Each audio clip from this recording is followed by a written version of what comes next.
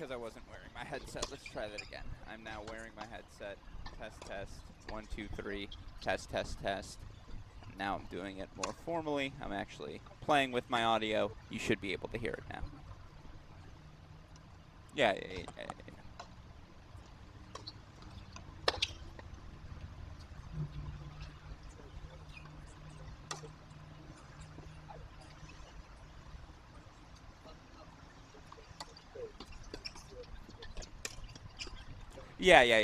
I played with the audio. It's literally because the audio was all off. I didn't look at any of the settings. Yeah. Yeah, okay, perfect. All right, I'm gonna...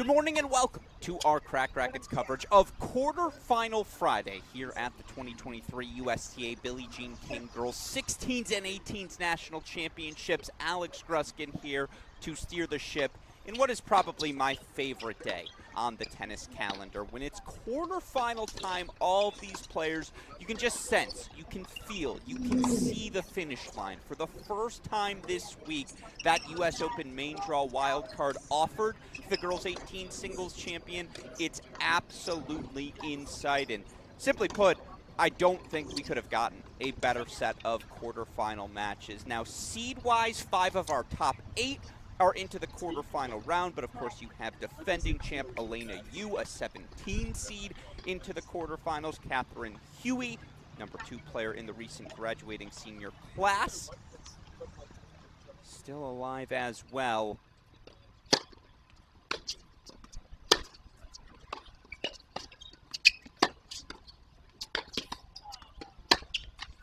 And then, of course, you have the surprise, Piper Charney, the Michigan commit. Still a heck of a player in her own right? And so, again, couldn't imagine a better field of 8. All 4 of our girls 18s quarterfinal matches happening simultaneously. So, of course, as always, we'll try to jump around between all of the matches.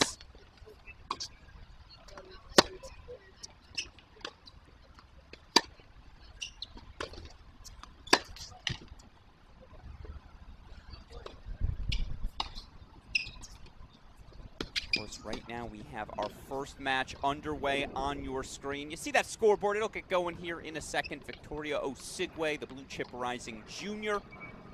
Straight set winner yesterday, the number 3 seed, taking on Stanford commit, Rising Senior Valerie Glosman.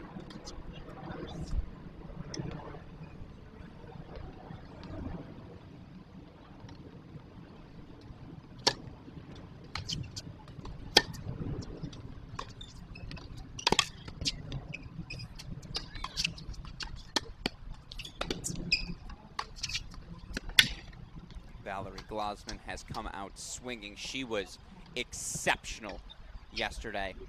Again, the rising senior Stanford commit.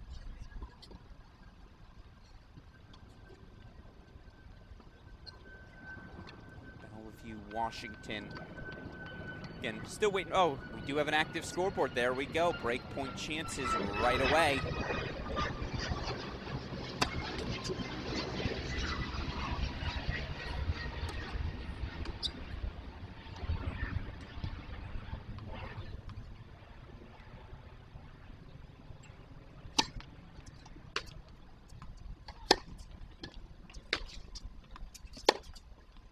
And it's an opening break for Valerie Glosman. You see it right away. She shows off double hands on both sides. Two-handed forehand, two-handed backhand. Gave Daria Smetanikov all sorts of issues yesterday as she earned, again, that 1-0 victory. 0-1, excuse me. As dominant a performance as we saw on the day for the number 6 seed Glosman, who, of course, success earlier this season in California when she captured the girls 18's Easter Bowl title. It's going to be a fun one. I think this match is going to be extraordinarily physical. That's my early read, having watched these two play all week. And now that we are in the home stretch, the business end of this event, I can get a little more technical with my analysis. We can get into tactics as we go along. We don't have to monitor 90 matches at once. No, we can lock in on these 4. It's going to be a good day. I'm calling it now. Our best day here at the broadcast. Always get better. And that's what we plan on doing.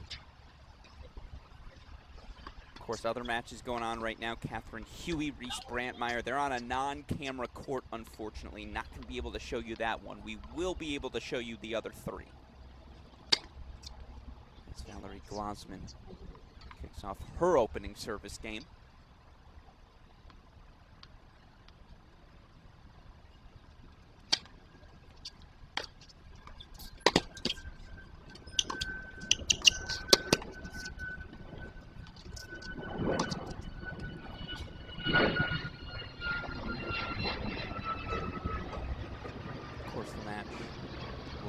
As soon as we have a link on center court, top seed Clairvay Gunaway taking on, in my opinion, the most impressive player of the tournament, Tatum Evans, the number 5 seed, who breaks to start 1-love That match on center court. Again, as soon as that camera's up, we'll get it to you.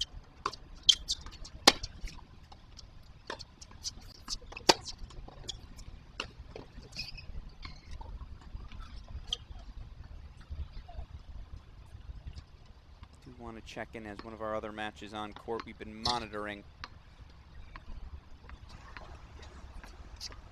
Court number 17, you see Piper Charney still getting loose. She takes on defending champ Elena Yu. We'll get you to that one as soon as it's underway.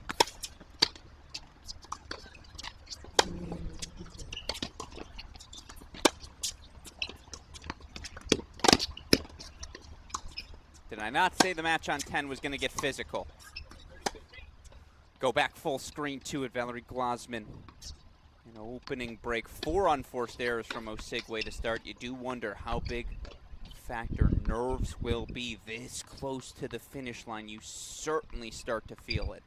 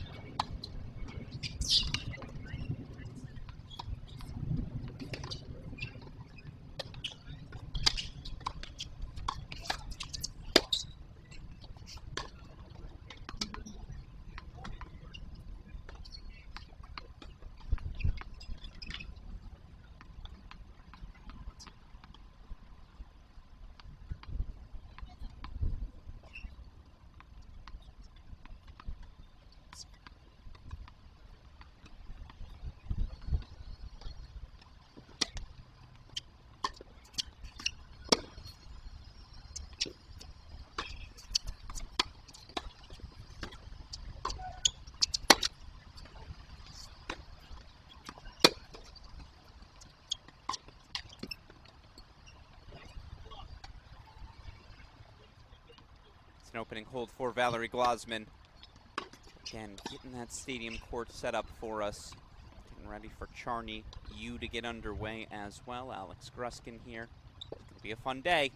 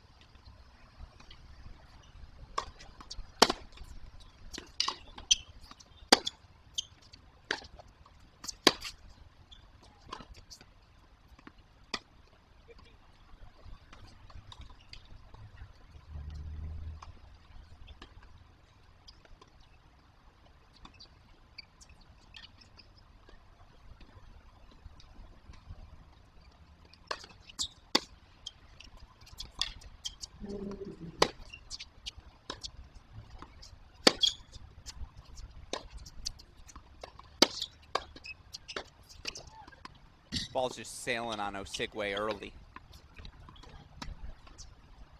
Again, Valerie Glazman's giving you nothing for free. She's going to get that high, heavy, well, heavy might be a bit of a hyperbolic statement, but that 75% neutral ball. She's going to test you first, say, can you beat me at this pace?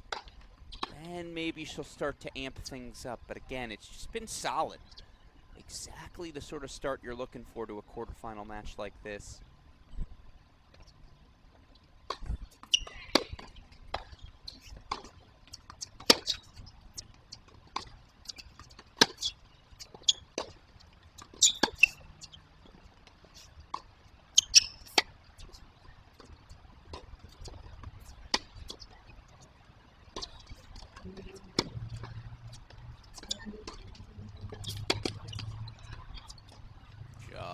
side. It's going to have to be that good from Osigwe today, huh? Again, watching Victoria Osigwe play in person has been a revelation. The rising junior, Bradenton, Florida.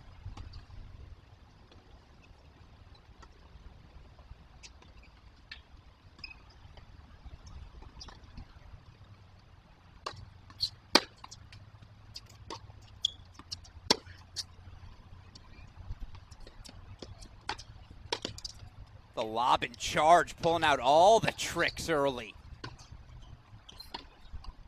Just to finish the thought, though, watching Osigwe in person, there's a sound comes off the racket when she makes contact. You know it when you hear it. It's special.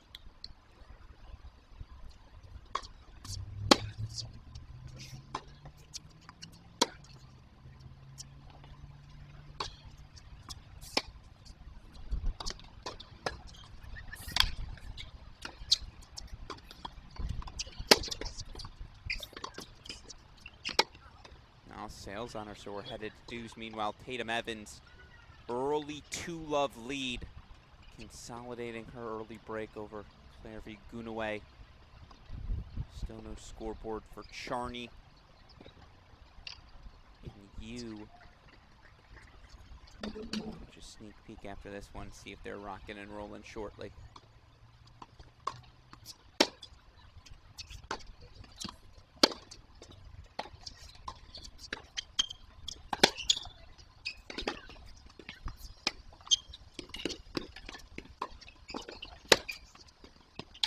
A beautiful pass from Valerie Glassman. Again, if you're going to move forward on her, you better hit your spot perfectly. The wheels are too good. She's too fluid out of those corners. And yeah, you think you're going to jam her, right, with those two hands on both wings. No, she absorbs pace extraordinarily well.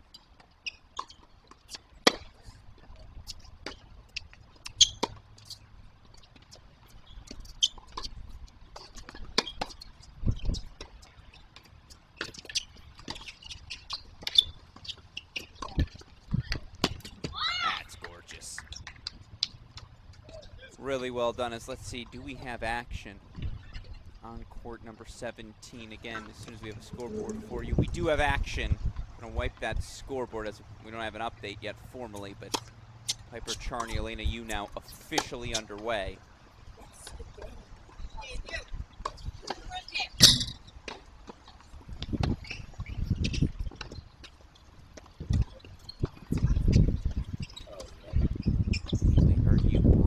Start the opening set.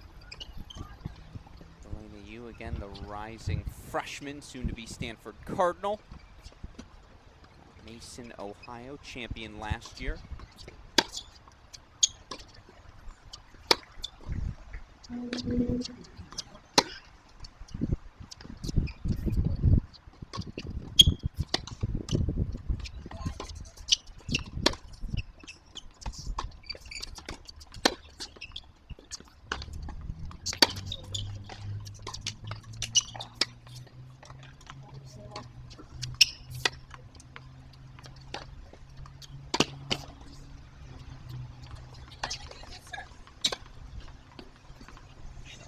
Off the racket of Osigwe, so another break point chance.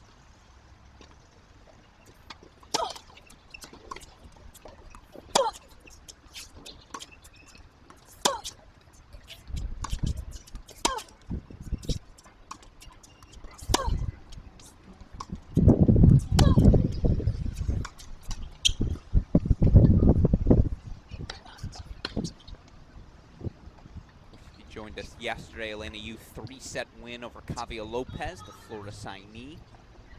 To come back from a 4-1 deficit in the opening set.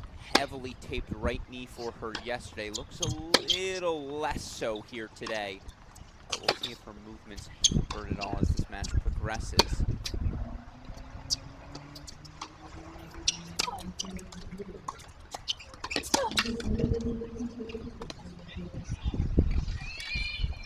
Meanwhile, it's a double break, 3-love lead. Now on court number 10. All right, let's head to Stadium Court. Clairvy Gunaway, your top seed, holds for 2-1. Of course she does, right as we get there. So we'll come back and check in on that one after the changeover. Changeover on court number 10, 3-love lead there. So let's go full screen now. Our match on court 17. Again, Alex Gruskin here. As soon as that scoreboard is up in this Charney U match, I promise we'll have it for you. Unfortunately, not up yet. See if we can talk to someone on site about making it happen.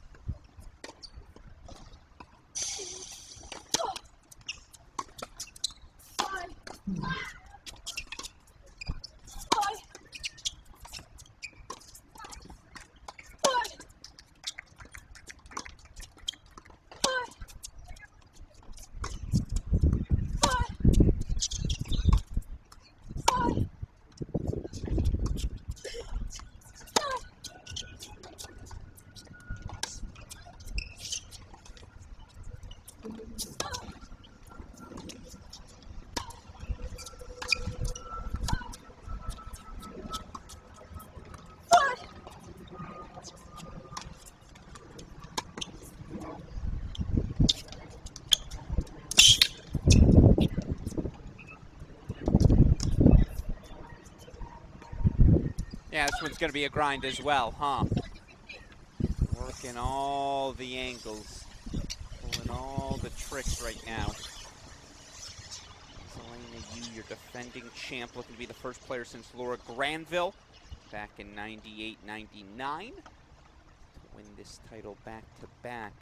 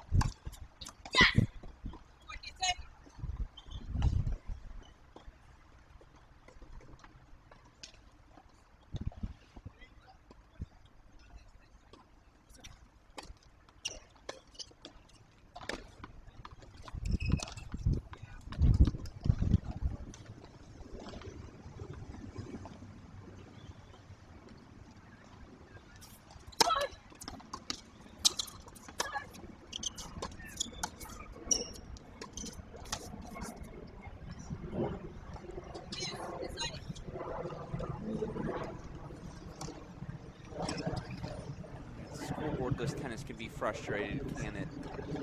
So let's go check in on Stadium now. I know this is a matchup all of us are looking forward to. Battle here between Tatum Evans, Clairvy Gunaway. 30-15. 5 seed.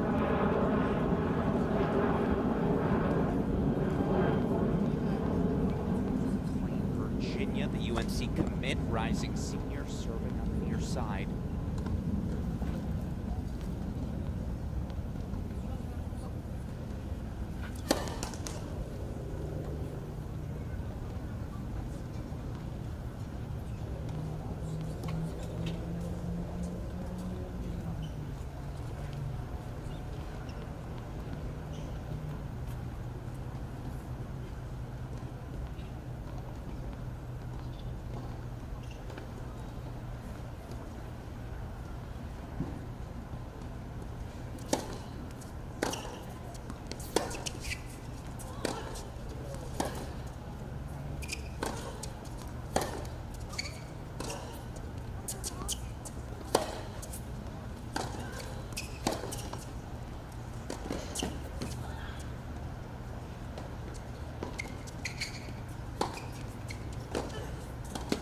Gotta do more with that overhead, but that's what we're in for here on center. 30 all. I'm telling you, Tatum Evans, more than anyone else, has stood out to me here this week. Maybe it's because of the expectations. I knew about Brandmeier, I knew about Gunaway. Even players like Elena Yu, the defending champ, Catherine Huey. World 16s champ in this event, Tatum Evans. She's brought the goods this week. No ifs, ands, or buts about it. minus the overhead there. Fault.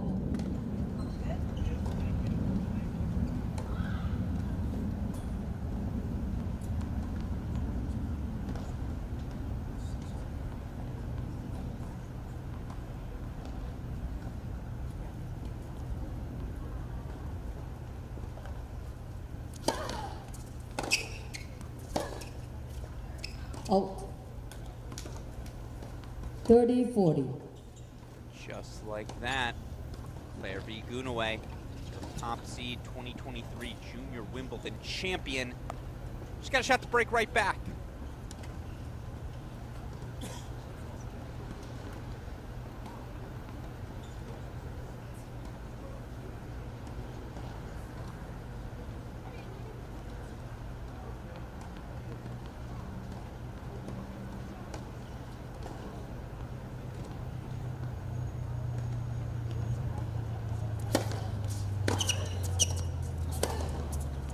Game Gunaway. 2 games all, first set. Back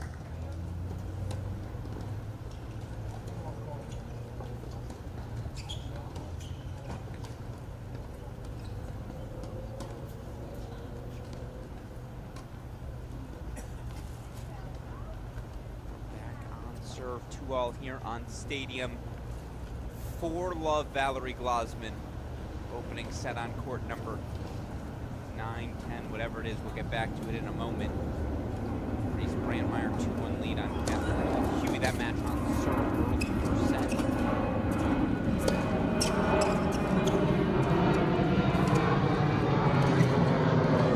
Clearly there's game plan for Evans today. Try to push Gunaway behind that baseline. Be the aggressor. That, though, that's the top seed at her finest. The pace she plays with, the creativity she adds alongside of it. It's the reason so many are so excited about the Junior Wimbledon champ, 17-year-old's future.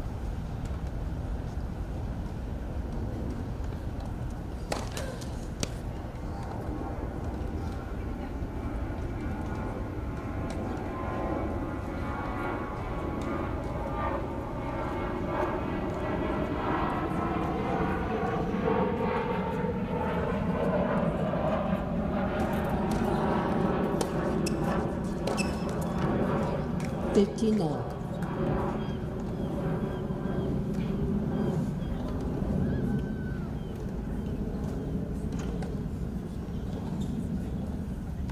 Think pace into that forehand, right? Given the big windy back swing for Evans, that would be the play today on the serve.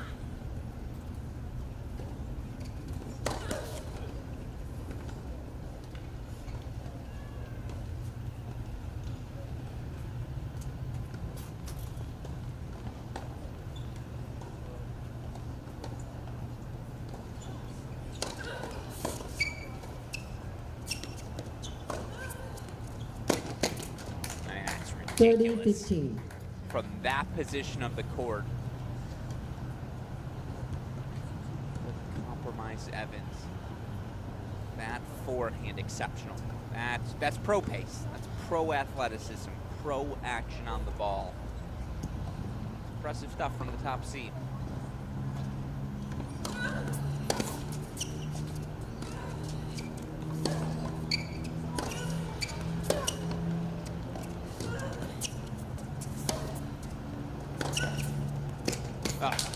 She does it twice. 40-15. Cut the clip. That might just be your shot of the day. A couple of on-the-run forehand winners. Claire V. Gunaway. Shot at her first lead of the set.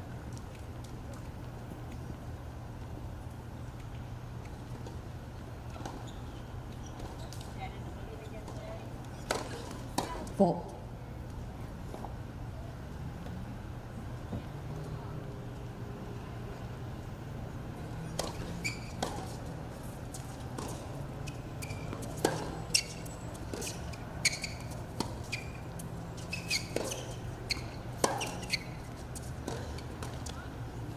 (40-30).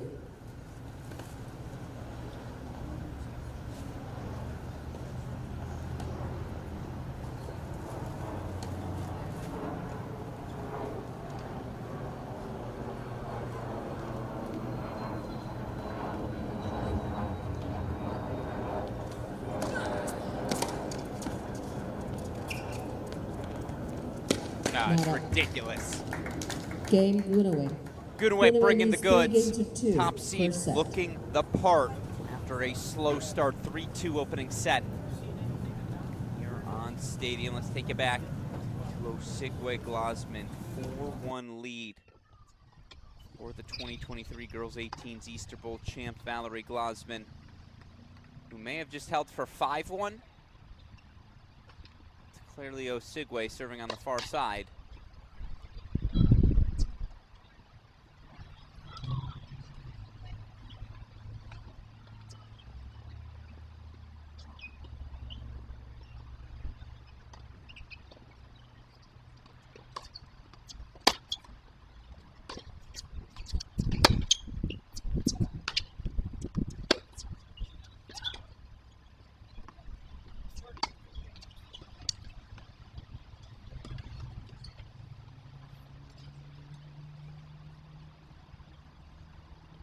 And this will happen from time to time. Scoreboards will disappear on us. We'll get them back shortly, no doubt. Gonna wipe it from our screen in the meantime.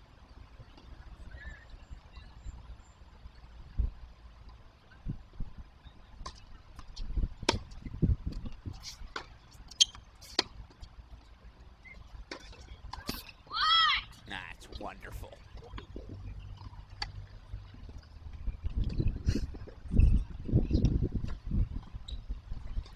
Victoria Osigwe, your number 3 seed, down an early double break.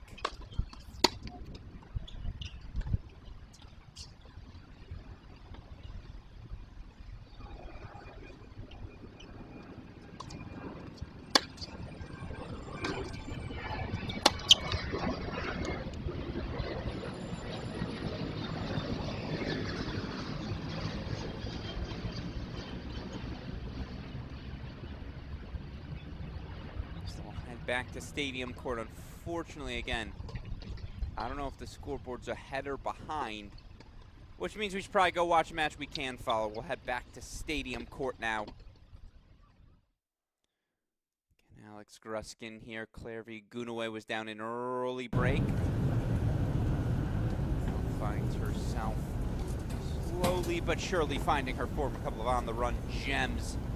Drop shot beauty has her serve leading 3-2.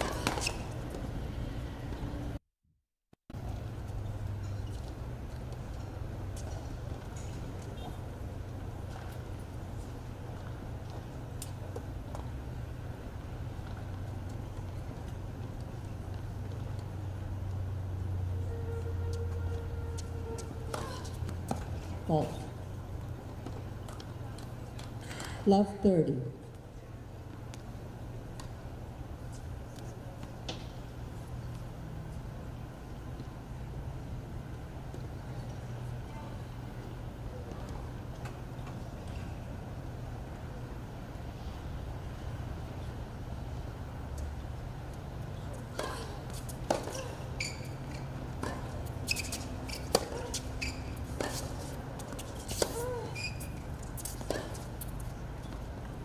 Love 40.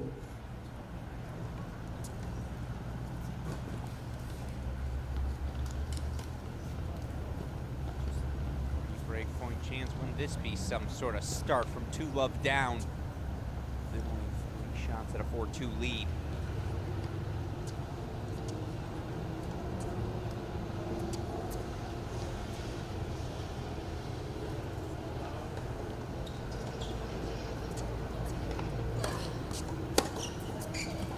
Out.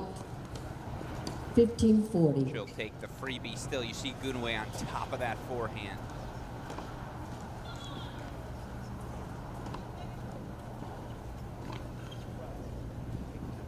Big cut at the ball.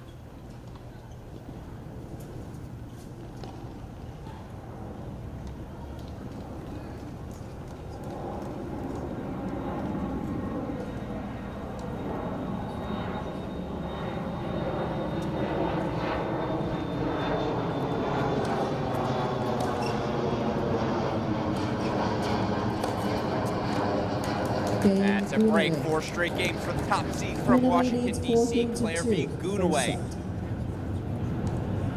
weapons are so impressive. She'll mix in drop shots, she'll mix in slice, just does all sorts of things to keep her opponents uncomfortable. Of course, capturing the Junior Wimbledon title, second American in the last 2 years. Last year was Liv Hovde.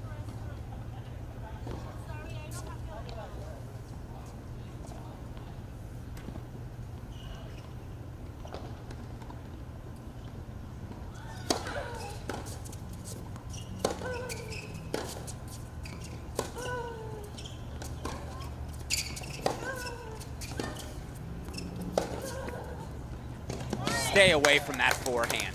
15 love. I want no part of it moving forward. Claire V. Gunaway, the on the run winners. Now she's stepping into that forehand as well.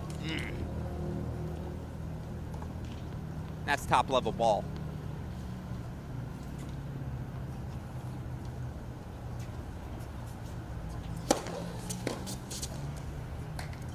$30 love.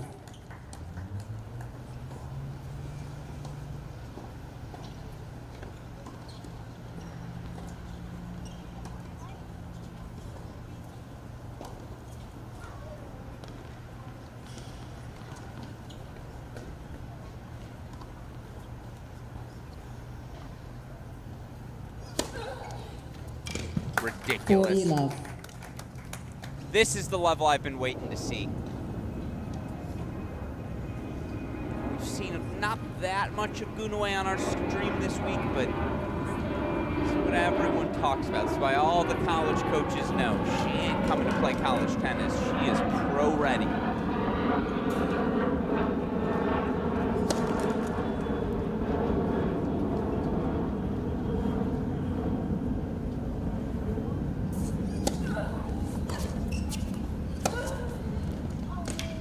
Game Gunaway. Nothing you can do. Top seed looking the part, Gunaway 5-2 needs lead 5 here games on to- Stadium Court. We'll get back to it as soon as they're out of the changeover. In the meantime, set point, Valerie Glasman. Sneak it out and go full screen.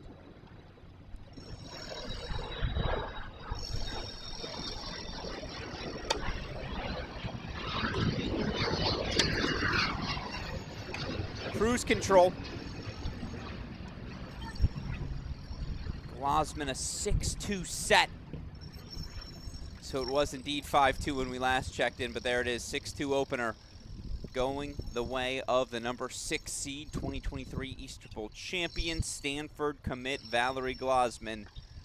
Again, it's old school, 2 hands on both swings. Shout out to Monica Seles, the blueprint in that style. Yeah, I don't hate this play from Osigwe. Leave the court, let's reset, refocus. In the meantime, again, unfortunately, no scoreboard available for you on this court. That certainly looks like it's a first set, right? A long layover. Piper turn you right out of the chair. Elena Yu, defending champ on the near side, clearly. Slowly but surely, methodically, is the Stanford commit working her way through that opening set. We'll check in on it in a bit. Meanwhile, here's Tatum Evans, the number 5 seed, and out of McLean, Virginia. Won this event in singles back in 2021. And the girls' 16s competition finds herself in trouble. Dropped 5 straight games, serving to extend the first set 2-5.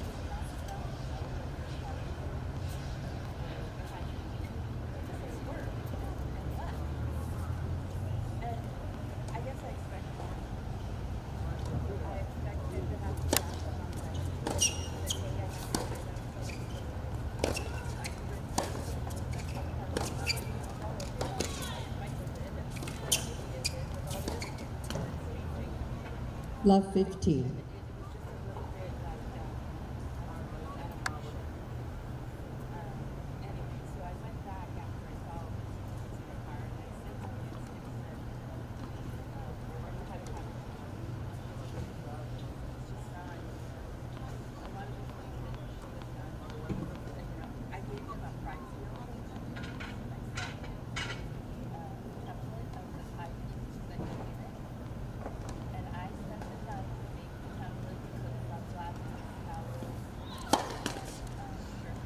Ball.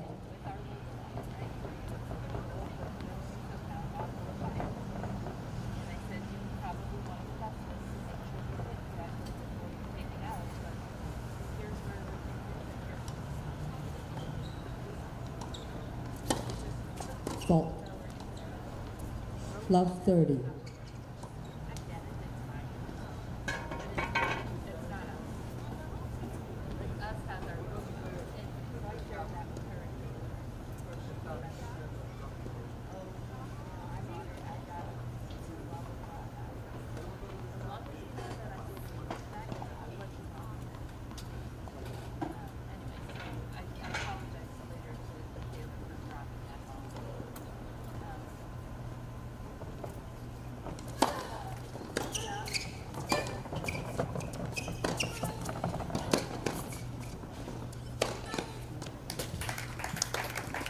Love 40.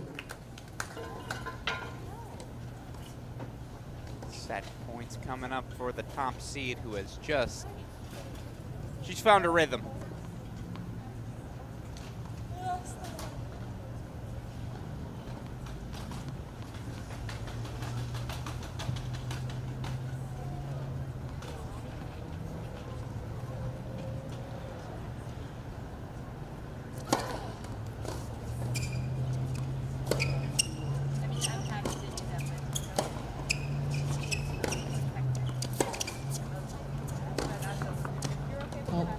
Yeah. 15-40. Missed it by a hair.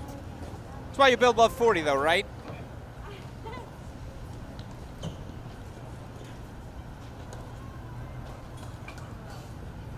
More set points to come.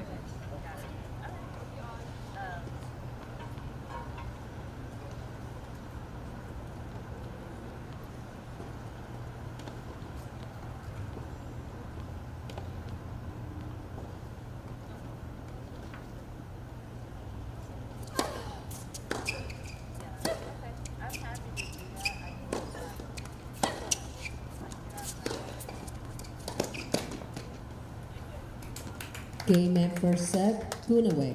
6-2. So Claire v. Gunaway, halfway to the semifinal. 6-2 opening set. 6 straight games though, after she was broken in her opening service game. Alex Gruskin here. Let's take it back to court number 10. Was a 6-2 opening set for Valerie Glosman.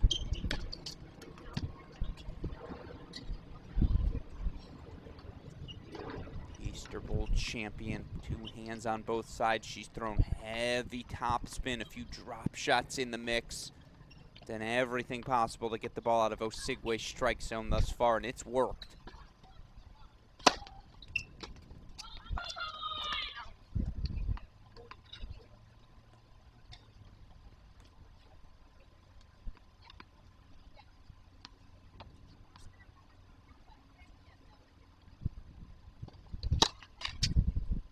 And I am going to take us to a split screen. Here's why. We've got a scoreboard. 4-2, Elena Yu leads Piper Charney. Now we're flexing our muscles. Now we can show you a little bit of everything.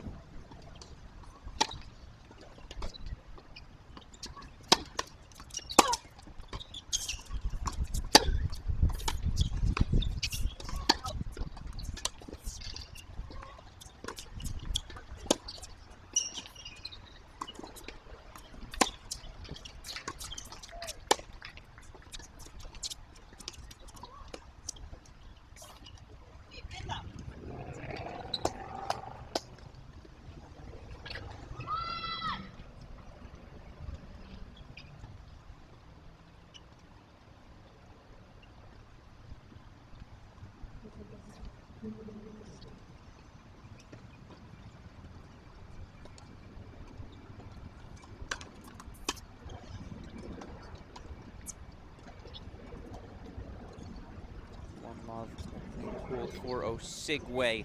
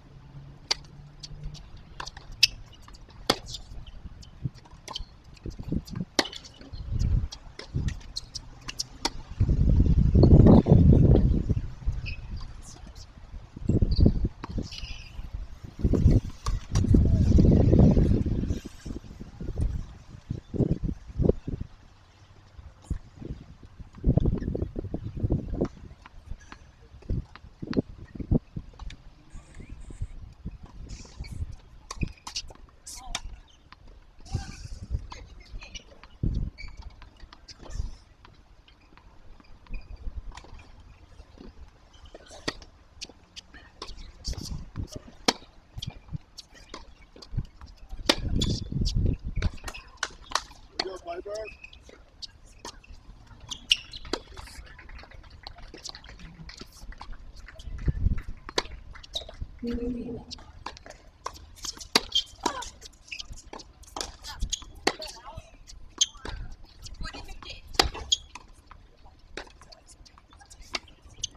chance for Piper trying to keep it just a single break deficit. Remember, she was broken in that opening service game of the set. Michigan commit out of Mount Pleasant, South Carolina, has subsequently steadied the ship. By the way, one match, unfortunately, we're not going to be able to show you. Reese Brantmeyer, 4-3 lead on Catherine Huey.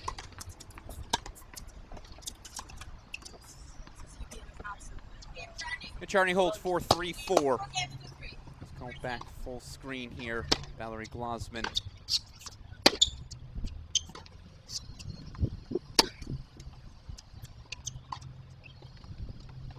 That one just sailed on her, but the elevation she gets on her ground strokes, the subsequent depth it produces, it's impressive. No ifs, ands, or buts about it.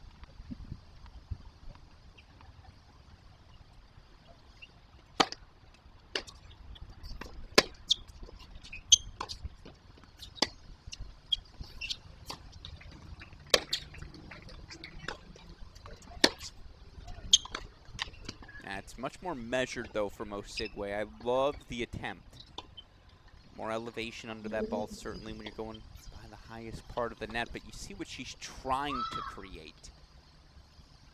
The last game point chance here for Glosman.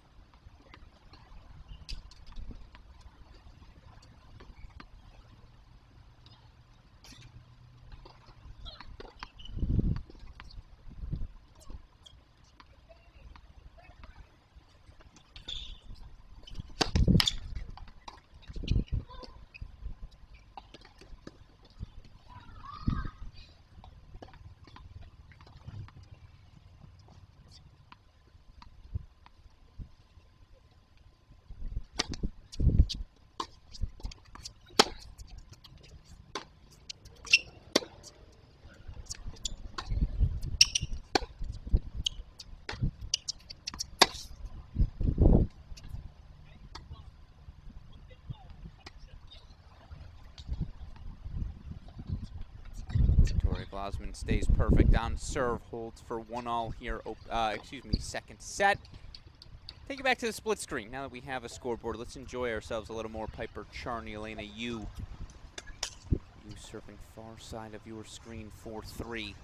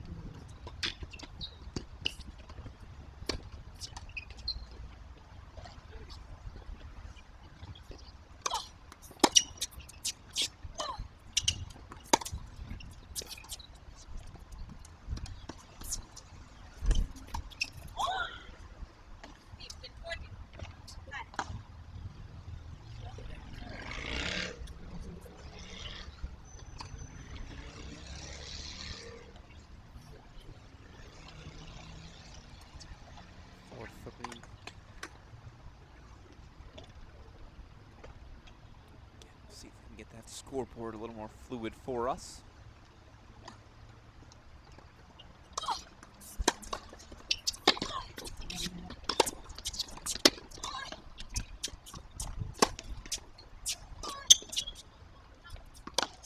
A bold play from Charney, no doubt.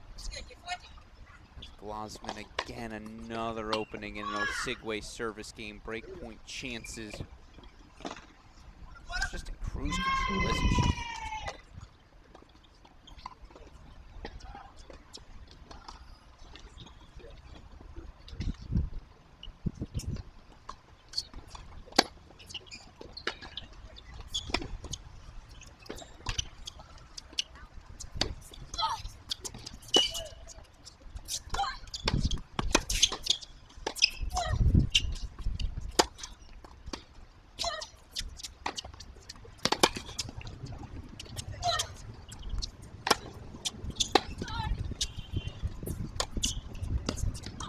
Floats wide. Valerie Glosman setting a break lead now, 6-2, 2-1.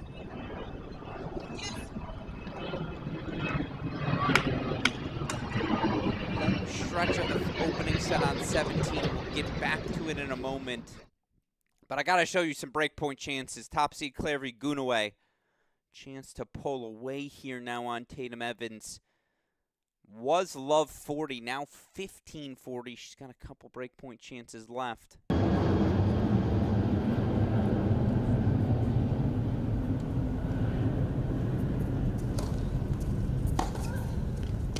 I mean, her forehand today, Gunaway leads 2 games lights to out. Second set. And you almost wonder for Clairvy Gunaway, knowing how long this week is, how many matches, what, it starts round of 128. Got to win 7 matches as a seed to win this title, secure that U.S. Open wild card. I wonder if she's paced herself. It certainly looks like it. Today is the first time we've seen full speed Clairvy Gunaway. Now it's setting a break lead, 6-2, 2 love.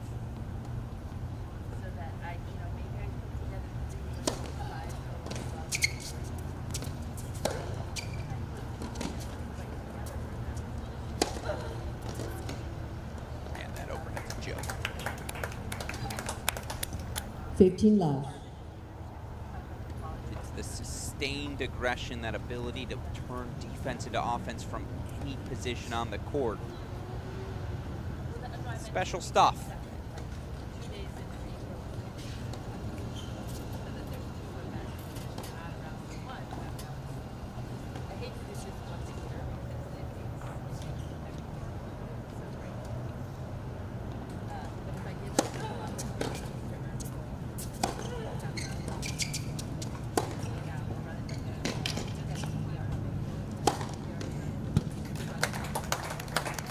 Thirty love.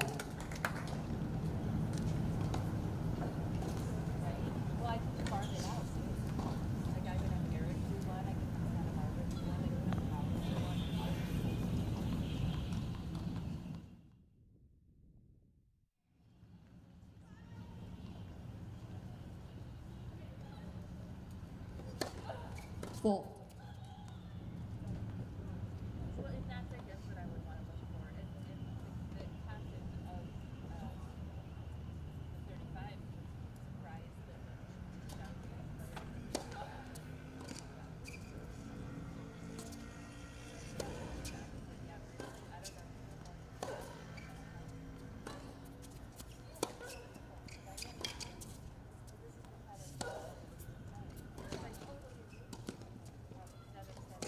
I don't know what Tatum Evans can do. 40 love. It's pro-level stuff. It's that good right now. From Clairvy Gunaway, game point chances for a quick 6-2, 3 love lead. I mean, they've been on court for less than an hour.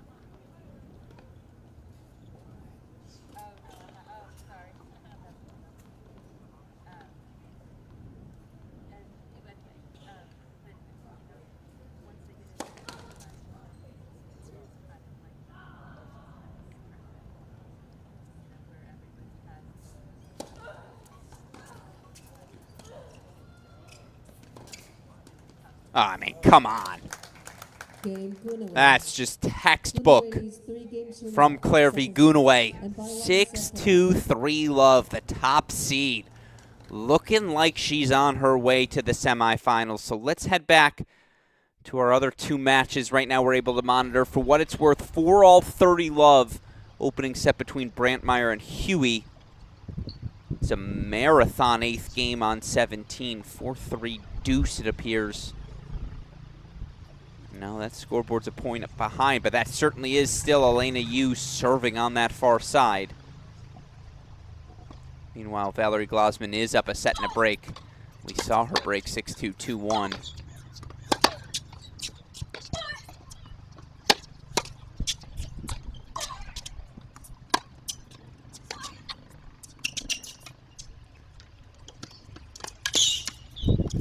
Drop shot pass gets the job done. Piper Charney breaks back for 4-all. Let's go full screen here. Again, Charney is the unexpected, dare I say, quarterfinalist at this event. Elena Yu's the defending champ. 5 of the other 7 top 8 seeds in this event. Of course, Catherine Huey's the number 2 player in her class, a Stanford commit. You don't commit to Stanford unless you've got the goods. But Piper Charney's the one. Not that she's unexpected. She's a blue chip. She's a Michigan recruit. Number 7 in her class is the recent graduate. But 4-all here with the defending champ.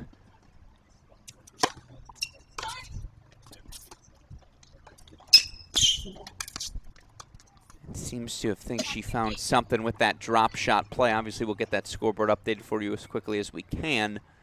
There we go. 4-all.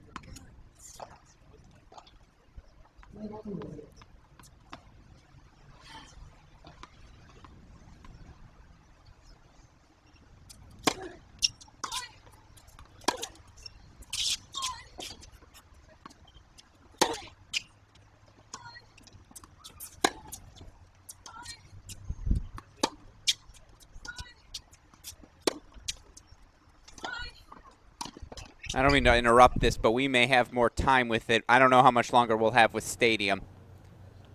More break point chances for Gunaway. Come on now.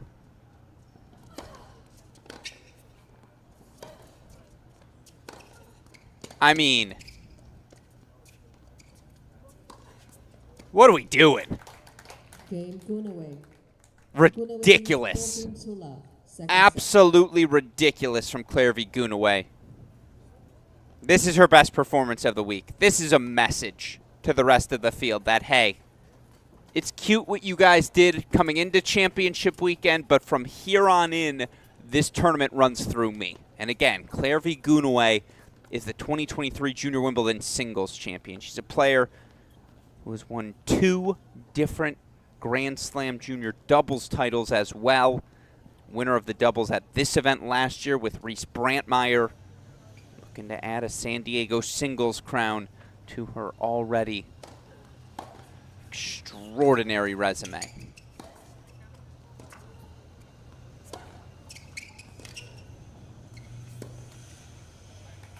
love.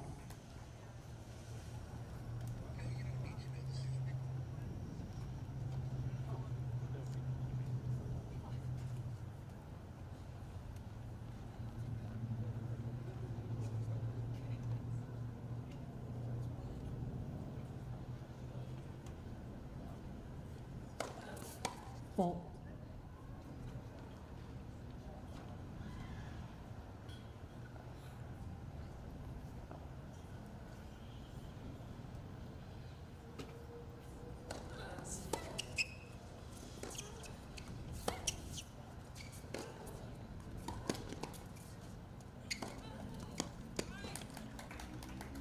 Love. And you can kind of see it in the face of Tatum Evans, as if to say, what am I supposed to do?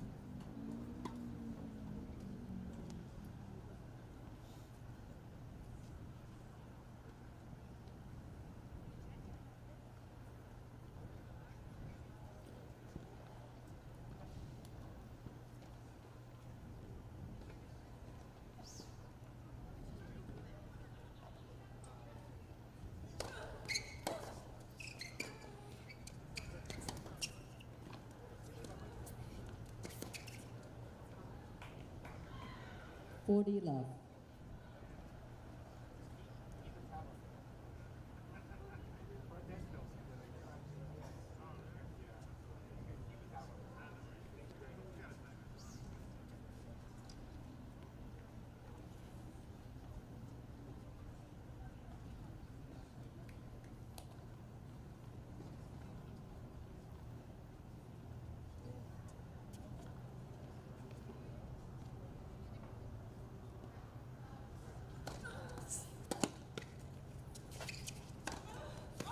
I mean, I don't know. Game away. I just don't know if anyone else is going to win this tournament if she plays like this. Claire V. Gunaway is putting on a performance for all of us tuning in to the action here in San Diego. Again, there's a U.S. Open main draw wild card on the line. You expect all these players going to bring their best, but that's the best and then some. Claire V. Gunaway 1 game away from the finish line. Caught him in a changeover, 4-all, 15-all? Or actually, was that an injury timeout? I want to check quickly because Elena Yu had struggled with that knee. No, that's a full side swap, not an injury timeout. All right, we'll get back to that one in a moment. Piper Charney did break back, so 5-4 one way or the other. We'll see when that scoreboard gets updated.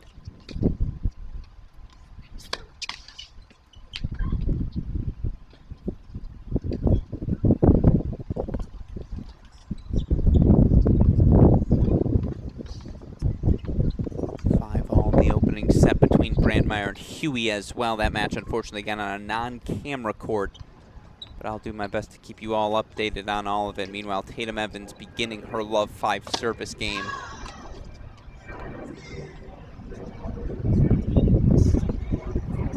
Victoria Osigwe got that break right back. Game point chance for her to take. Well, I mean, she was up 1 love, I suppose, in the second, but one of her first scoreboard leads of the day.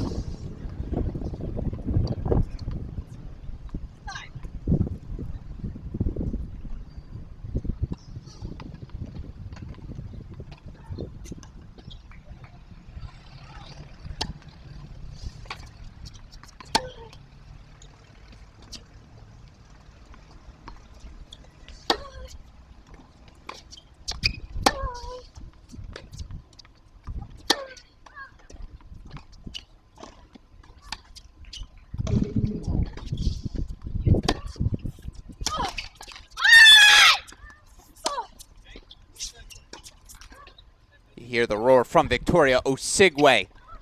That scoreboard's behind. I believe that's a hold for 3-2. Indeed it is as they head to the chair. We're going to head to Stadium Court just because Gunaway is 3 points away.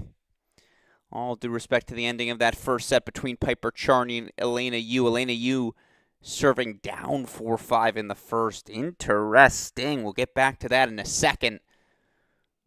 But this is the story right now. Claire v. Gunaway. Dominant so far.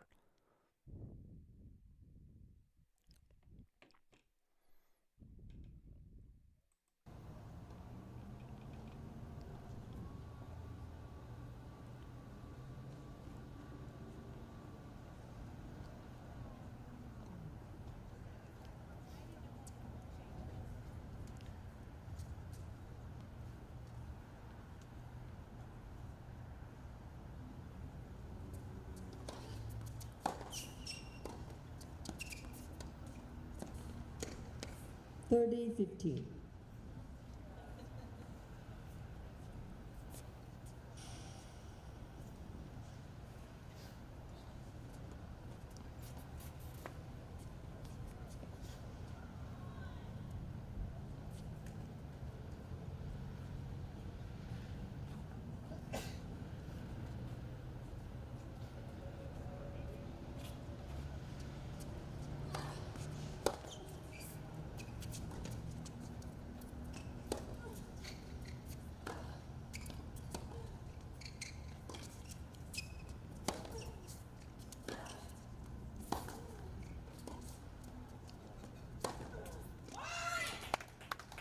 All.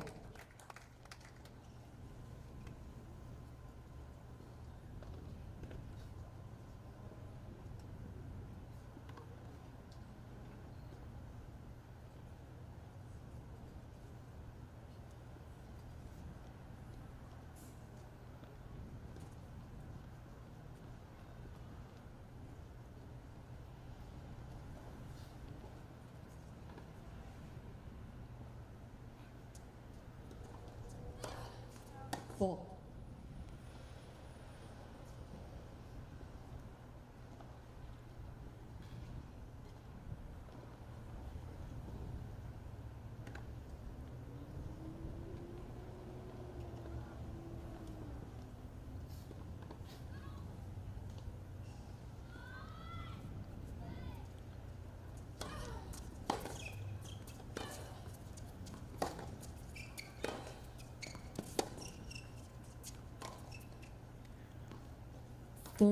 Started with a couple of forehands she hit early on. Remember, Tatum Evans was up 2-love in this match. 11 games and 3 points later, we have our first match point of the day. Belongs to the top seed from Washington, D.C., Claire v. Gunaway. Please wait. Let's see if she can finish the job.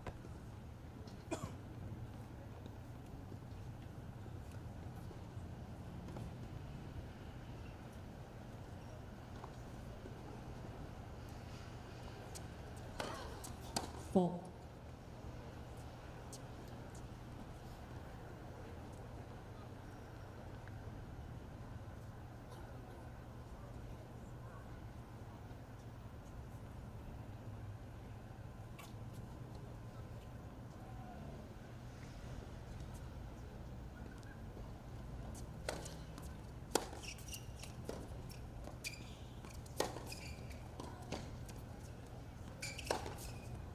That was exceptional.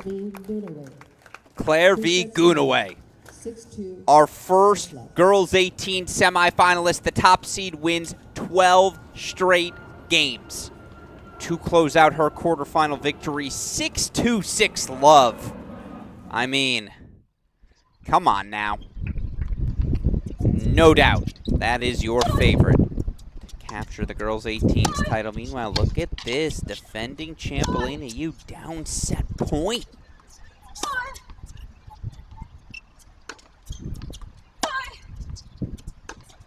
Come on! And we head back to deuce. On serve there on court 10. All due respect, we're going to check in on that one in a while. Let's lock in here. 4-5 defending champ Elena Yu serving. Two recent graduates. You headed to Stanford, Charney to Michigan.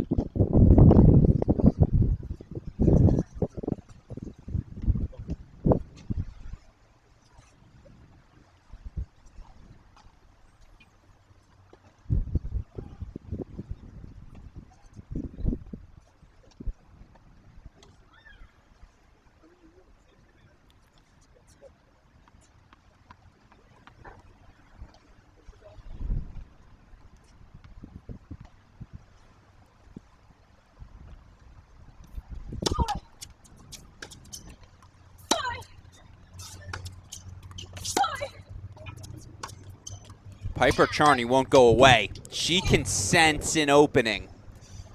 And remember, Elena Yu yesterday was down 4-1 in the opening set.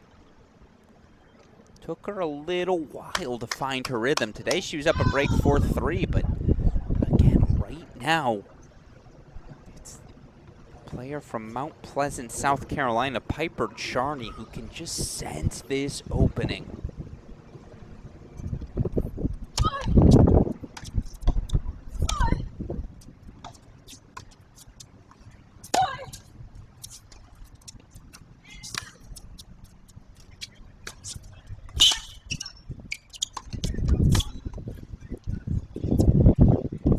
Another set point for Charney. She's joining a loaded Michigan team in the fall, but I'll tell you what, results like this, I promise you she has Coach Ronnie Bernstein's attention. Set point Piper Charney.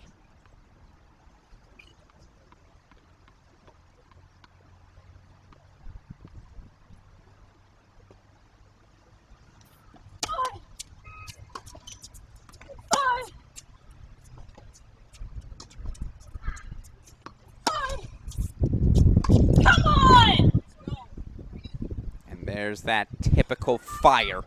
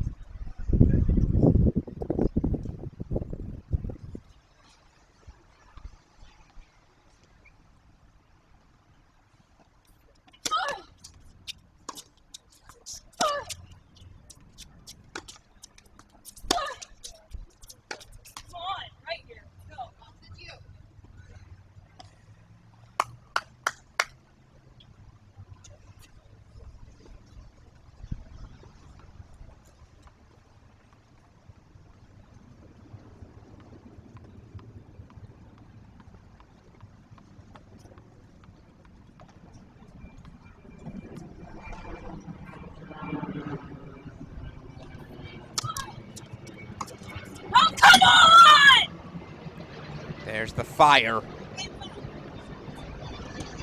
Defending champ Elena Yu, even if it's not her best tennis, you never have to worry about if it's her best energy.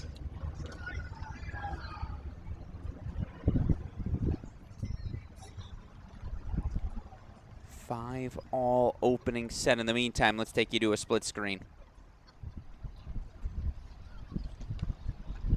3 all deuce.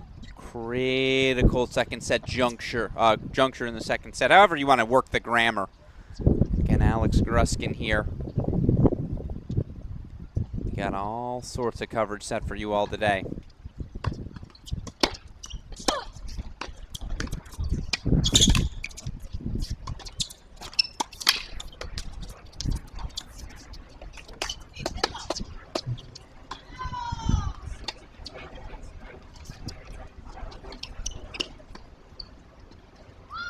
Wow.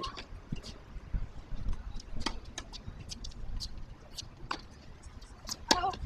7-5 opening set to Catherine Huey over second-seeded Reese Brantmeyer.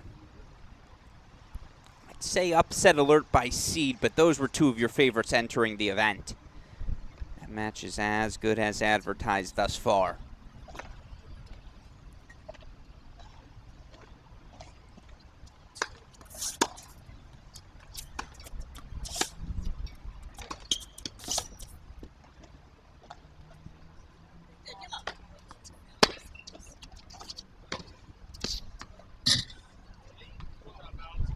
She's been in front from the start. Valerie Glausman breaks. 4-3 now, setting a break lead for the Stanford commit, rising senior and 2023 Easter Bowl champion. Looking to set up a date with Claire V. Gunaway. As that Piper Charney serve cranks, 5 all 40 love now. She's got game point chances.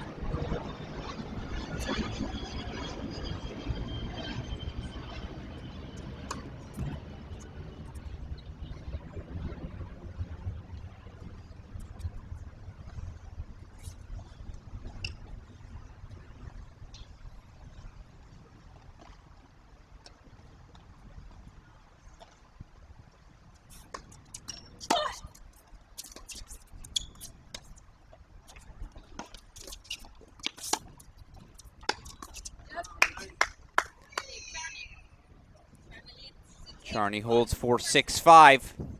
So we'll take you to the split screens. I think we're caught in a double changeover here. Alex Gruskin, you see the scoreboards. Valerie Glasman, number 6 seed, 5 seed. Either way, she's a top 8 seed. Has played the part thus far. Like yesterday, Glasman 0-1 over Daria Smetanikov. Of course, Osigwe was excellent as well from an early breakdown, 6-4, 6-1 over Tianmei Wang. Meanwhile, for Piper Charney, 3-3 yesterday over Texas commit Ariana Pursue. Elena Yu was the one who had the battle over 2.5 hours. She escaped 6-3 in the third over the athletic, powerful, and honestly joy to watch, Kavia Lopez, the Florida commit. That was probably your match of the day yesterday. We'll go full screen. Fernanda Glasman serving up a set and a break.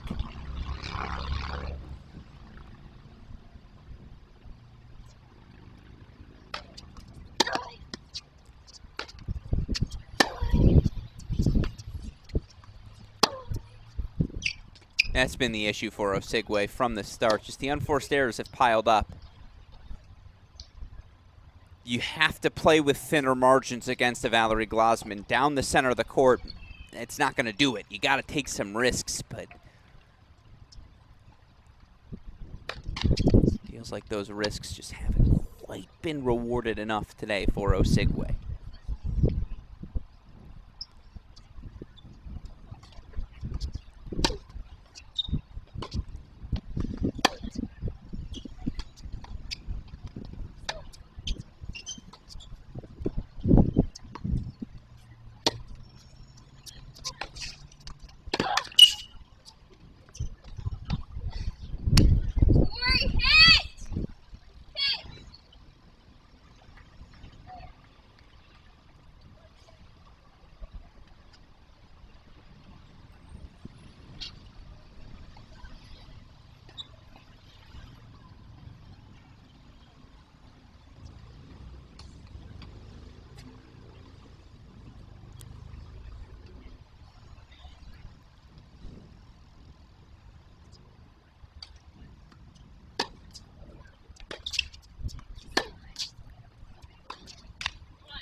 All right, take you back to the split screen now. Again, Elena, you fought off a couple of set points in her 5-4-5 service game. Now 40 love. Looks like we're headed towards a breaker on court 17.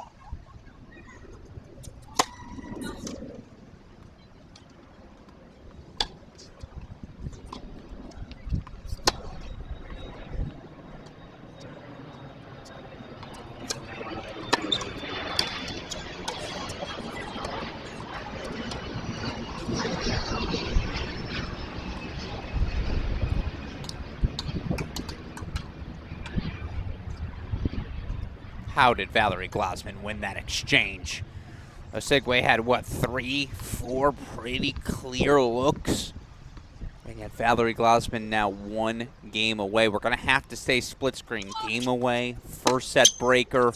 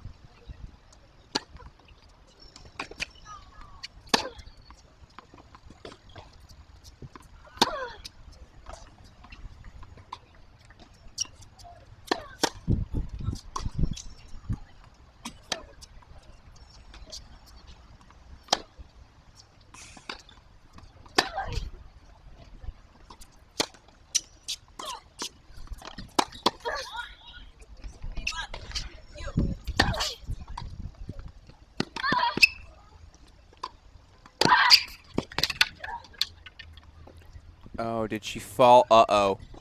I heard her stumble. Racket was clearly out of the hand there. Seems like she's gotten up as you see Glasman walking back to the baseline. You got to respect the effort, but again, right now, Valerie Glasman's 2 points away. Again, going to have to stay split screen here.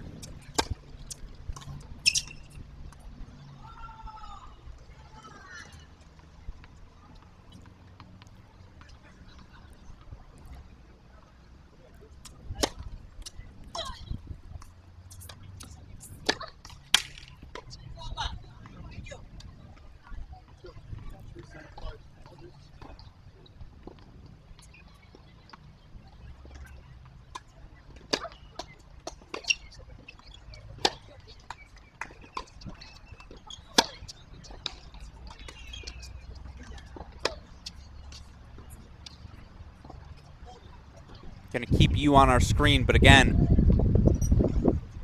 it's no longer closing in. It's match point for Valerie Glasman.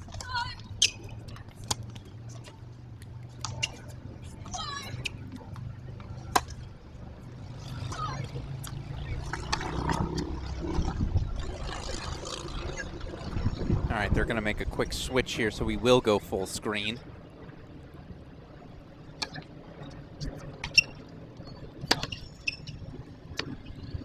That is a clinical day of tennis from Valerie Glasman, the 2023 Easter Bowl champion, through to the semifinals. 6-2, 6-3. She knocks out third-seeded Victoria Osigwe. Your top half semifinal is set. And to be honest, it felt like we were headed that direction all week. Claire V. Gunaway will take on Valerie Glasman. I'm in. That's an extraordinary matchup as we take you now back to our first set breaker, what is our only match active here on our stream. We're going to get to lock in. Elena Yu taking on Piper Charney. Alex Gruskin here for what it's worth. FWIW, as the kids say. Reese Brantmeyer, the number 2 seed, down a set. 7-5-1 all. She trails Catherine Huey. No camera on that match, but we'll keep you updated on the score.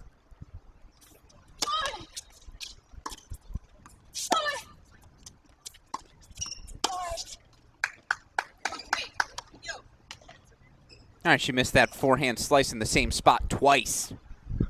First on the actual swing, next on the practice. Mini breaks back to Charney, who again had set points in Elena Yu's 4-5 service game.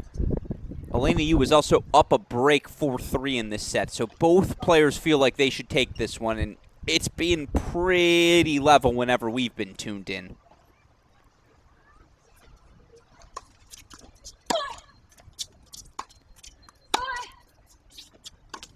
Oh, come on!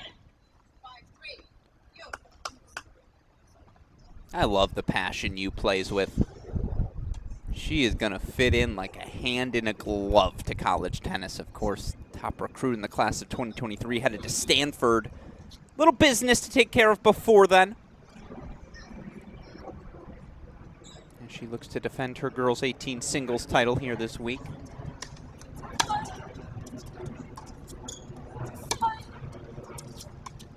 Let's go! On! She's got 3 set points. Got those mini breaks right back. That was a blink. All due respect to Piper Charney, but 2 loose points at an inopportune moment.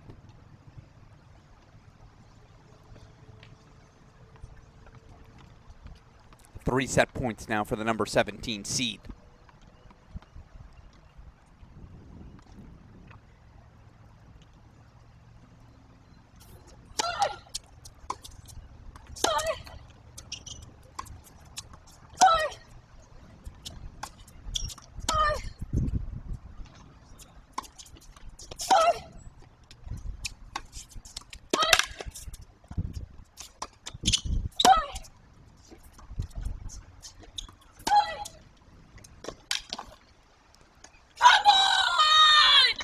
There's the roar. Elena Yu does take the opening set, 7-6. So the 2022 Girls 18s champion keeps her hopes of defending her title alive. 7-6. She takes the opener over 17th seeded Piper Charney. I believe that's the correct number. Yes, 17th seeded Piper Charney. Again, Alex Gruskin here.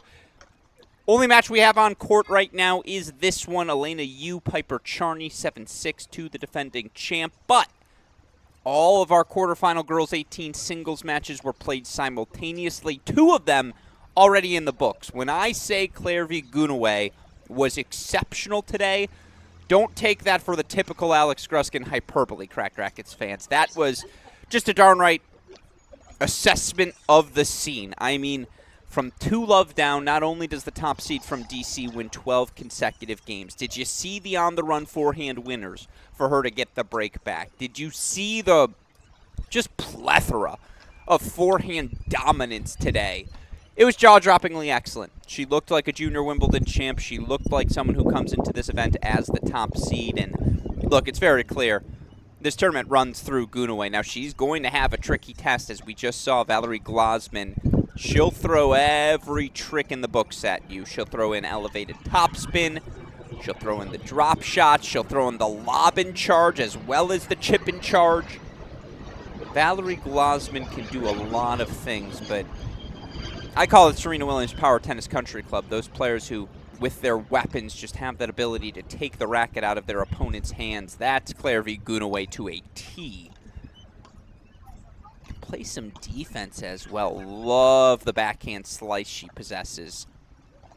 That's going to be a fun contrast of styles. That matchup will be on our broadcast here for all of you tomorrow when we get to enjoy semifinal Saturday. Of course, we have a semifinal Friday for you all coming up at noon, top of the hour. Here, noon Pacific time, 3 p.m. Eastern. We'll have our girls' 16 semifinal singles matches. Those battles, Kristina Lyatova taking on Julieta Pereira. Anita 2 taking on Anna Frey. Talk more about those battles a little bit later. Your only ongoing 18s quarterfinal other than this sees 17th seeded Catherine Huey, number 2 in the class of 2023, according to tennisrecruiting.net, a Stanford commit as well. She's got a lead. 7-5 opening set goes her way over second seeded Reese Brantmeyer. They're on serve 2-1 in the second. Again, right now, why do we have dead time on your screens? Because I got nothing else to show you.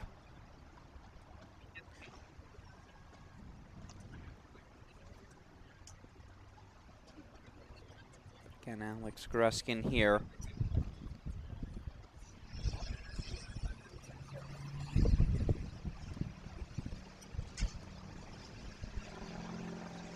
Elena Yu, 7-6 opening set, much like yesterday's script. It's fascinating to watch you play because it's not traditional power. It's a wave of different tactics. She'll throw in the high and heavy. She'll sneak a ball in early on the rise. I think she moves extraordinarily well. Not a poor volleyer either. Of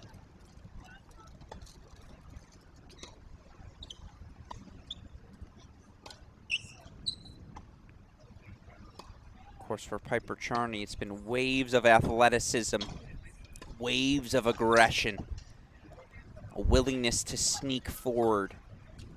Is she willing to grind, though, today? Willing to suffer like she might have to again, just hang with the physicality of Elena Yu? That'll be the question here in set number 2. I mean, opening set took an hour and a half.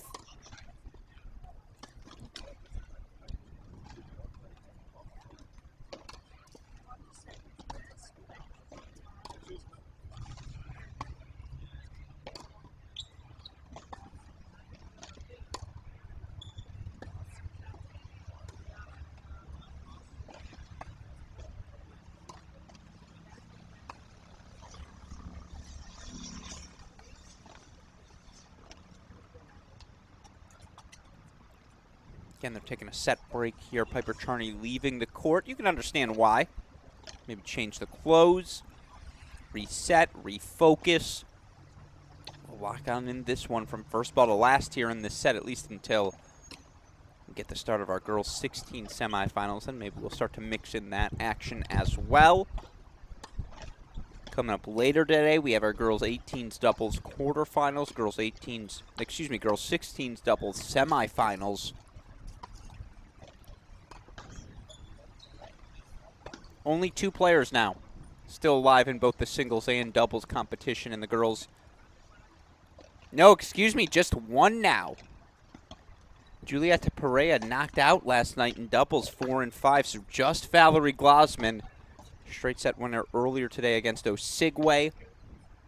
Glosman, one of the number 9 seeds. She's partnered with Anya Murthy. That duo going to take on the pairing of Bernalis and Lamb, 2:30 today. Good she's off court, her and Victoria Osigwe. They'll get a full 3 hours of rest for the start of their doubles matches. Meanwhile, Piper Charney back on court. We're ready to start set number 2. It'll be defending champion Elena Yu. 7-6 opener. She'll serve to kick off set 2. Let's play some tennis, folks.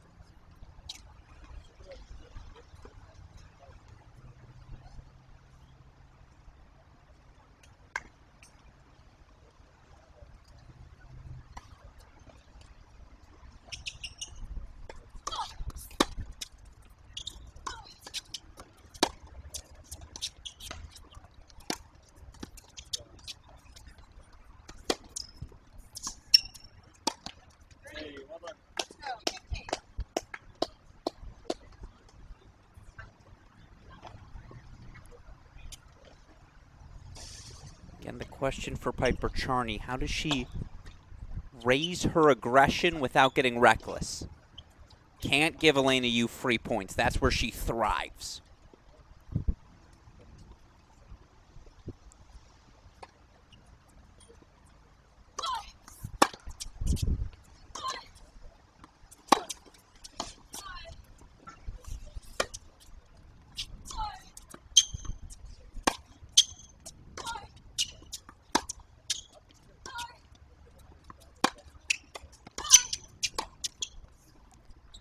That's how you do it.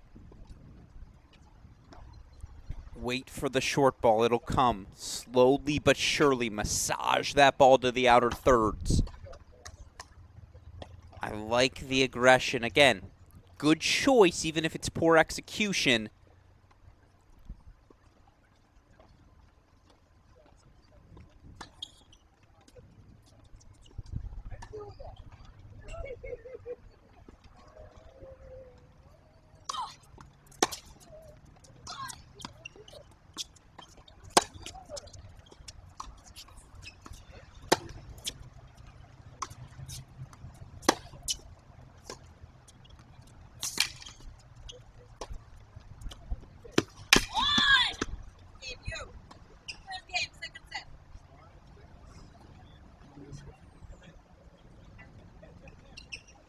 One love Elena Yu holds here in the opening set. Again, Alex Gruskin. Unfortunately, no camera on court number 1. Believe me, we'd love to show it to you. Reese Brantmeyer currently the number 2 overall seed, trailing 7-5 2-all. Catherine Huey, the Stanford commit, off to another exceptional start. Was down 5-1 in the opening set yesterday before working her way all the way back to a straight set victory. Was extraordinarily impressive. Trying to keep things a little bit easier today. See if she can get in. We'll keep an eye on that one. See if Brantmeyer can't mount a comeback, or if Huey can't keep that match another straight set decision. Of course, we had 2 straight set decisions earlier today. Claire V. Gunaway from 2-love down. 6-2, 6-love. She advances to the semis. Valerie Glasman, similarly impressive in a straight set victory.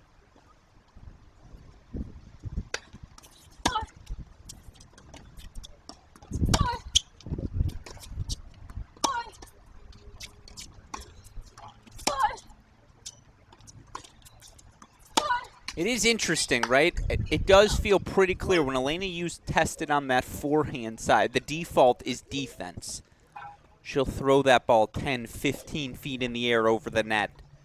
Focus more on elevation, I would say, than pace. Meanwhile, you can tell how comfortable she is turning into her backhand. If you're Charney, do you target the forehand, hoping she'll leave something short?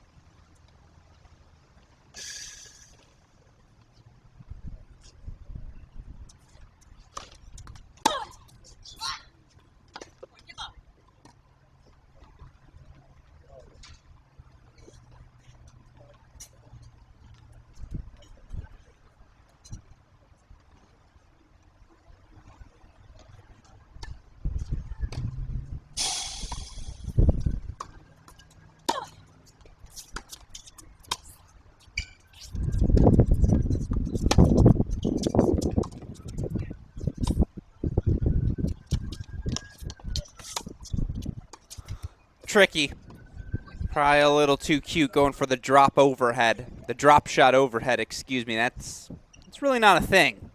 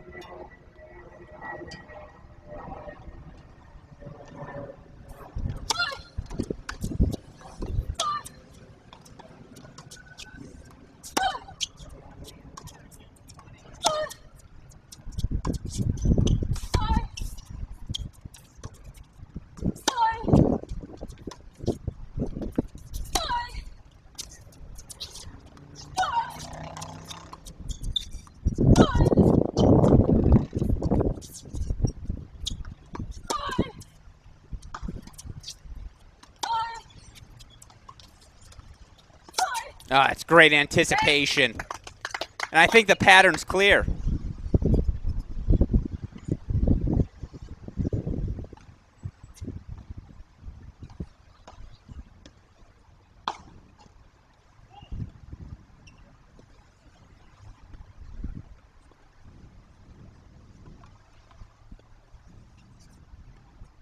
Love the patience. Again, I think the forehand's the wing to attack.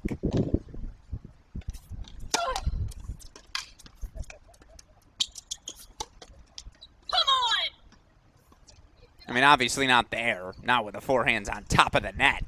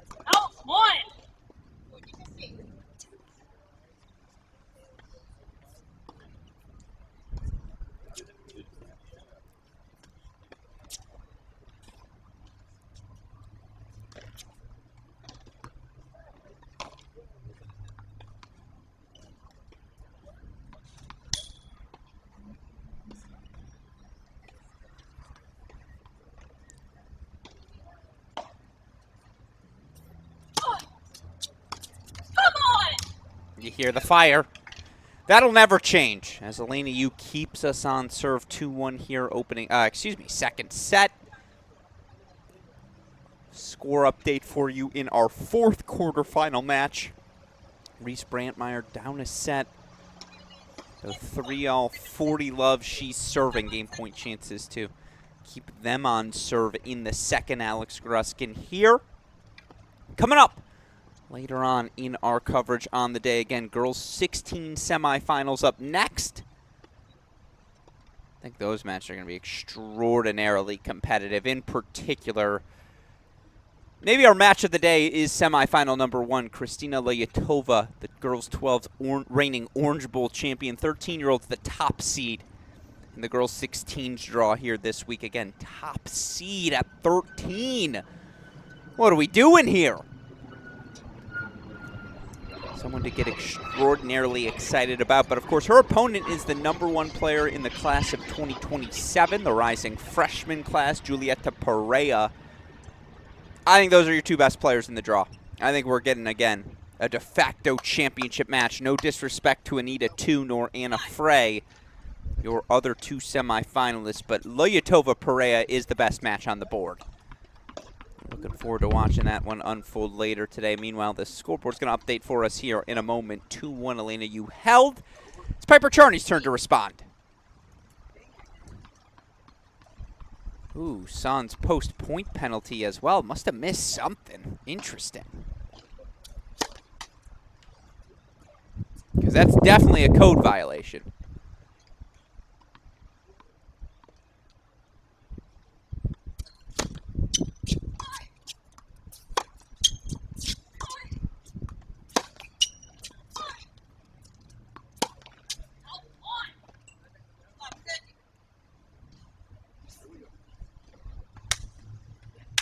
Again, Elena Yu's not going to be the one to make the unforced errors. Piper Charney's going to have to take some swings.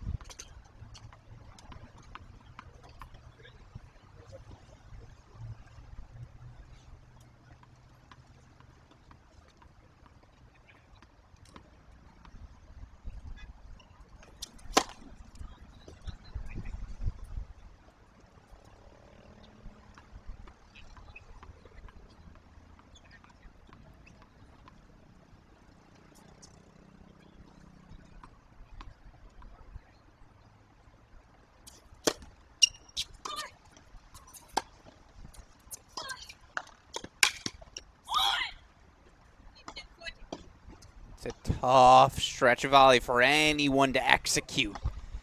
But now it's breakpoint chances for Elena Yu. 15-40 now.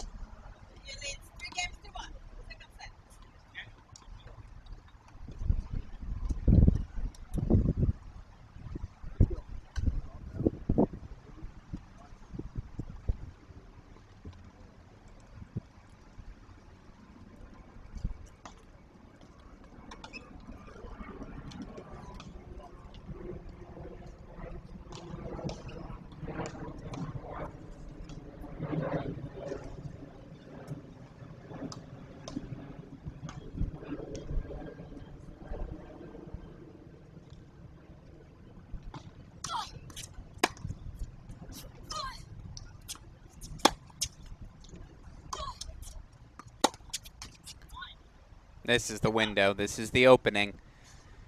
You give Elena Yu an inch, she sprints through. That was a loose service game, no doubt, from Piper Charney. And now the question becomes, can she respond? Remember, she was down a break for much of that opening set. Ultimately found herself with set points in that 4-5 service game of Elena Yu. Hopefully she's not thinking about those the way we're thinking about them now. If you're Charney, again, the key here, just stay the course. Excuse me, if you're Elena Yu here, stay the course.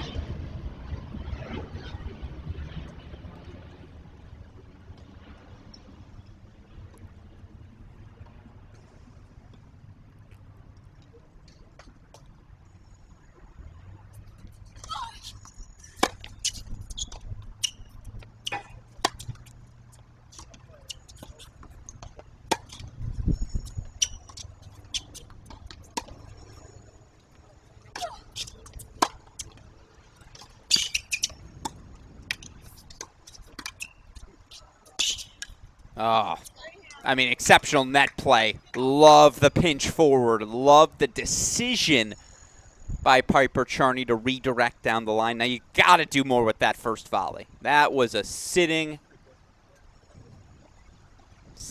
duck, a hanging curveball. And, again, it's a credit to the speed of Yu. She tracked that down. Still, I like the aggressive mindset. Maybe a point like that begins to turn things here for Charney.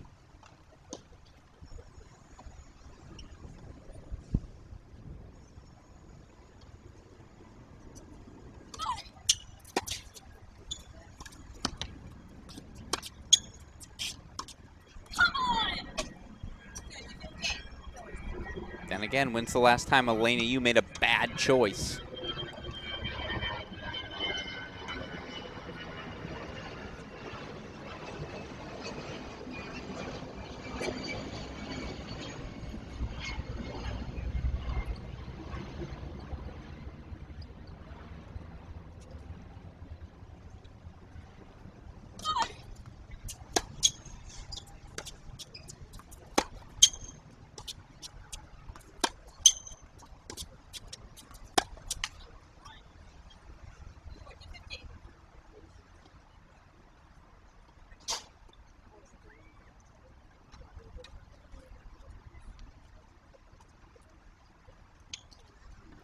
game point chances here for you to put her foot on the gas pedal. Meanwhile, Reese Brantmeyer did break and is serving to force a third set on court 1.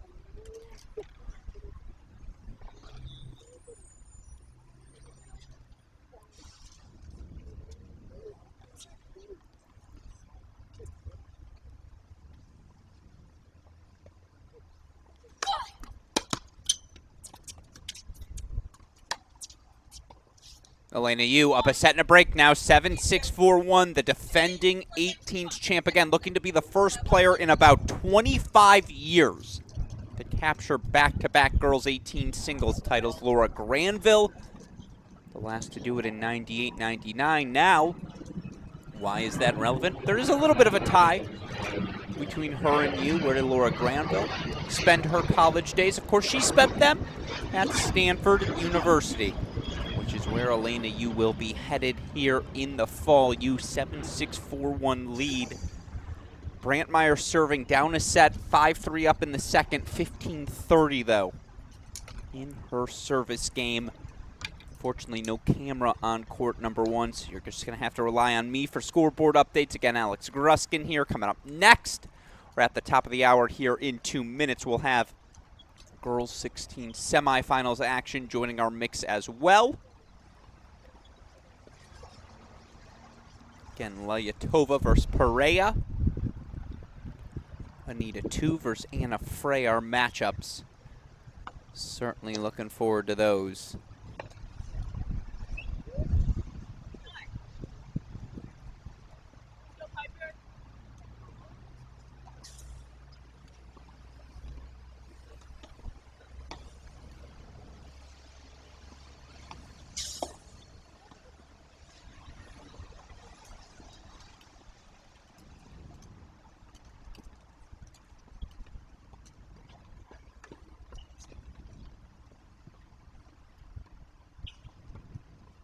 Piper Charney has to come up with a response here, serving 1-4 on the far side.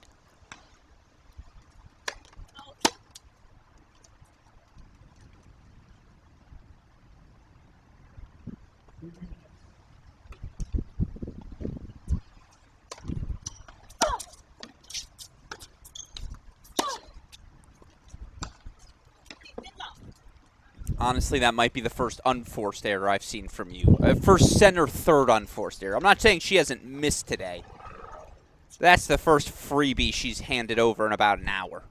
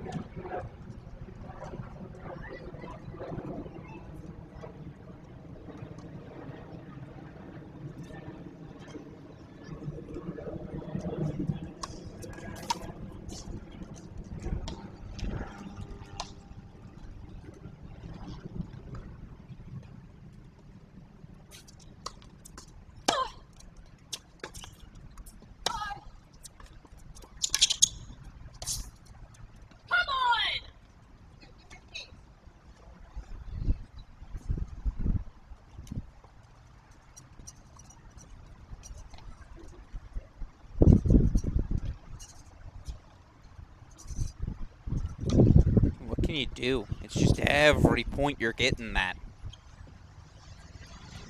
fire, that intensity, that consistency.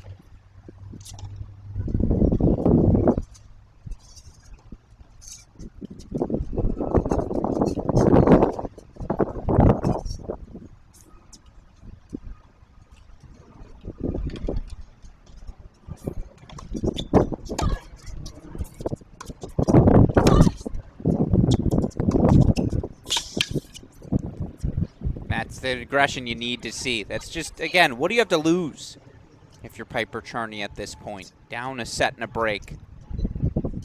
Might as well go down swinging.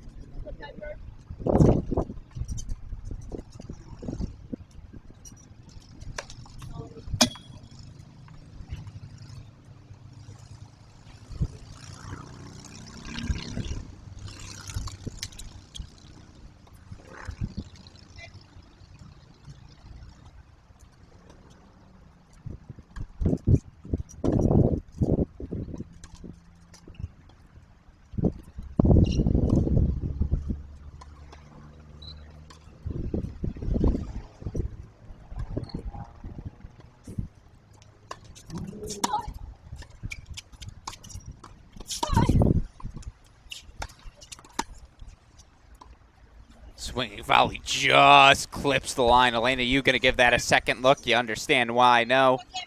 It just clipped.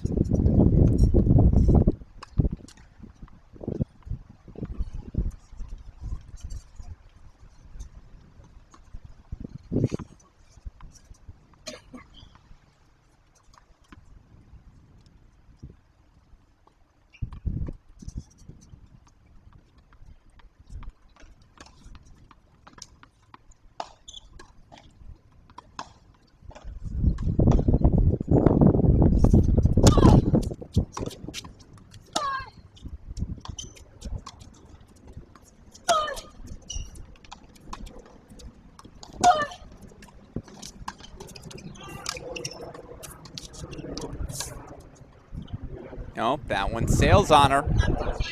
All right, here comes Piper Charney. The easy hold for 2-4. Obviously, that scoreboard a hair behind, but keep in mind, just a single break. We've been here before. Shout out to the opening set. Elena, you led 4-3. Charney then break hold. Had set points in the 4-5 service game. Unable to convert them, but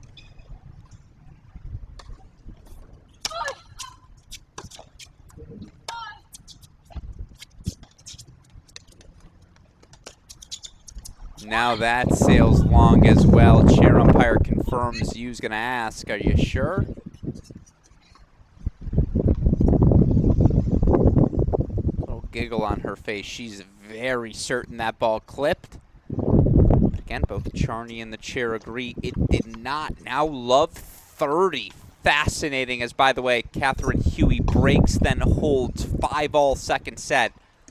She leads 7-5 in the opener over Reese Brantmeyer.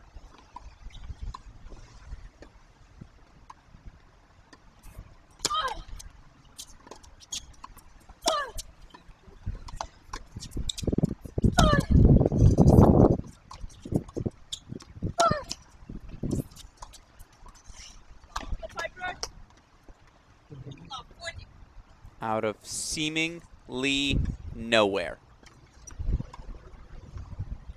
3 break point chances.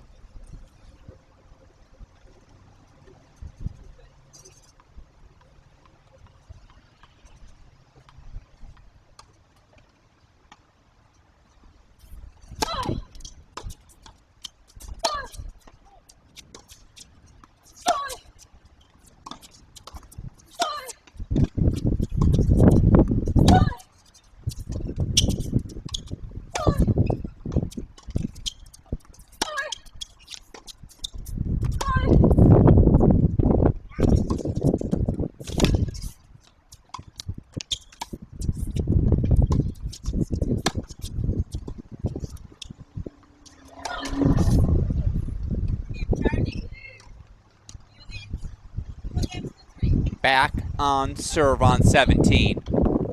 How about it? Absolutely impressive.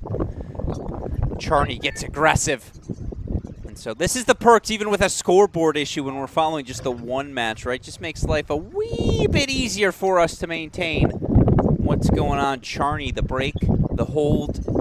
She's back in this one. 3-4 second set. I mentioned it earlier. But in case you're curious, the other match still going on right now. Ooh, we have action in our semifinals. I'm going to go find court assignments for those in a moment. But Reese Brantmeyer served for the second set, up 5-3. Catherine Huey broke. She then held the serve, so 7-5, 5-all. The 17 seed leading the second seeded UNC Tar Heel. That match again on a non-stadium court, court number 1. Meanwhile, non-camera court, excuse me. Meanwhile, here, scoreboard's a hair behind. It'll get going for us in a moment. Piper Charney again. Now back on serve, 3-4 here in the second set. She got a point penalty. I assume from expressing some frustration right out of the gates in this second set was broken right out of the gates as well. But there you see, scoreboard's updated. Here we go.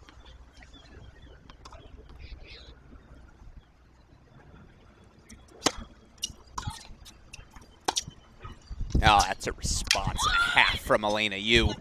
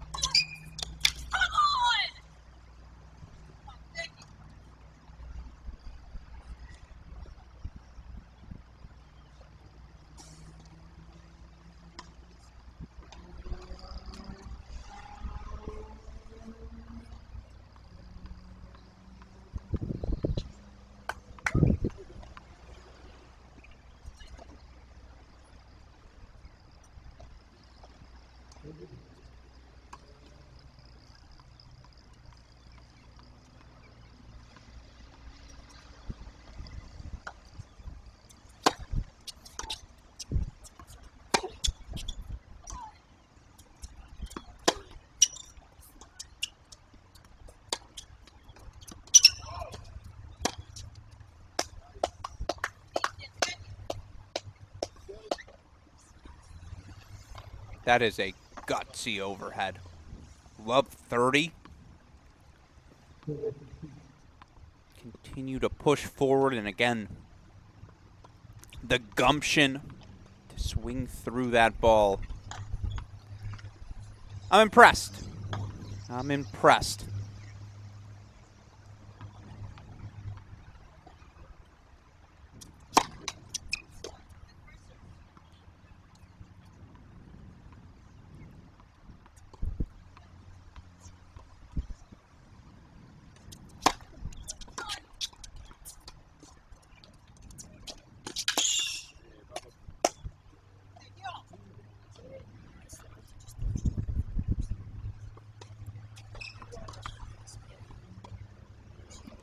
Hopefully she's not grabbing that knee again for Elena Yu. That knee's been giving her issues the past couple of days. You see the heavy tape.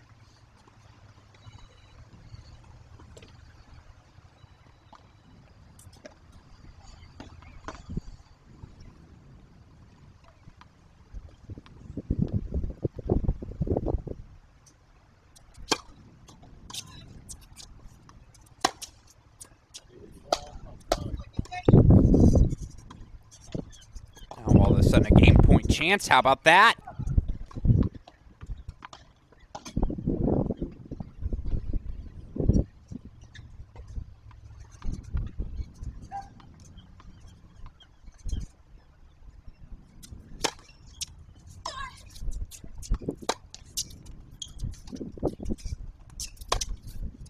Beautiful pass, a couple of those in this game, and there's that patented Elena Yu roar. The most misleading smile in all of sports after getting passed like that on the face of Piper Charney. Frustration. Sends us back to deuce.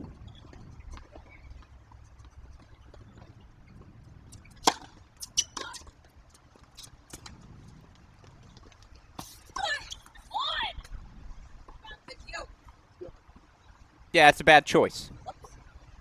I got nothing to add. The hand on hip said it all. Break point chance here at out.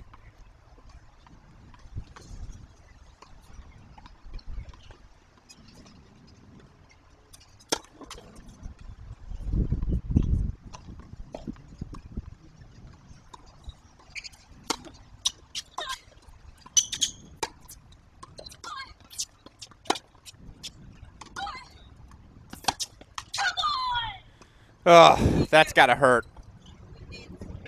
Piper Charney working her way all the way back. A game point chance for 4-all, and just like that, Elena Yu will serve for the match.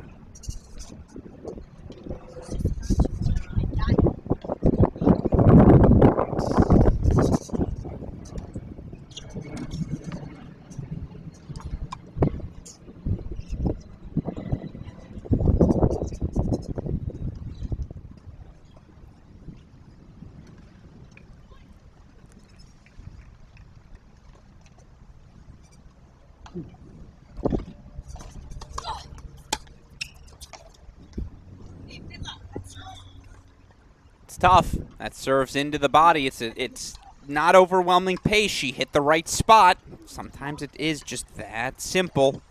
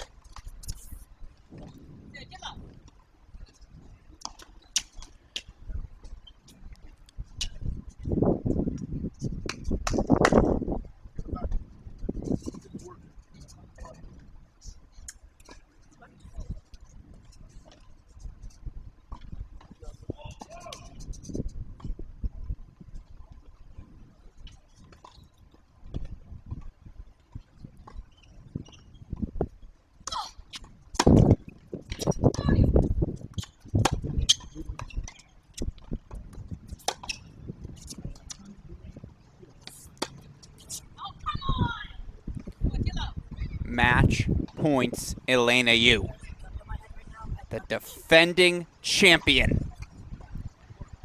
Looking to reach the semifinals for the second straight year. She'll have 3 shots at doing so. 5-3, 40 love.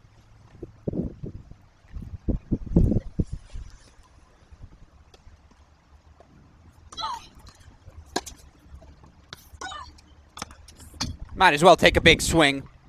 We got 2 more to play with.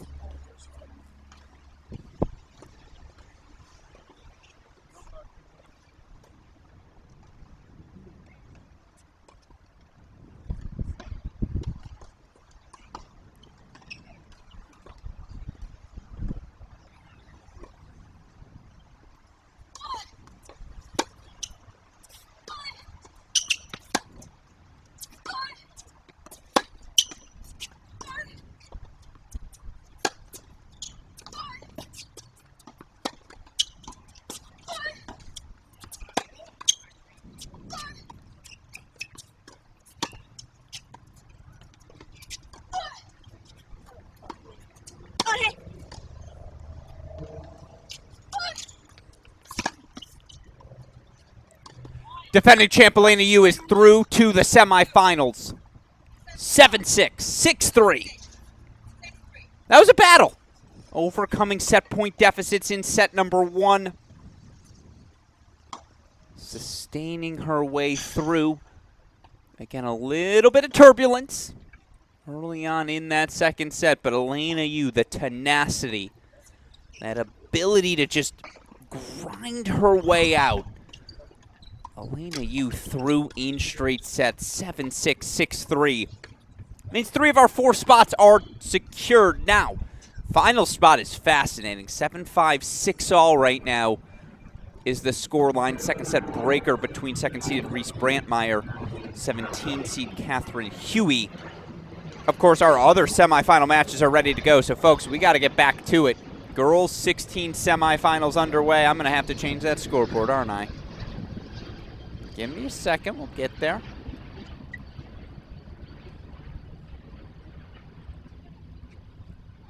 Guys, all have the chance to see how the sausage is made. There's your scoreboard. Anita 2, Anna Frey.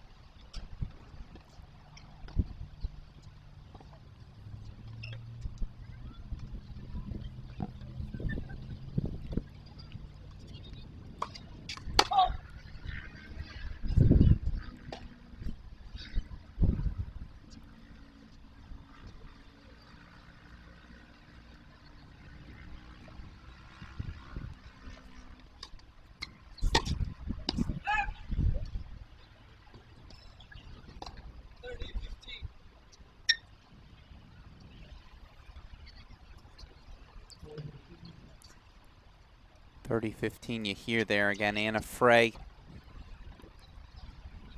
lowest seed remaining in our girls 16 semifinals. Whoa! Number 6 in the class of 2026, native of Farmington, Utah.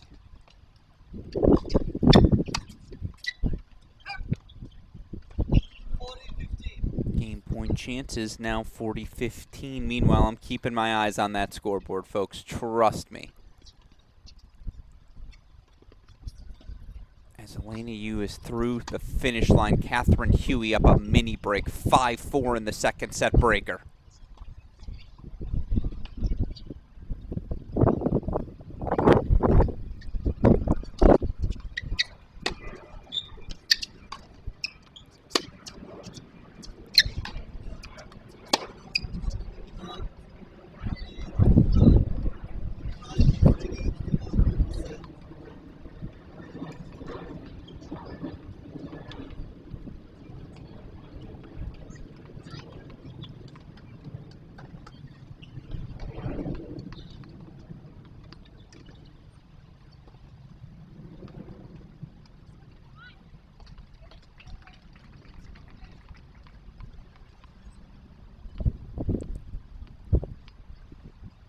One lead here for Frey. Her opponent, Anita 2, as we continue our introductions. Number 6 in the class of 2027 is the rising freshman, native of Melbourne, Florida. She 65-20, entering today's match over her last 52 weeks of junior action. 85 matches ain't too shabby a number in a 52-week stretch. Meanwhile, Anna Frey now 41-10 over her last 52 weeks of play. Again, 3-1 lead here. Your other match happening on Stadium Court. Want to show you that one. Kristina Lyatova, the top seed.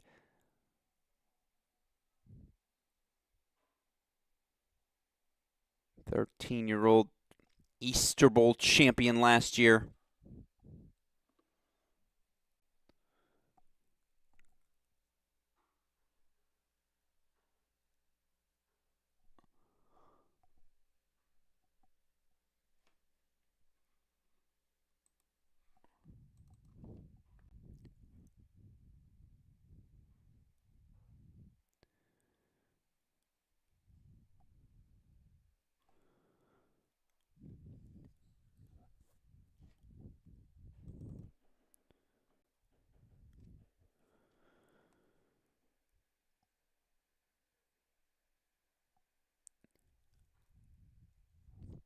And Lyatova takes an early 3-love lead here, kicking off our semifinal. Meanwhile, Reese Brantmeyer, I think she just fought off a match point. Indeed, she did. 2 match points fought off by Reese Brantmeyer now, 6-all in the second set breaker. As you see the 3-love lead here for Lyatova. Check back in on this one in a little bit. We're going to head back to court number 10. Anita 2 serving down an early break, 1-3. Again, 3 of our 4 semifinal spots in the girls' 18 straw not set. It will, or now set, excuse me. It'll be Claire V. Gunaway taking on Valerie Glosman.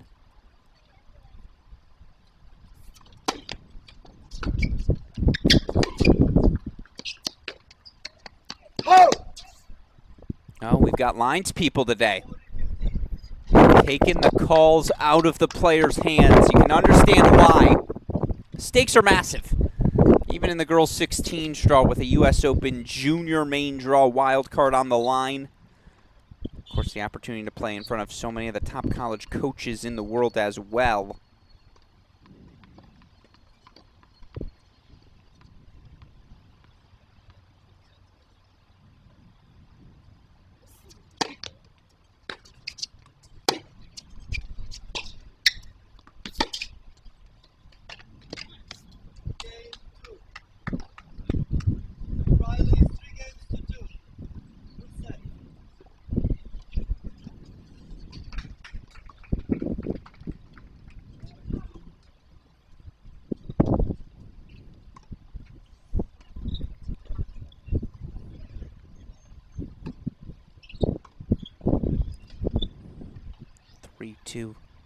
as we head back to Stadium Court.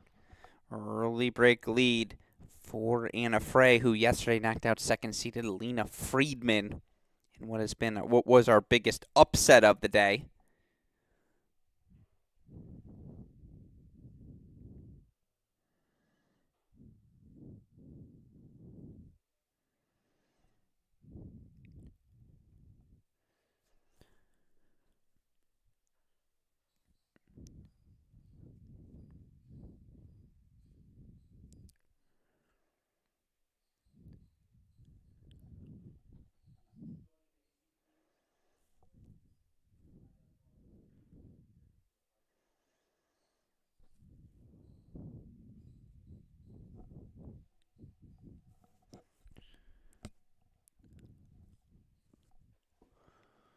I think our scoreboard's a hair ahead here, and that explains it. I was wondering, where did our court noises go? That's on me, folks. Now you should have audio here from center court again. Alex Gruskin here, 15-all, not 30-all.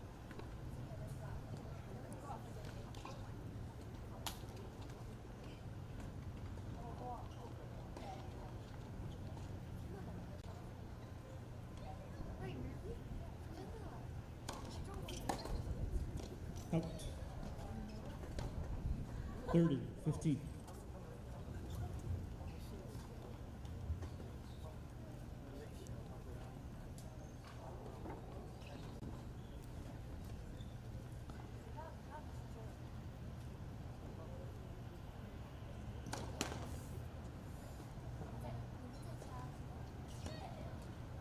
What we'll do for the meantime is wipe that scoreboard for all of you.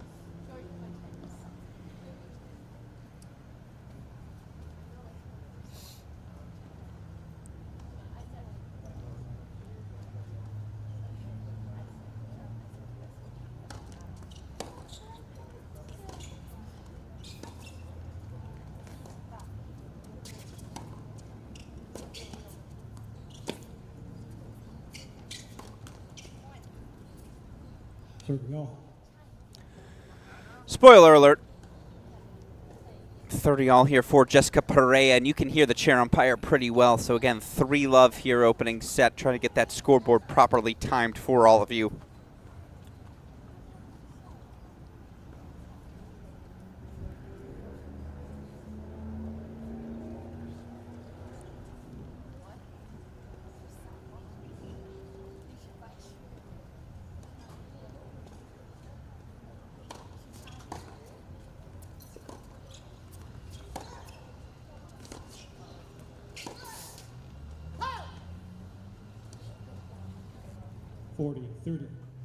Eight-point chance here for Jessica Perea. Again, #1 player in the class of 2027 is Perea. Carlsbad, California.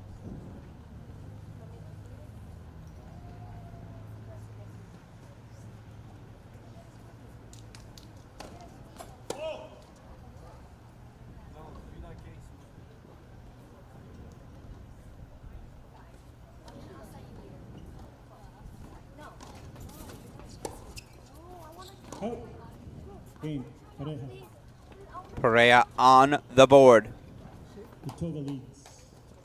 Yotova with the 3-1 lead. Let's see if we have our scoreboard back in action here. Still a hair ahead, so again, I'm going to continue to play with it.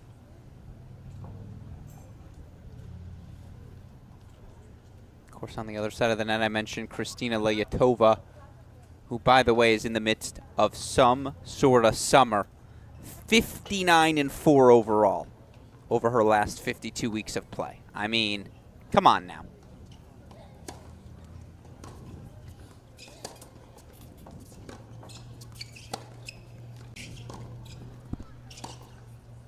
Out. Love 15.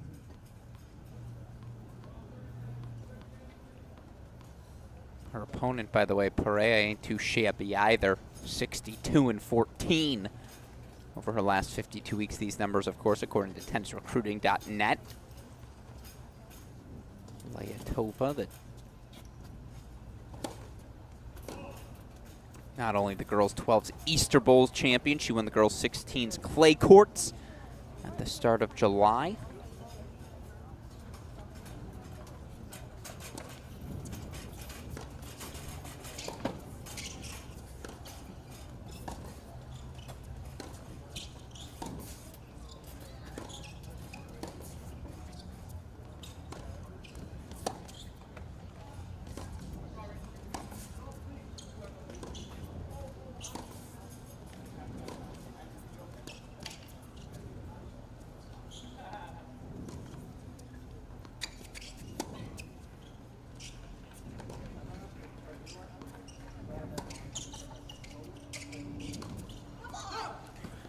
Love the play.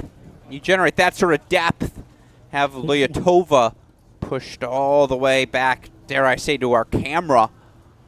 Might as well look to pinch forward, but why did I bring up that clay court title for Julieta Pereira? Well, these two actually played in the semifinals of the clay courts at the start of July.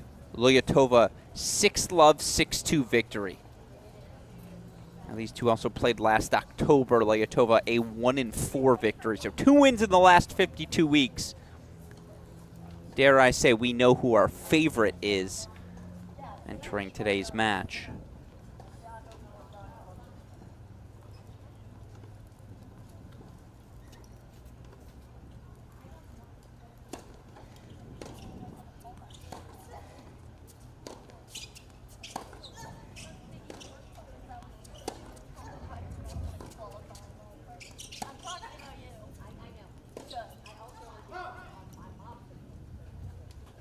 Thirty, 15.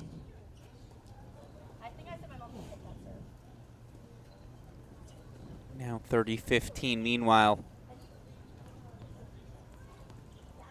I have an update for everyone. Catherine Huey, 7-5, 7-6. She knocks out Reese Brantmeyer, so it'll be 3 Stanford commits in our semifinals.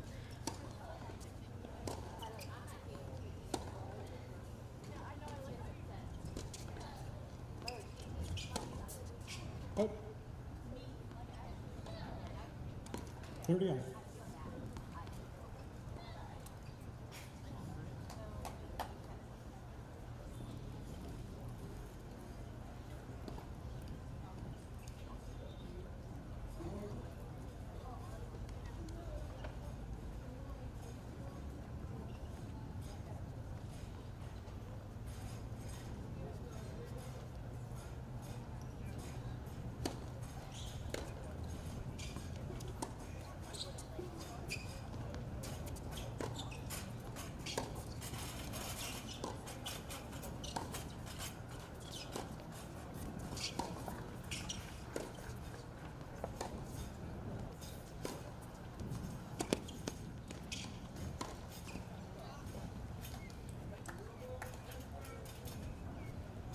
$30, 40.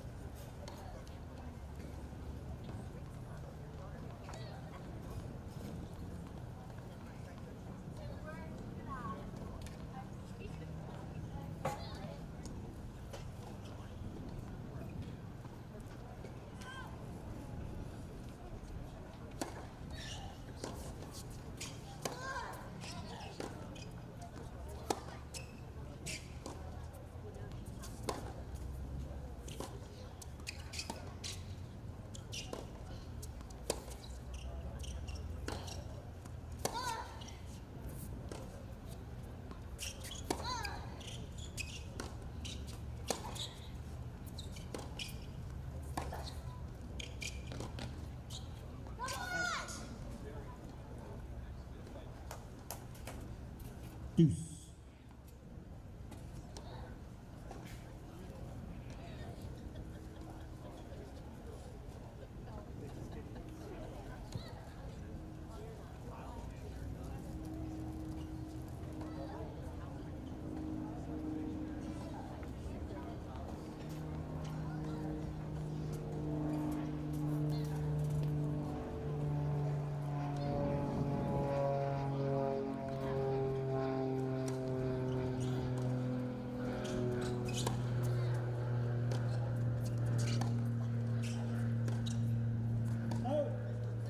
Advantage. Litova.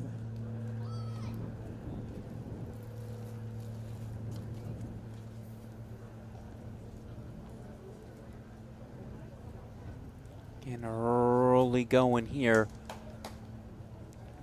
Top seed Lyotova looking to just sustain her lead. Everything's still a little cautious, it feels like.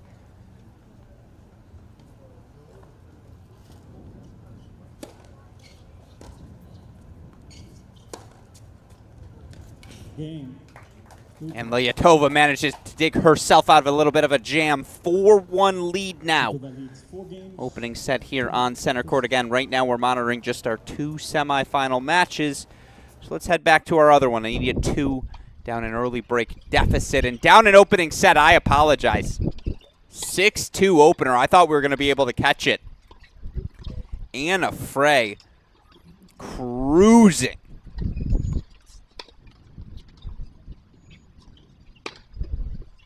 Cruising to the opening set, 6-2. Again, the native of Farmington, Utah, rising sophomore. Not too shabby. Not too shabby at all as a way to kick off our semifinals. And again, Alex Gruskin here. Semifinals are now set. In our girls 16 singles draw. Fascinating that, girls 18s, excuse me, singles draw. Fascinating. All of our matches today, straight sets results. Elena Yu, 7-6, 6-3. Over Piper Charney, Catherine Huey, 7-5, 7-6 over Brantmeyer. That one was real fun as Brantmeyer, of course, served for that second set, up 5-3.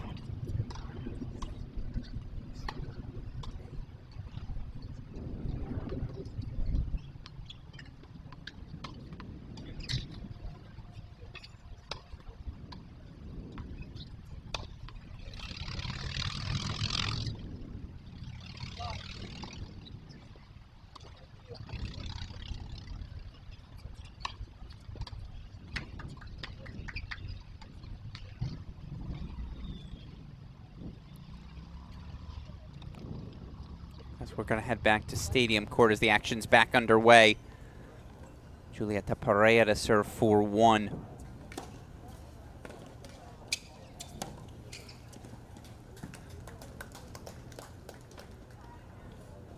Love.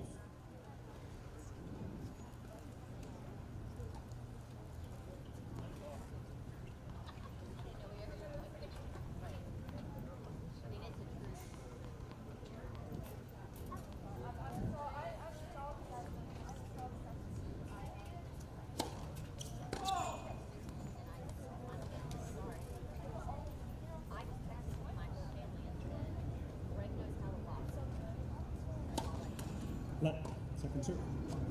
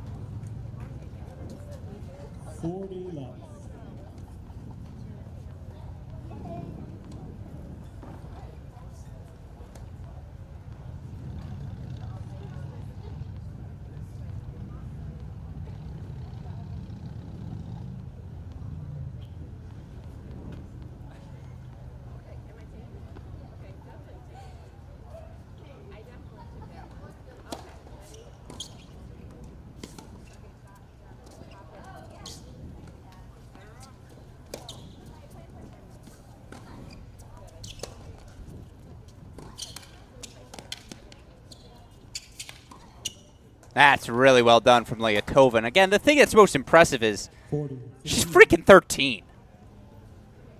I mean, again, you just have to adjust your standards a little bit for what you'd expect.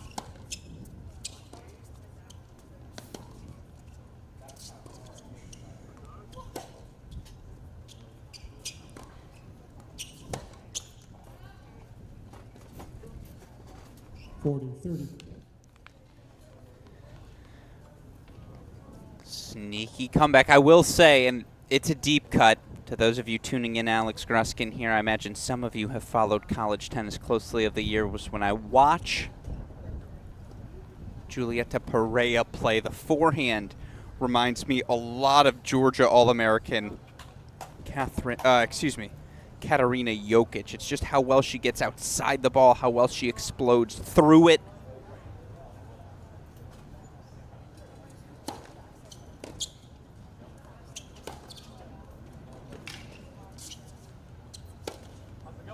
Game. Pareja. And Pereira keeps herself on the board. Cultura leads 4 games to 2. Still a 4-2 opening lead. Break lead, excuse me, for the top seed, Kristina Lyatova.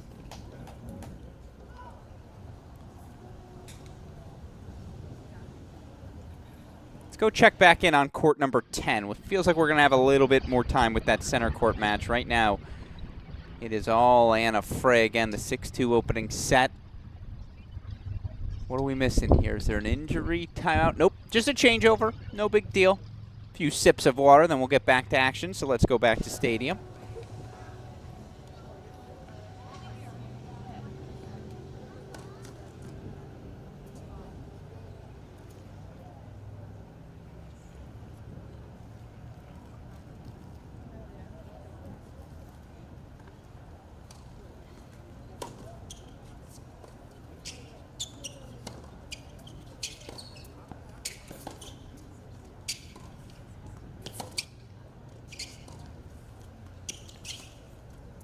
That's gorgeous. Again, it's how well these two construct points already. The shot selection is always pristine. The choices they're making as well, in terms of crafting the point, in terms of positioning themselves to be the aggressor.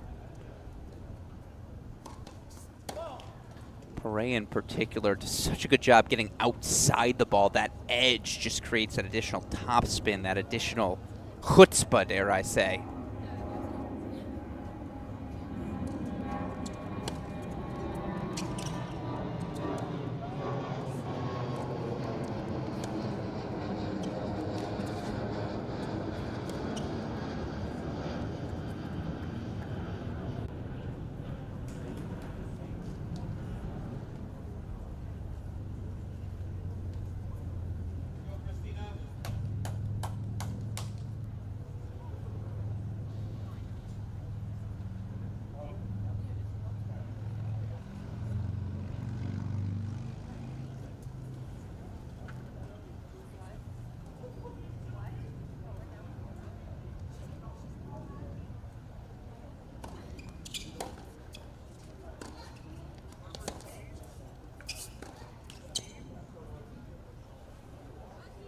$15-30. All right, It's a little bit of a window, and let's keep in mind, Perea had those same break point chances in the last Layatova service game. Now, it's still early in this match. I'm still searching for tactical advantages to discuss with all of you.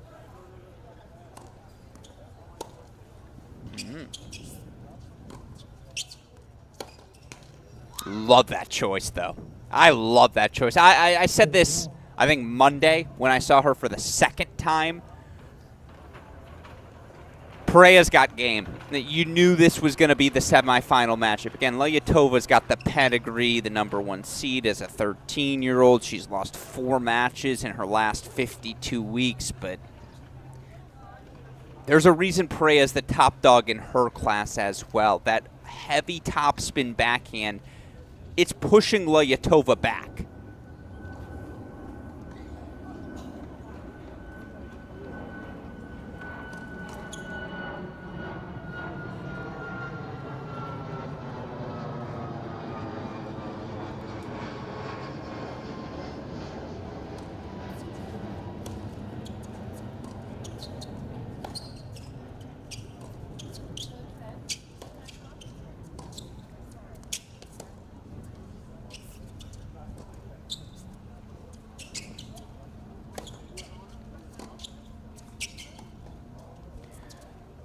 I don't hate that play. Again, I think right now more than anything for Perea, who, let's remember, took 2 lopsided losses in the past year. A lopsided loss at the clay courts earlier this month to Layatova. Got to try some things. Work the bag of tricks. Work a couple of different tactics. Now it's 4-2, 40-30 game point chance here for Layatova. But I like the variety we've seen injected thus far by Perea.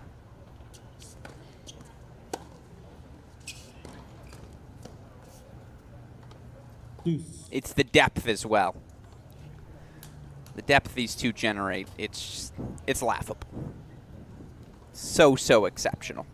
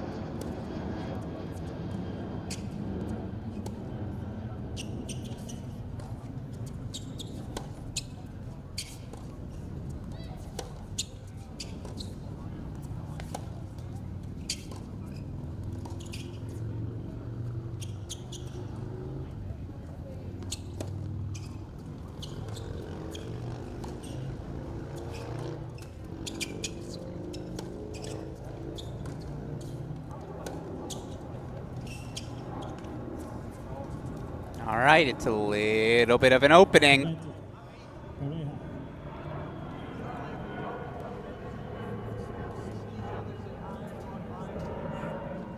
Breakpoint chance here for Layatova. Let's bring that graphic back into our life. Again, 4-2 for the top seed right now. She's faced breakpoints, though, now in her past 2 service games. It feels pretty calm right now. We don't have the fire of an Elena Yu out on court. We don't have, again, that massive ball striking of Clairview Gunaway. These two just do a little bit of everything. Every point slightly different. Breakpoint chance here for Perea to get back on serve.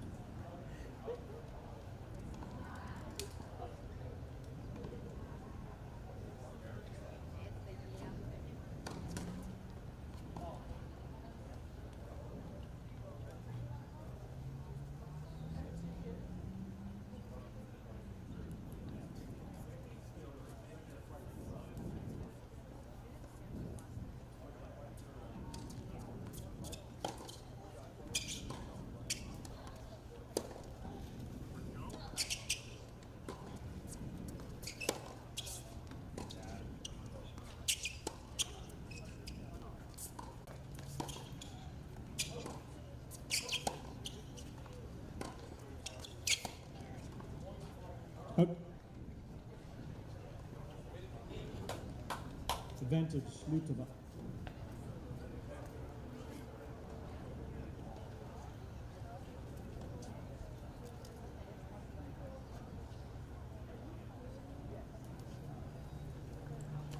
Game point chance here for Lyotova. Again, it just feels like that connective thread between points. That's what's lacking right now for Perea.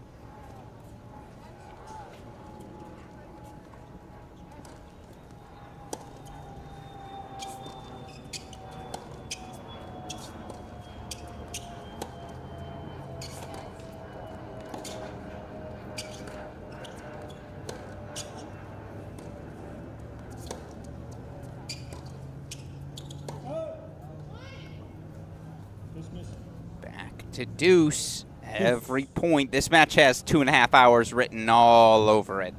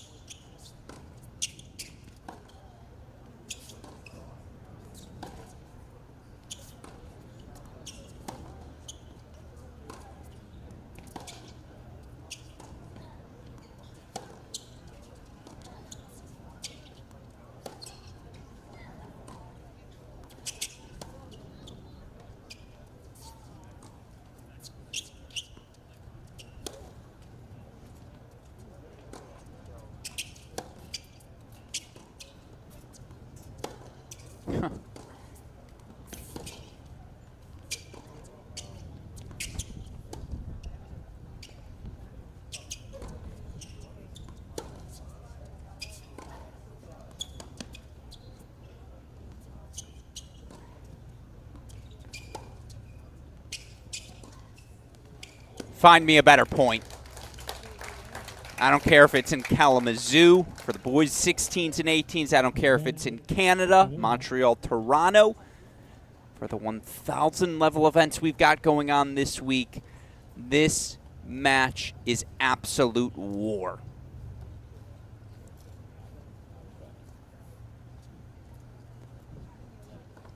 Now it's a break point chance again for Perea.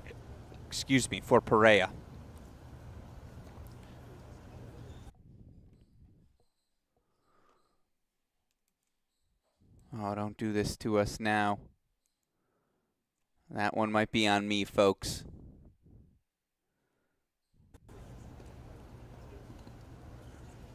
Yeah, that one was on me. No technical issues. Sorry, that was an Alex Gruskin unforced error. Camera should be set once again.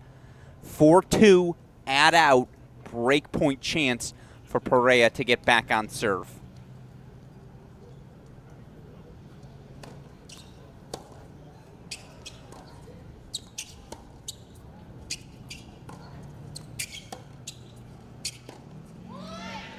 Perea breaks back.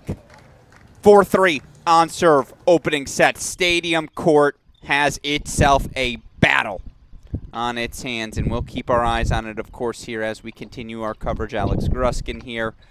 Let's head back over to court number 10.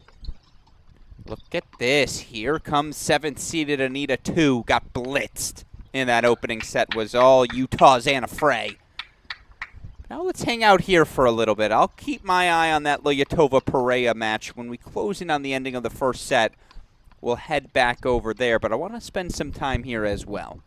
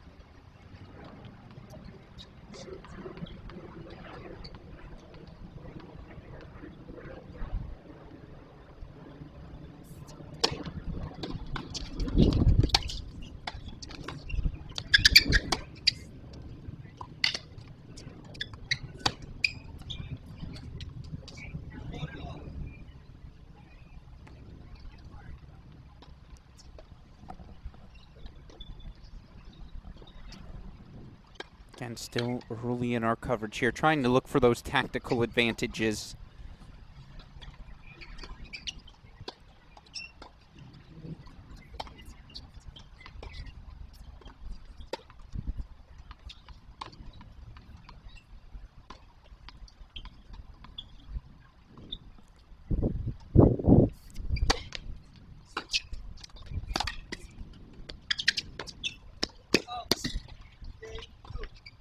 Anita 2 manages to hold, so 4-1 looks like we're headed to a decider. Here on court number 10. We'll check back on this one as soon as they're out of the changeover. Let's head back to Lyotova Perea. 4-3, 15 love.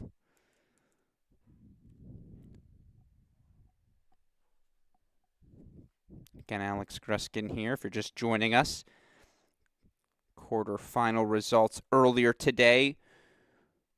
Gunaway, Glosman, Yu, Huey, all advancing to our semifinals in the girls' 18s.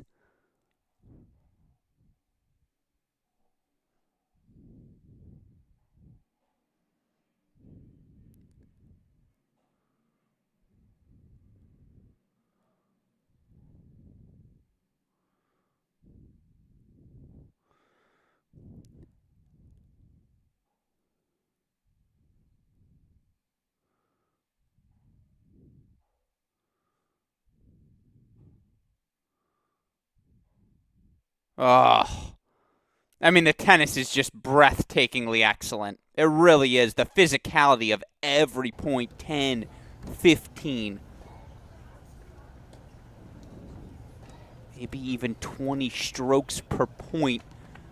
There's a scoreboard there in the background. I can't show you our match scoreboard. It's just a little bit funky timing-wise. Super producer Daniel Westoff will hopefully have that fixed for us here in the near future. If you can't see it in the background, Perea just broke back for 3-4, but right away facing some issues. Love 30 here for top seed Kristina Lyotova, returning on the near side.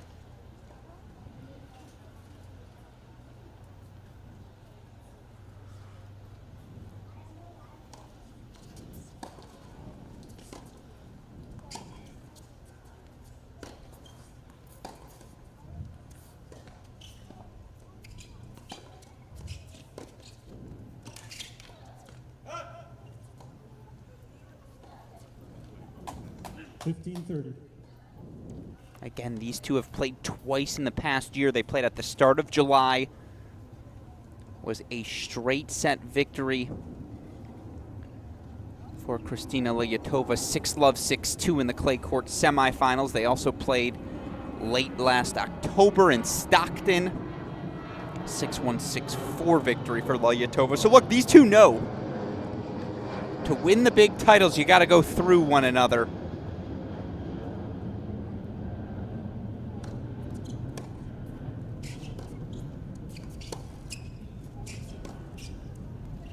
That one sails on her, though. So it's break point chances. Two of them coming up for Lyotova. She converts. She'll serve for the opening set. Of course, right now, Anita 2 trying to force a third set. She's up 4-1. Down a set in her battle against Anna Frey. Check back in on that match in court 10 in a moment.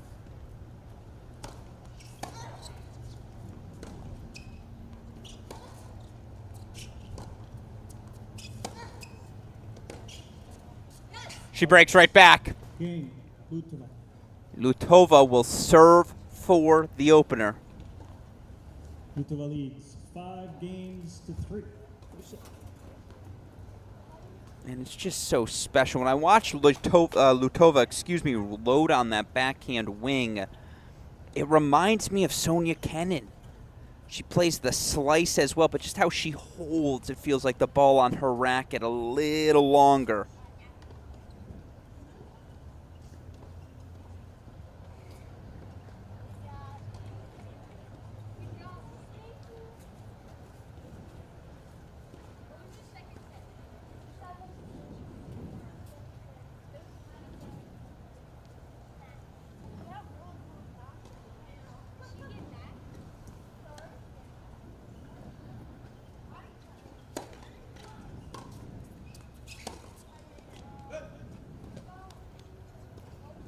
Love 15.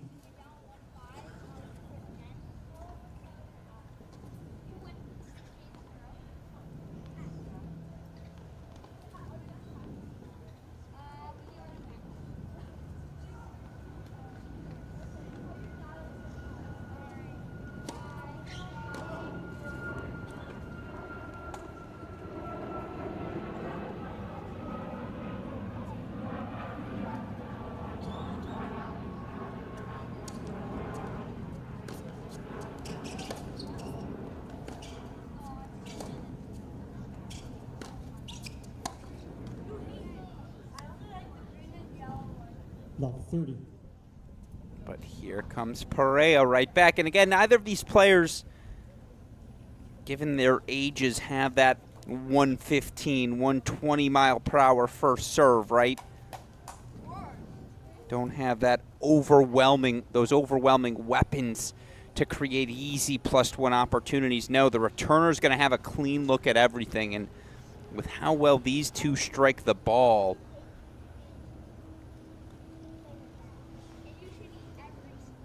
it's hard to imagine we don't have at least 4 or 5 breaks throughout the course of this one today.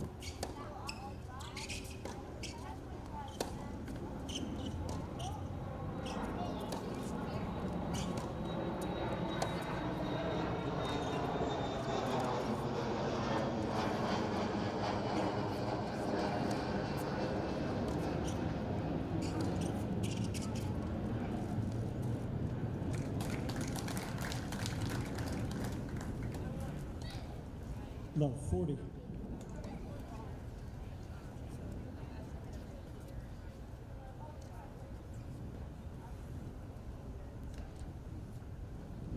Now, Love 43 break point chances. Are we going to extend the set?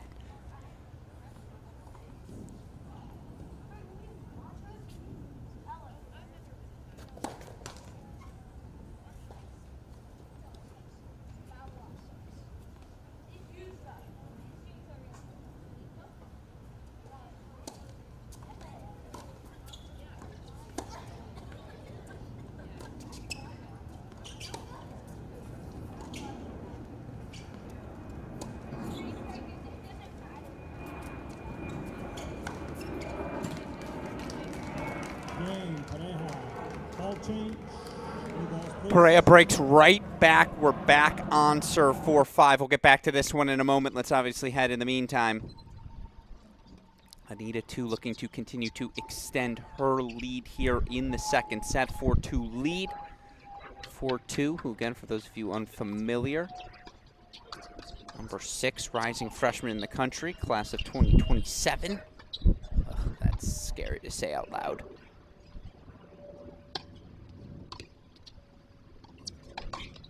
Oh! Anita, too, a finalist in this year's Girls 14's Easter Bowl competition.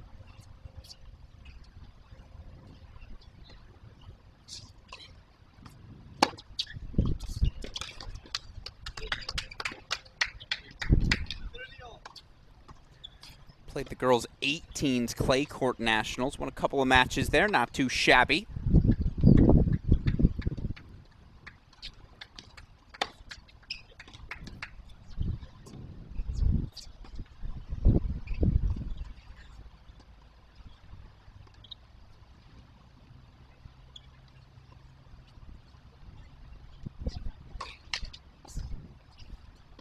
Anna Frey played the girls 16's Easter Bowl, where she reached the semifinal round. So again, 2 players accustomed to high-level event success.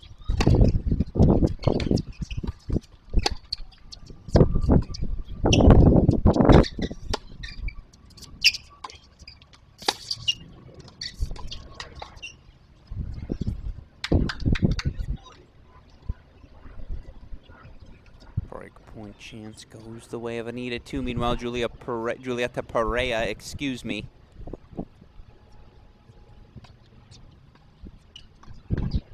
Beginning her 4-5 service game. Here we go. Break point chance for Anna Frey.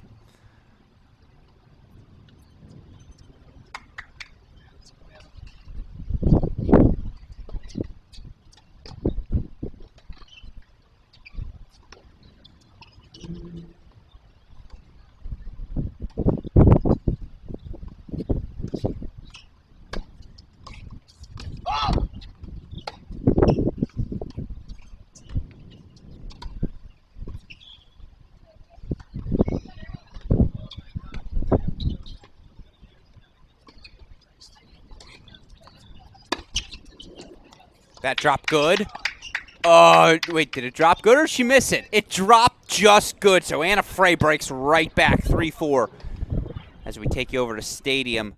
Love 15 here is where we jump in with Lyatova.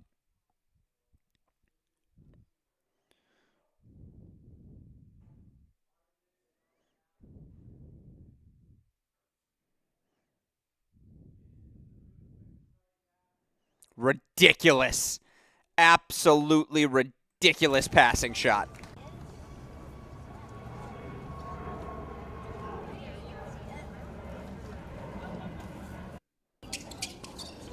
Excuse me, there we go. There's a big camera jump for us. 40-15. So 40-15 here for Perea. Excuse me, that'll happen from time to time.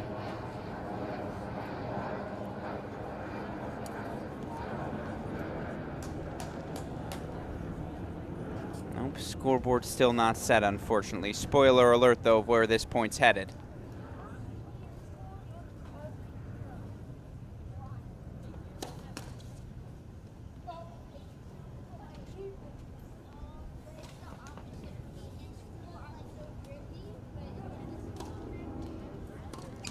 Game.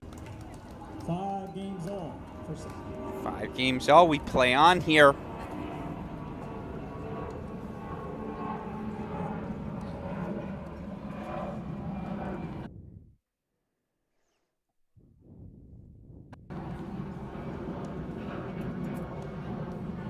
Again, Alex Gruskin here.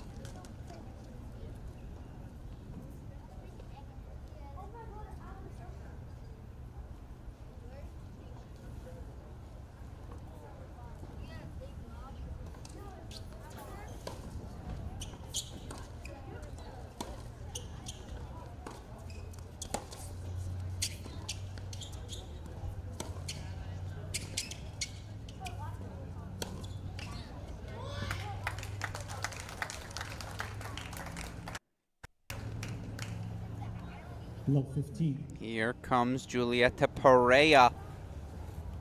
You gotta credit Perea down a break. The duration of this opening set has never folded. Never backed down. Again, apologies. We're getting a little bit of some buffering. That'll happen from time to time here on center court.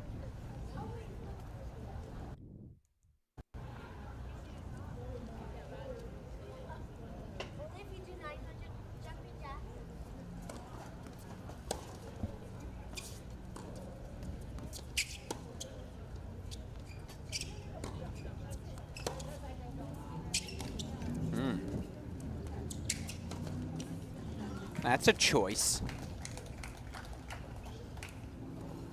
Love 30. Now all of a sudden.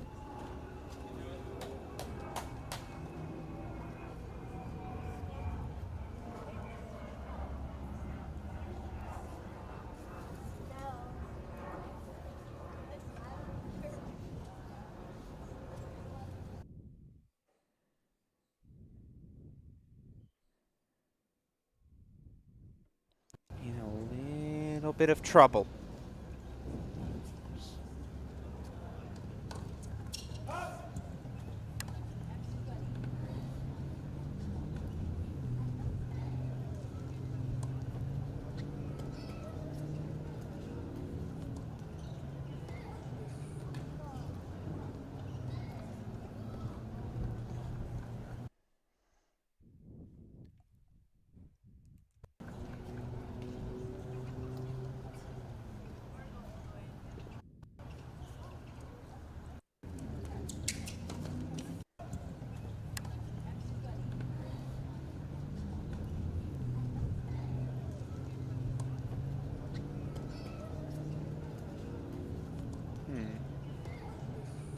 Hopefully our camera will hold steady from here.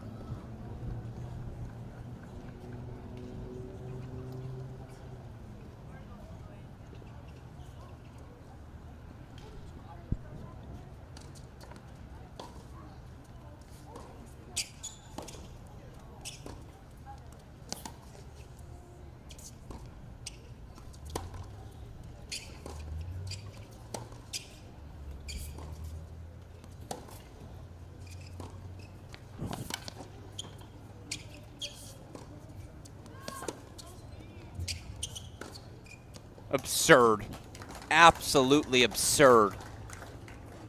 Is, by the way, 30-all right now in the 3-4 service game of Anna Frey, looking to close out a straight set victory. She's up a set down 3-4, but again on serve in our other girls 16 semifinals. Unfortunately, we can't show you split screen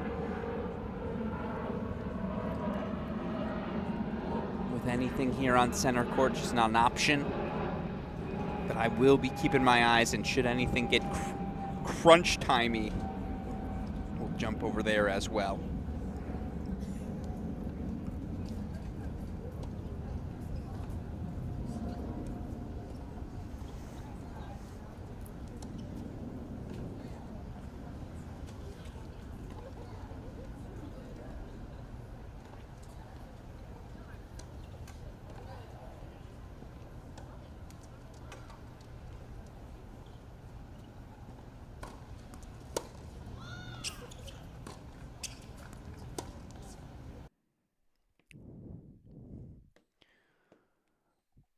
Again, unfortunately, nothing we can do about that here on our end.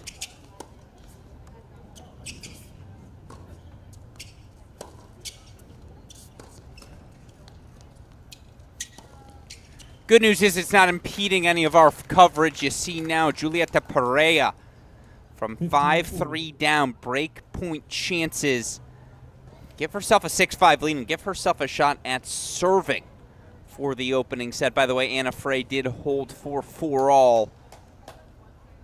So it's a 6-2 4-all lead now for the rising sophomore out of Farmington, Utah.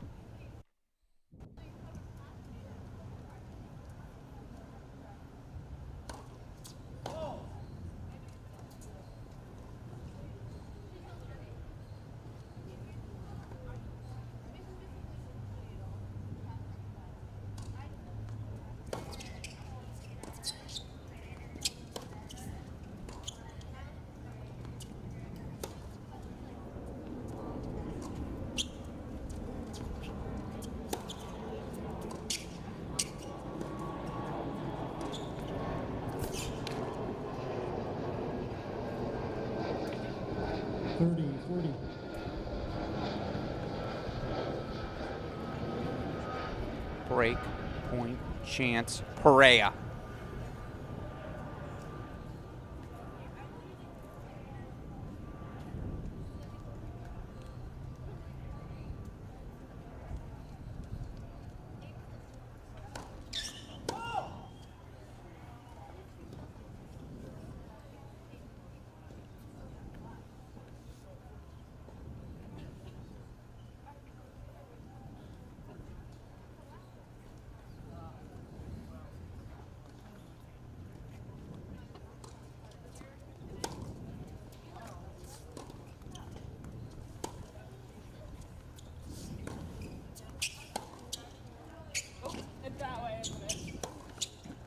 Julieta Perea. 0-2 in the last 52 weeks against the top seed, Kristina Lushova. She'll serve for the opening set. 6-5, excuse me.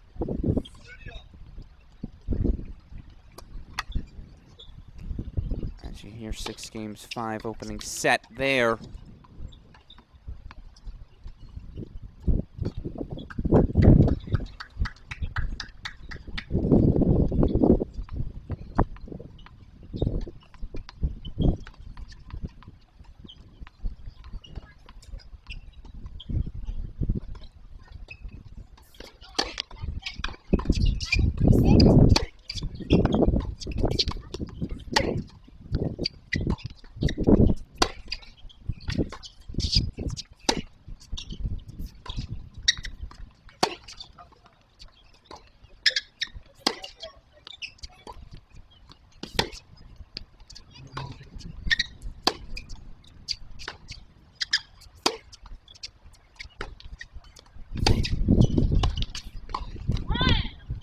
physical.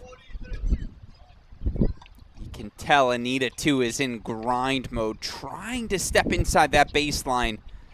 Do a little dictating. Anna Frey ready to absorb, redirect.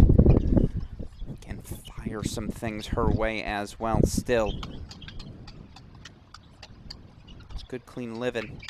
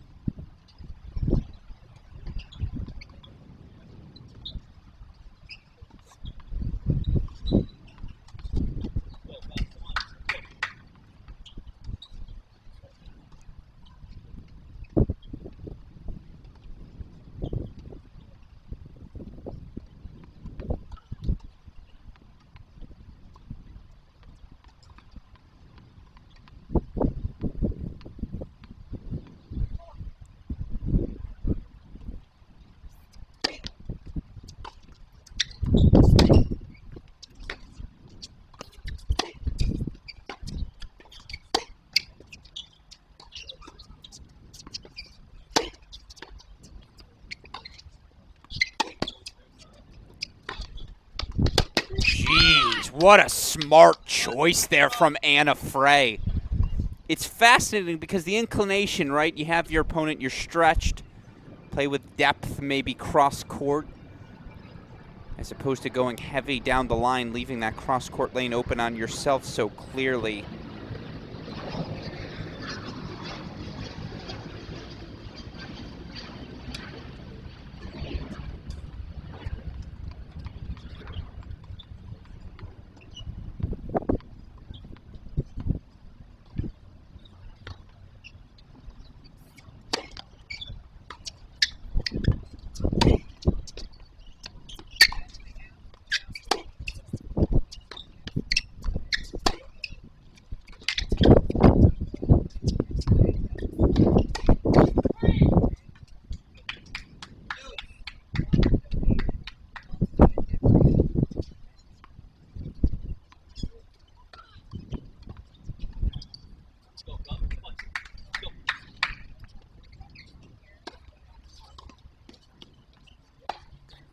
Nice response from Anita, too, to get back to deuce. Meanwhile, of course, I'm keeping my eye on that Lutova-Perea match. Lutova 15-30, 2 points away from forcing a breaker. We'll head back over there, should there be a set point.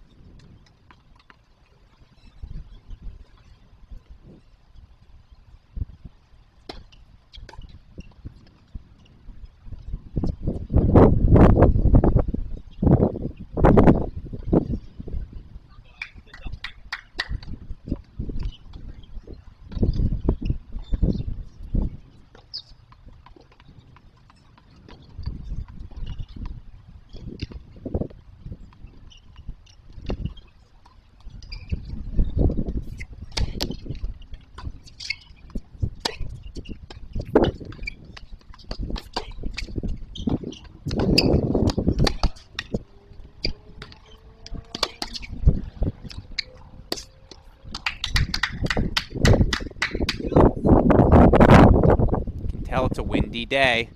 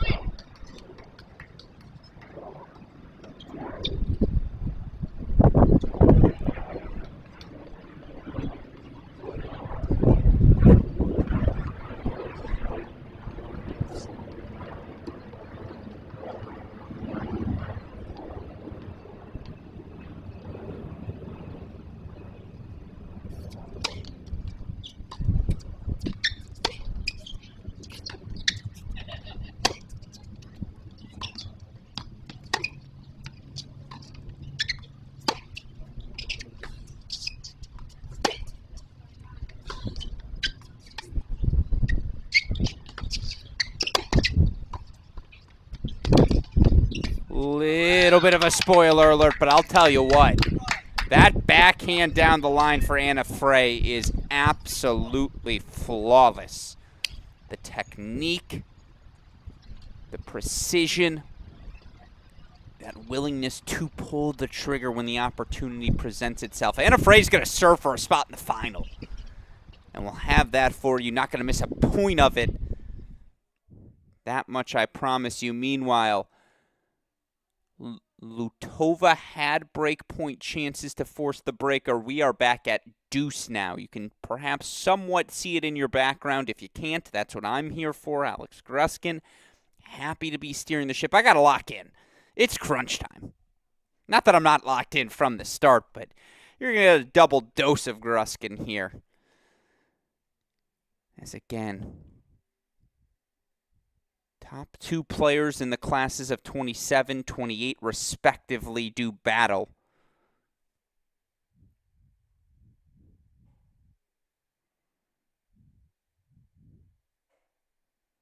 I mean, Julieta Perea has just had herself a day.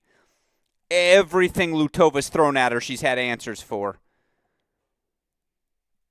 We might miss the first point of Anna Frey serving for the match, but set points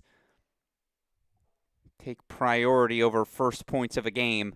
Set point, Julieta Perea.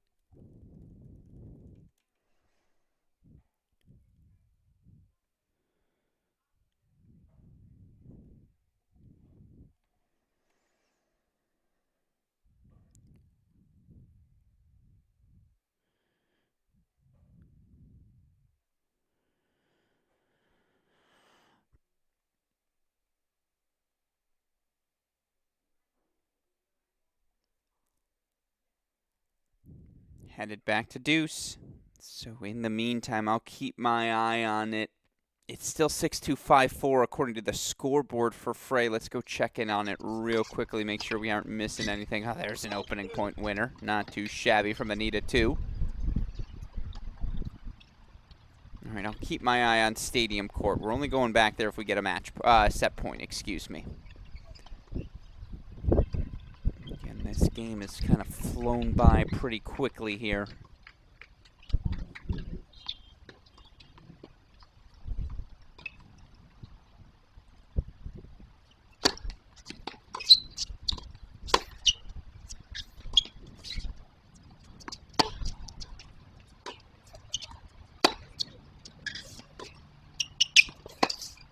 No, come on. I love the attempt. Love 40, though. 3 breakpoint chances coming up for Anita, too. Meanwhile, Lutova has another breakpoint chance to force a breaker on center court.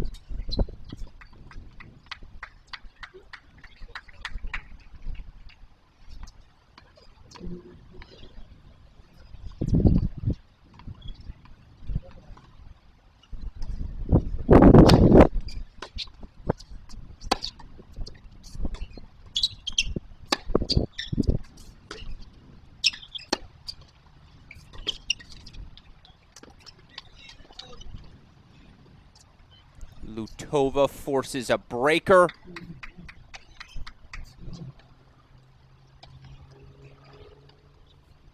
So it'll be a tiebreak on Stadium Court in what is, again, a match. Did I not say that would be our match of the day? Has certainly looked the part thus far.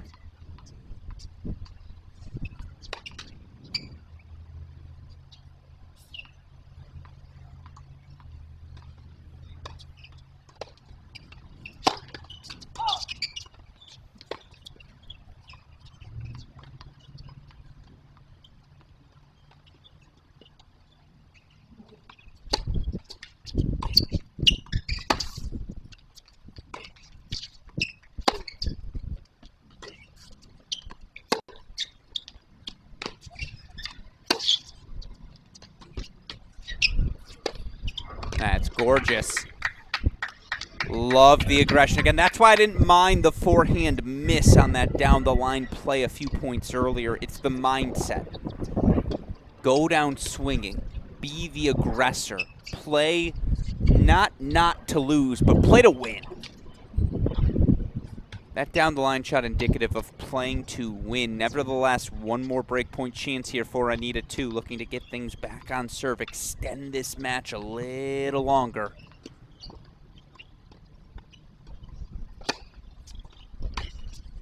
No, but that sprays wide. We're back to deuce.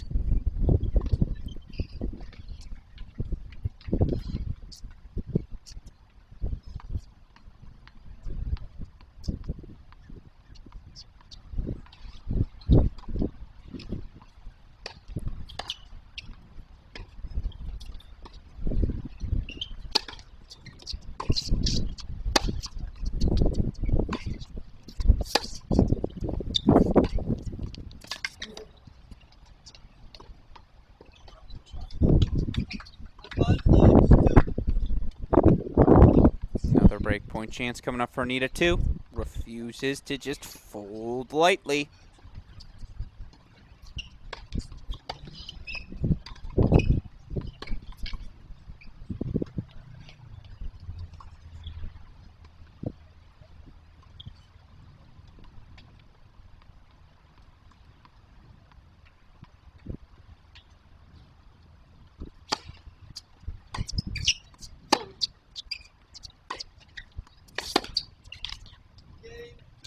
Two breaks back. We play on here on court number 10. Meanwhile, first set breaker on Stadium, so you know we're headed there.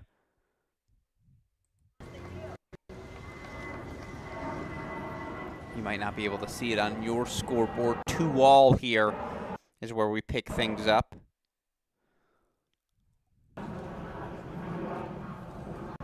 Make it 2-3 after the double fault. Mini break to Perea. Now again, I say mini break. Take that with a grain of salt.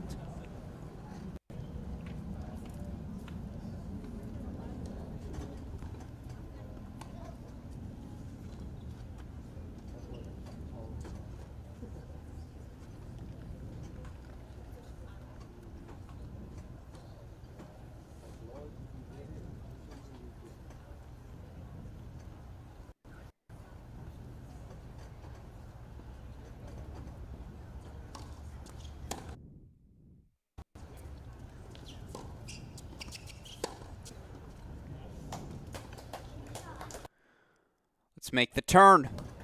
3-all. 3-all overall. Again, I know things a little choppy here. Sadly, it's out of our pay grade. Nothing we can do here at Cracked Racquets. Gonna try our best to make that a little bit better as they make the turn again. 3-all. Let's head back to court number 10.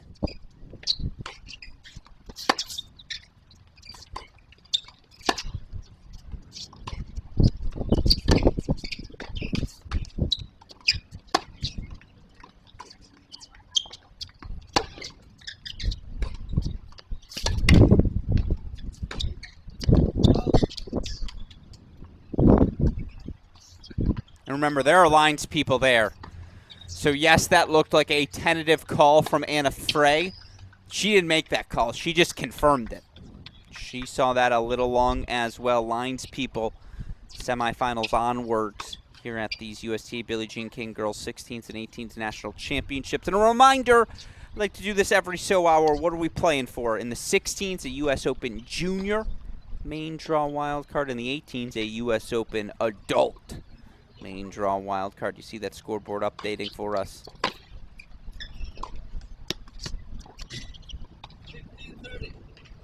Scoreboard a hair ahead of us, but 15:30 now.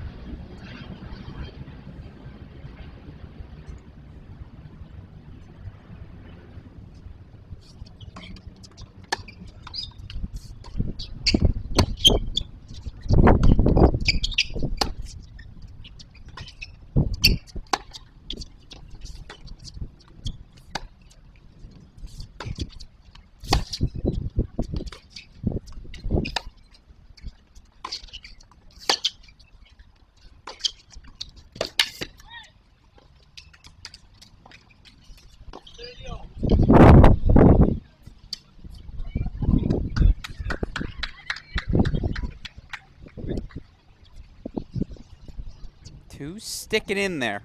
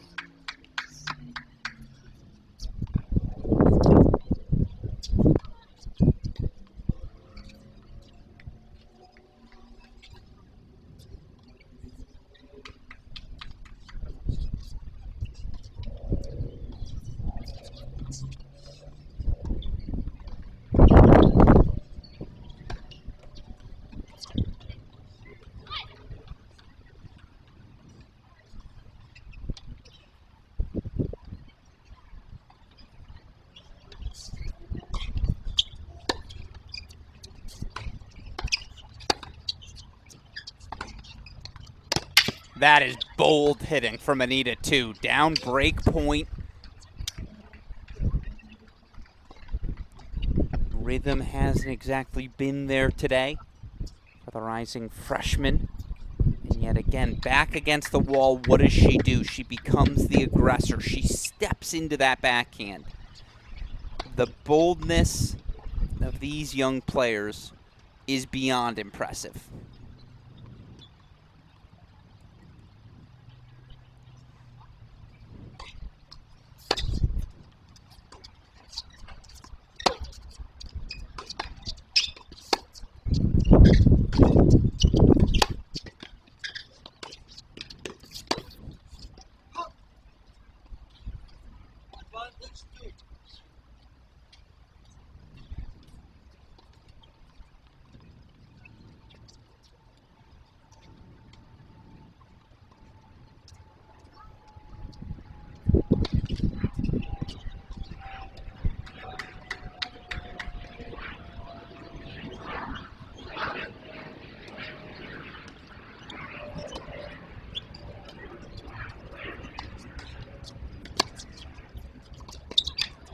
That's pretty darn good, isn't it? That backhand down the line, I think, for Frey has been the biggest weapon on the court.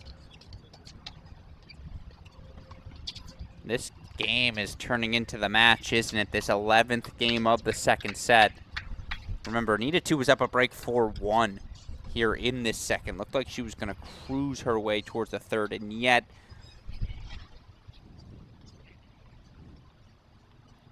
Here comes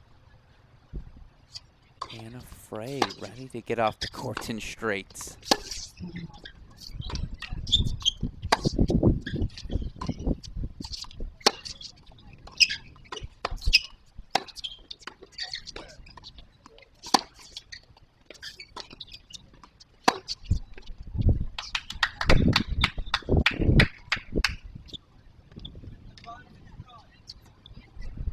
Try this again, another break point chance for Anna Frey. Do you go down the line on this return? Do you change up your positioning? Maybe step 2, 3 steps inside the baseline? I mean, Frey's gotten clean looks at every return. Now seems to be pretty content. Standard return positioning.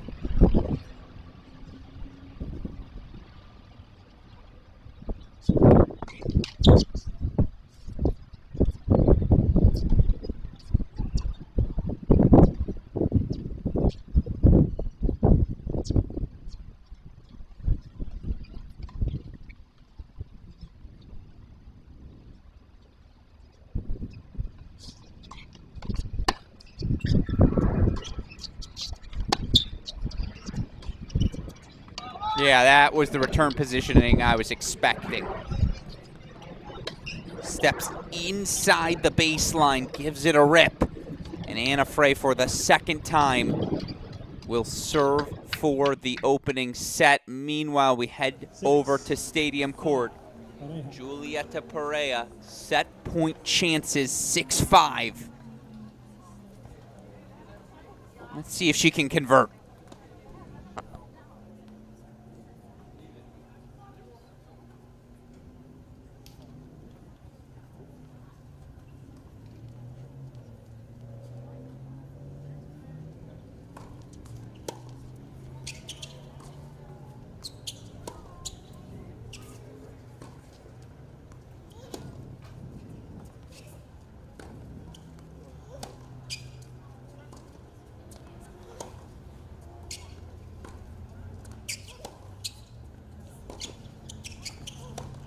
That is one way to step up.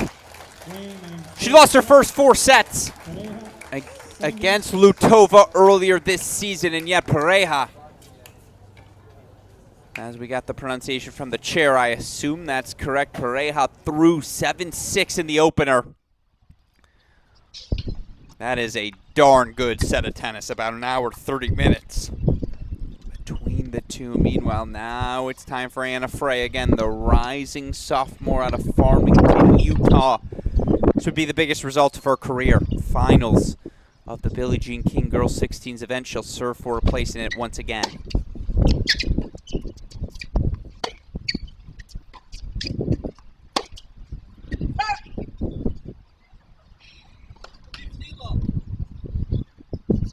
It's been that sort of day, hasn't it, for two? Just cannot quite find her rhythm.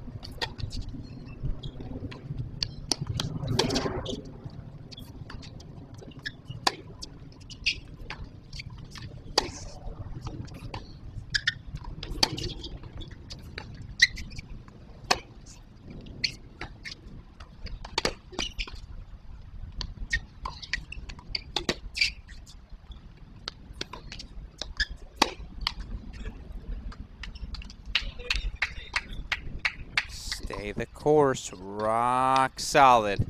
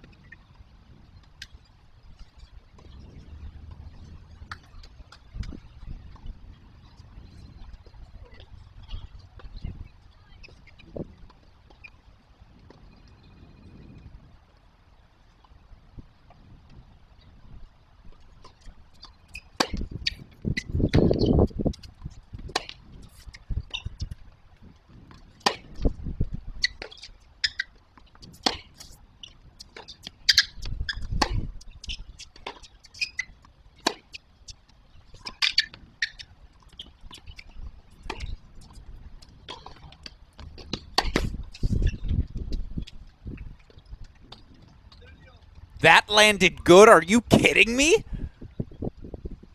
Oh my goodness.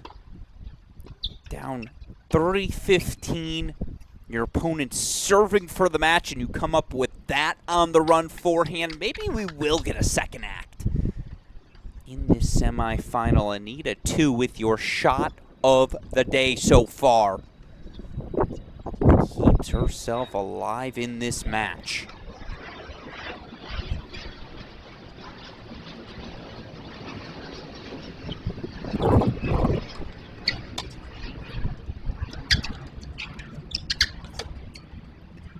And now she bends it like Beckham. That drops good, so Anita, too, once again has an opportunity to break, to extend the match. People know the bend it like Beckham reference, right? Am I officially too old?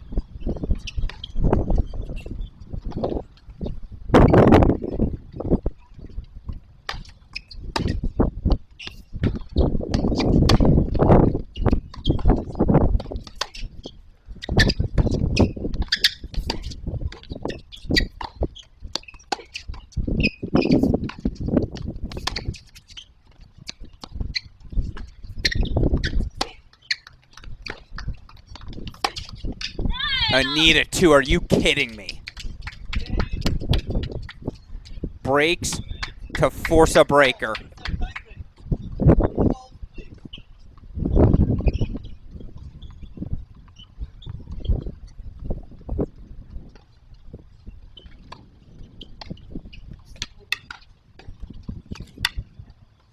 What a three-point stretch.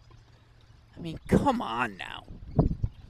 That's as good as it gets. Is, by the way, Lutova opening break point chances against Perea. You just know the top seed gonna come out with vengeance.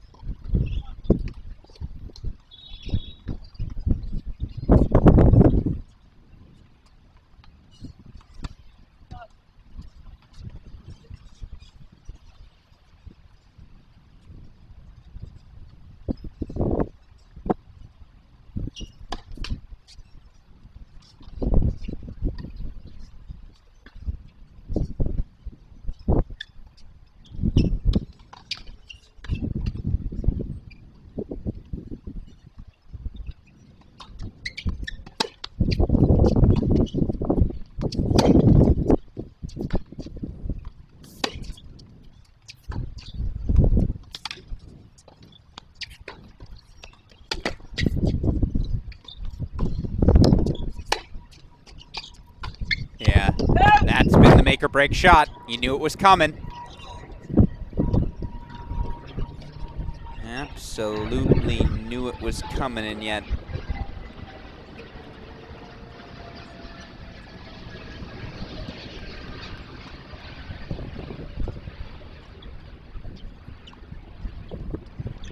that one sprays a little wide, so here comes Anita, too.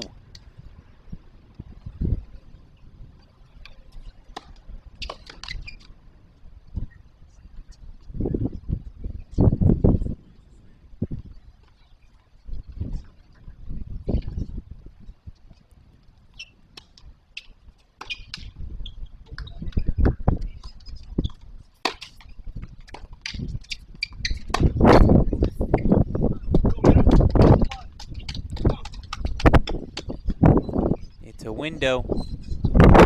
4 Anita 2 to make a push, force a third. By the way, for what it's worth, Lutova, the top seed, does break to get things started against Perea.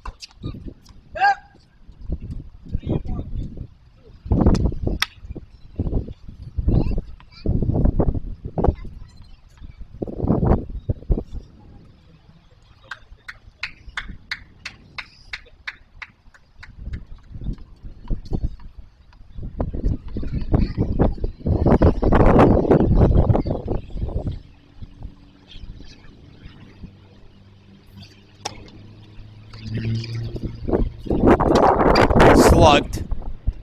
So impressive 4-1 lead now for Anita 2. You see that scoreboard a hair ahead. I apologize for that fact. Still credit to Anita 2. Unintentional little wordplay there as 2. Again, the rising freshman out of Melbourne, Australia, Melbourne, Florida.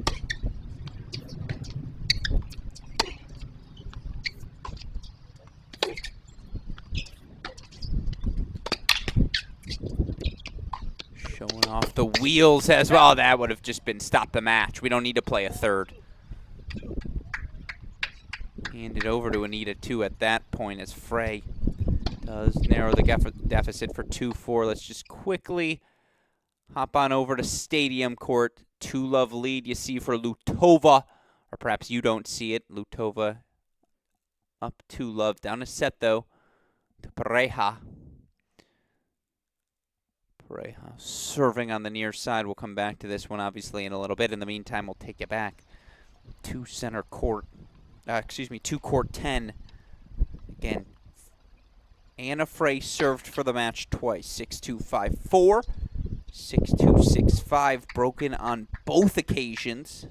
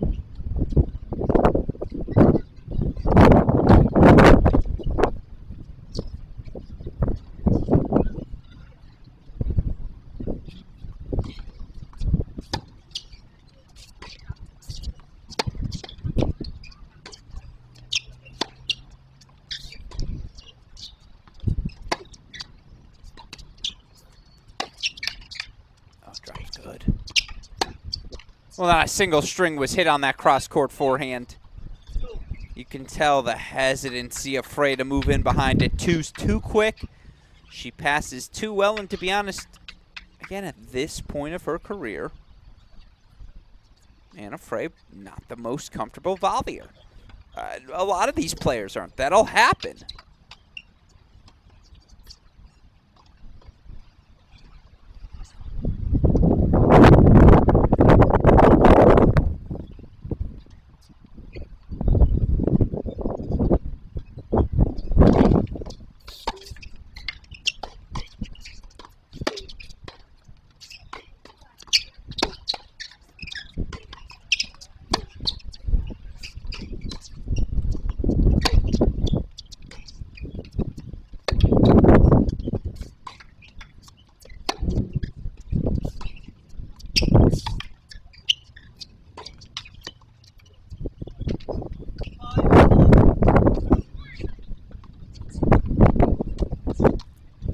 flip side, you have to credit Anna Frey.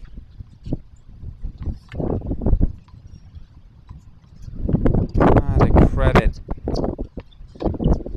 the relentlessness. She can taste the finish line, so not surprising, I suppose, but 4-5 back on serve here in the breaker.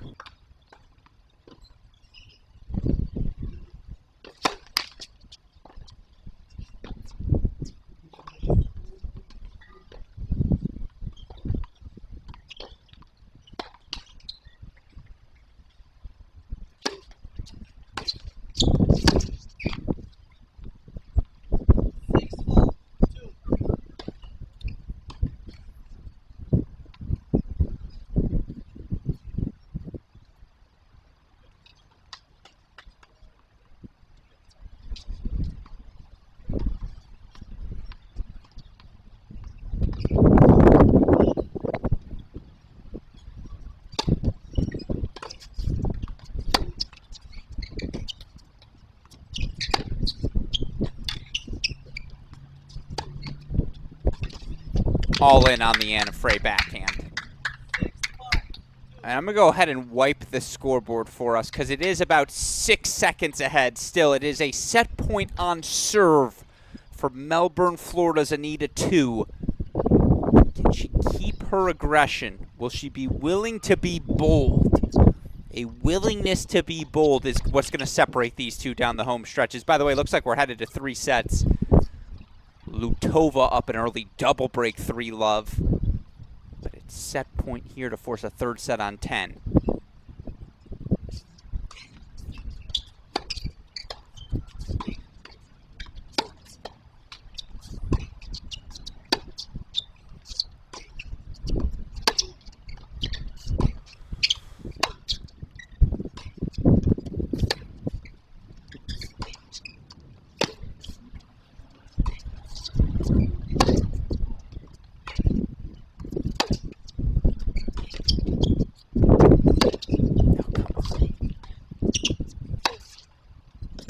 Come on now. We're playing some tennis.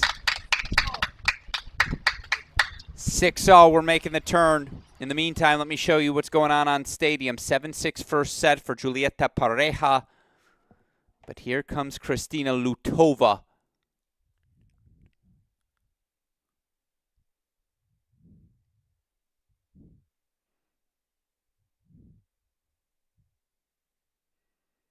Oh, come on. This is the 16s.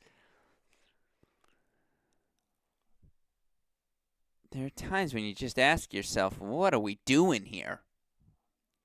Absolutely exceptional stuff from Kristina Lutova. I don't know if I've ever hit a backhand like that. She's 13. As obviously we got to go back to court number 10. Don't worry, we're not missing a single point. Anita 2 looking to extend the match. Anna Frey looking to get off court. Alex Gruskin just here enjoying it all as our Cracked Racquets coverage of these 2023 USTA Billie Jean King Girls 16s and 18s National Championships continue.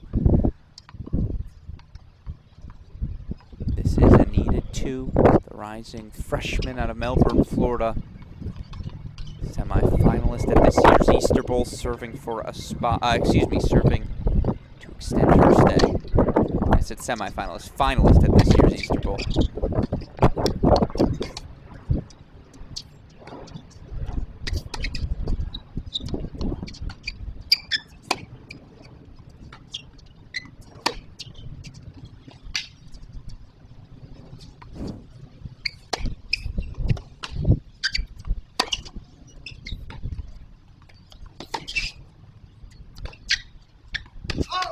Oh, just missed it.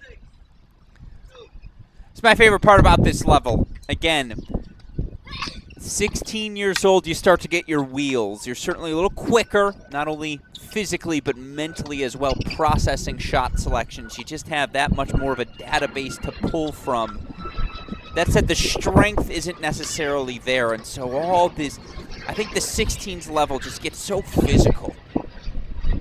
It's such a joy Again, the level of tennis, dare I say the purity of it all. It's another set point here for 2.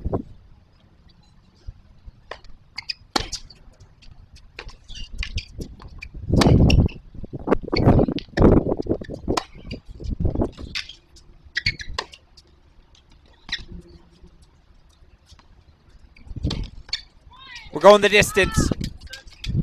7-6 set to Anita 2. Sends us to a decider here on court number 10. There's a final on the line. There's a U.S. Open Junior wild card on the line. I would not have it any other way as we head now to Stadium Court. 4-love lead for Kristina Lutova.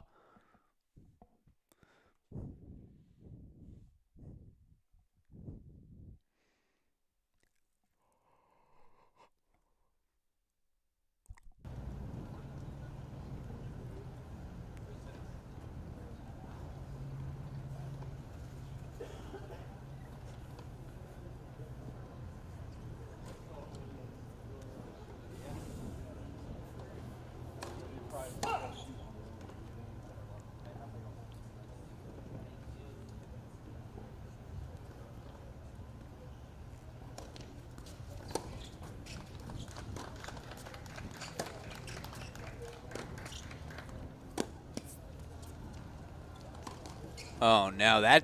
If there's been any Achilles heel in the game of Julieta Pareja today, and there's really only been one. The swinging volleys haven't been great. Now, the opportunities she's created for herself have been exceptional, but that shot specifically, put that in the queue. Little work on that over the next 4 years.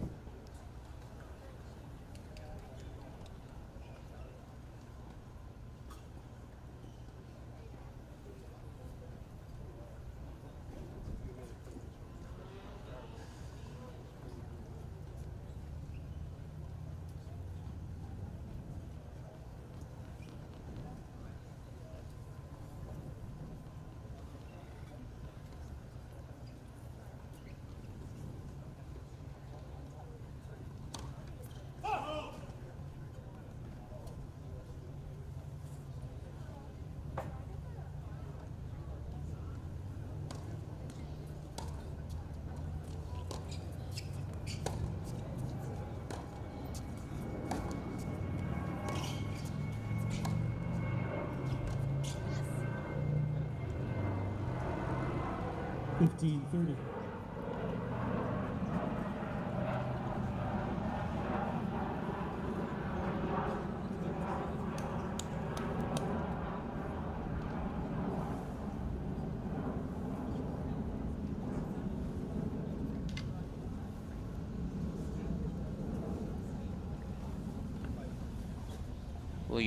Lutova, ready to get off, force this third set as quick as possible. Again, she has 2 straight set victories over Pareja in the past year, the most recent coming at the start of July. 2-love was the scoreline then. Pareja came ready to play today. Takes the opening set 7-6. 30-all here in her love for service game. Come on, give us 2 3-setters. Give us the semifinals we deserve. Of course, double starting. 2:30 p.m. Pacific time here.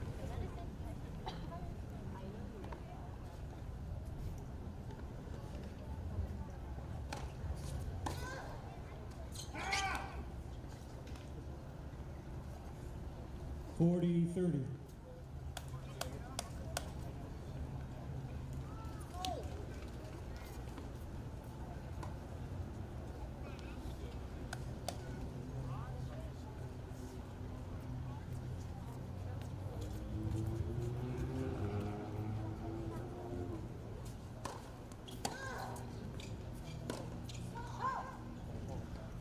Deuce.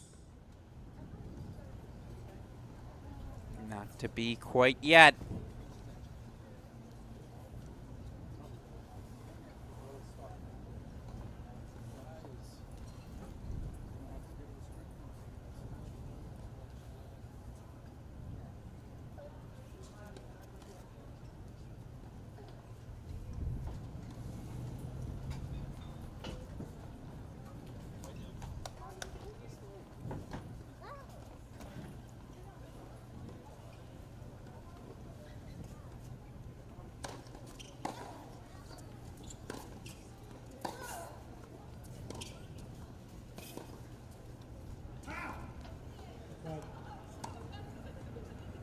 Advantage.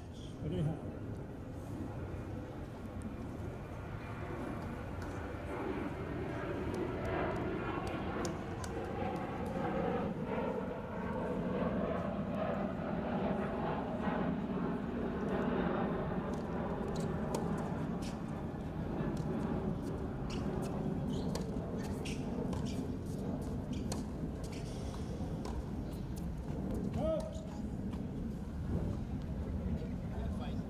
Deuce.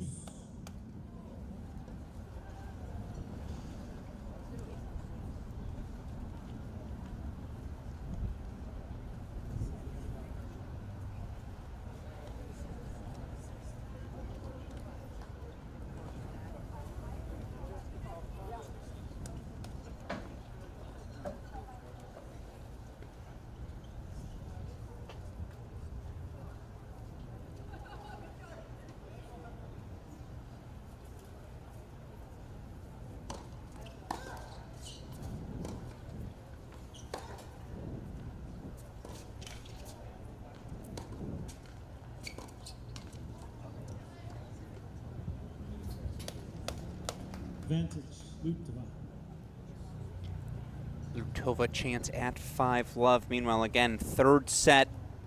The destination on court number 10, Anita 2 fighting her way back. Was up 4-1, we should point out, in that second set, but ultimately scraps it out 7-6. That'll be a fun battle down the home stretch. Meanwhile, here we go. Breakpoint chance again for Lutova. This time to take a commanding 5-love lead here in the second.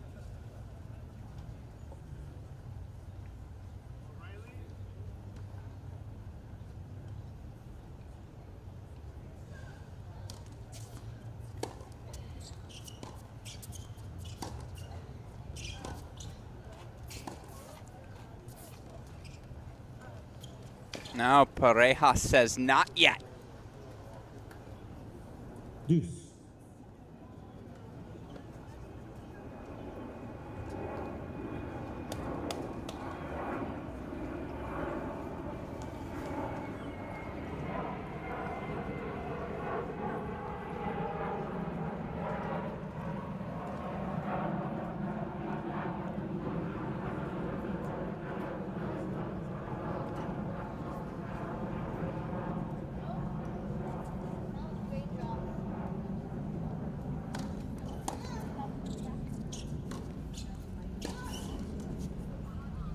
Advantage. Pareja. Pareja with her first game point chance here now. Not the worst to just get on the board. Establish a little something.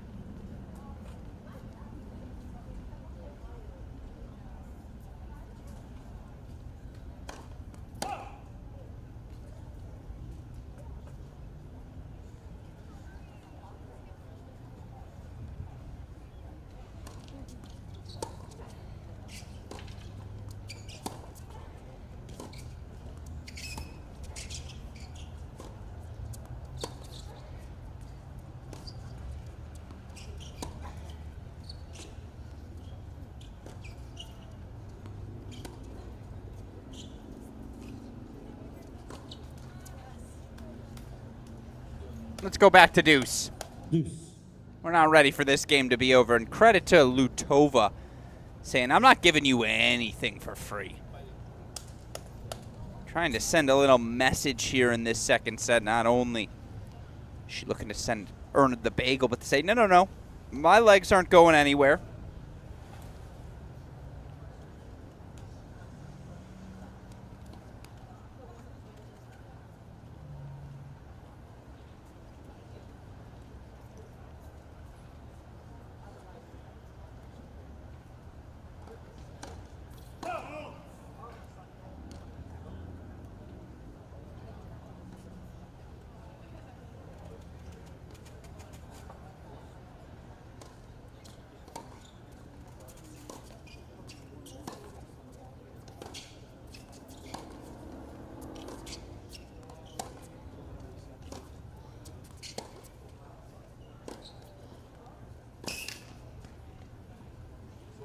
How good has this match been? Every time you think, okay, This is where Pareja rolls over. Okay.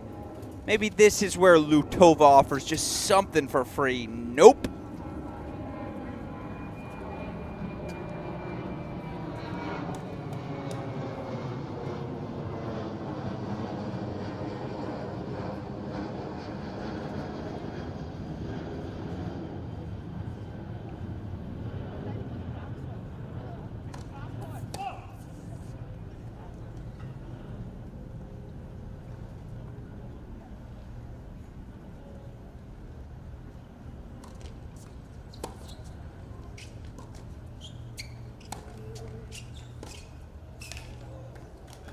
Game.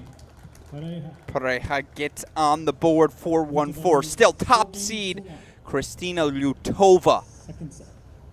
On the trot towards a deciding set, 4-1 lead for the #1 seed here in set 2. All right, do we have a third set underway? I know they have the option for a 10-minute break. Looks like they're taking every minute of it. You can understand why. Anita 2. 7-6 second set. She was up 4-1 there in the decider. Excuse me, up 4-1 there in the second. Anna Frey back on court now. So we're going to have our third set for you here in a moment, in which case we might as well head back over to center. Alex Gruskin here again. Semifinals now set in the girls' 18s draw. It'll be 3 Stanford commits and a junior Wimbledon champion. Claire V. Gunaway. Ugh. I mean, I don't know if we're going to see a performance better than that all week long. From 2-love down, 6-2, 6-love, she knocks out second-seeded Tatum Evans. The pace, power, creativity of Gunaway. She's a pro. It's that simple. And she's got an opportunity, obviously, still to capture a U.S. Open wild card with a run to the title here this week. Of course, joining her in the semifinals, a wave of Stanford commits. She'll take on Valerie Glosman. The creativity, 2 hands on both wings of Glosman. That's going to be a fun contrast of styles for all of us to enjoy. And then, of course, coming up after that,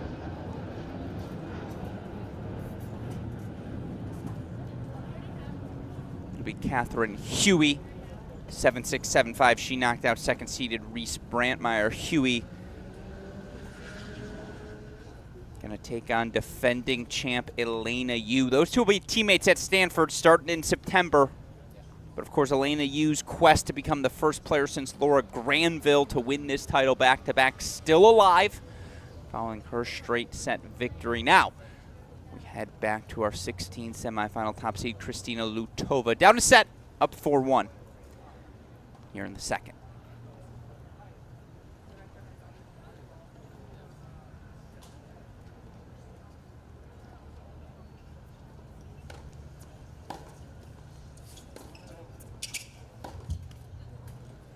Love.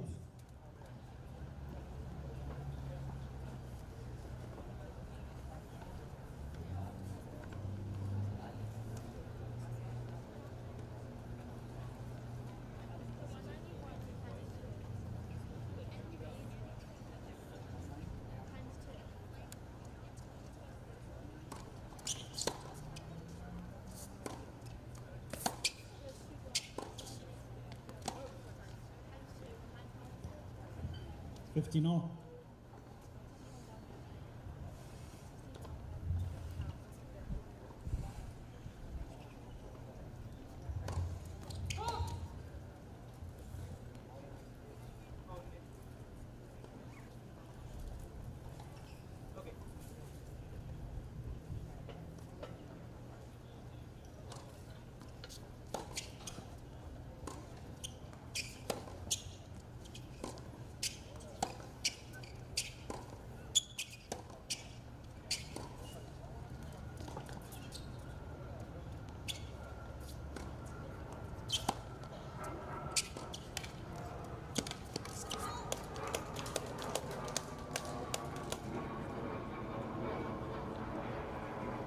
$30-15.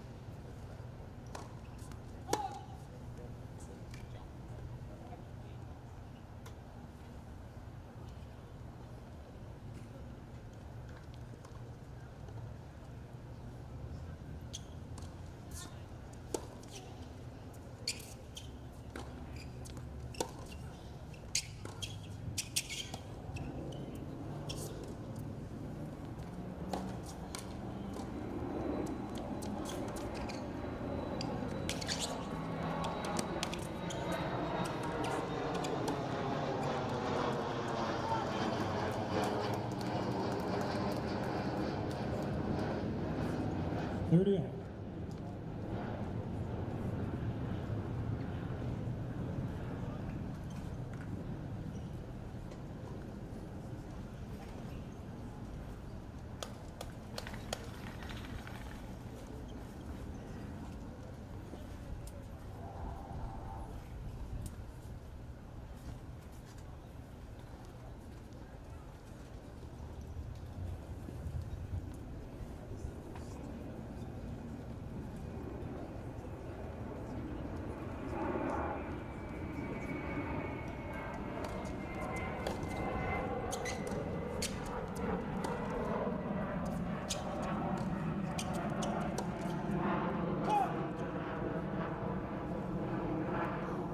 Forty, 30.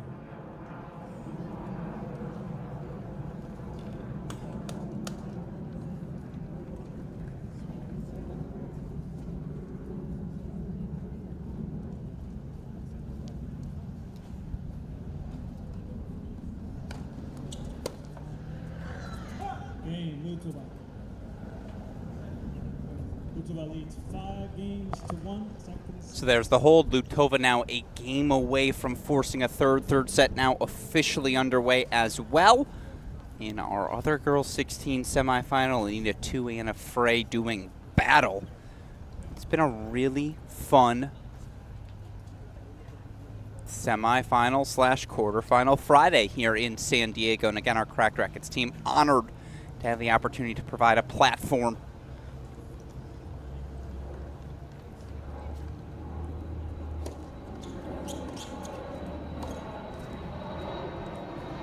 Left 15. Every point's been a little different in this match. The physicality, the shot making, the creativity. There's a reason these two are the top 2 players in the classes of 2027, 2028. Right now, Kristina Lutova looking to force a third, 3 points away from doing so.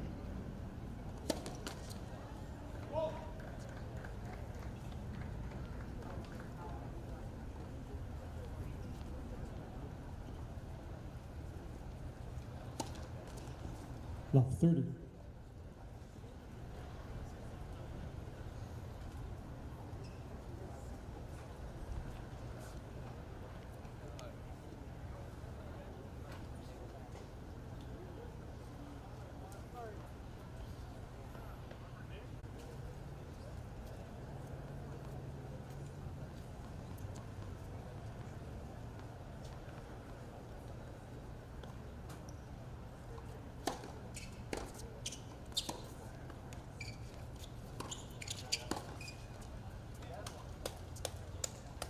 Love 40.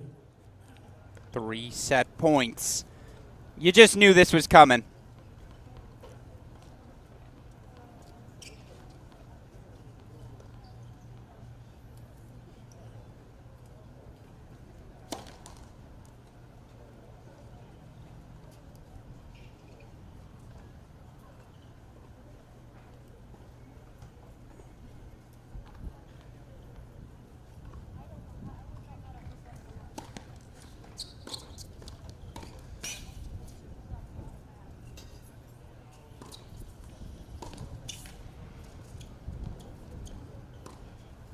Out. 15, 40. Let's try that again.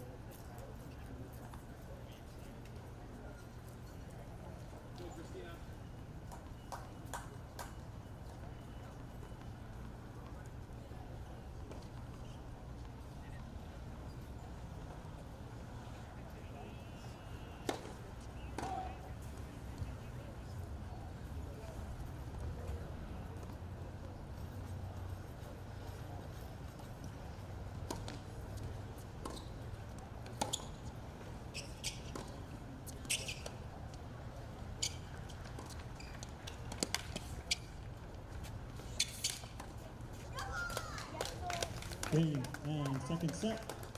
We're going the distance. Wouldn't have it any other way. 2-3 setters to decide our finalists at this year's Billie Jean King Girls 16s National Championship. Let's head to that first 3-setter. Anna Frey, Anita 2 doing battle. here on court number 10. Opening set going to Anna Frey. Almost stole that second set as well from 4-1 down. That's much better from this year's Girls 14's Easter Bowl finalist. Again, Anita Tu, a rising freshman out of Melbourne, Florida. This is the next generation of American greats. They all filter through this event. Shelby Rogers, Lauren Davis, Sonia Kenin, Katie Vollinets, Ashlyn Kruger. Obviously, you got the big dogs as well. Chris Evert, Tracy Austin, Pam Shriver. I can go on and on. Anyone who's anyone in American tennis has played this Billie Jean King National event. Of course, simultaneously this week, you've got the men's action in Kalamazoo. You want to catch up on that. There's only one place to turn.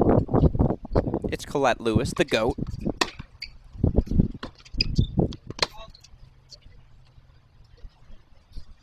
Scoreboard a little bit behind here. That's obviously Anna Frey serving on the far side. The question is, did Anita Tu hold 4-1 all, or is it Anna Frey serving here with a break lead? I'm sure we'll get a shout from our chair umpire on the changeover.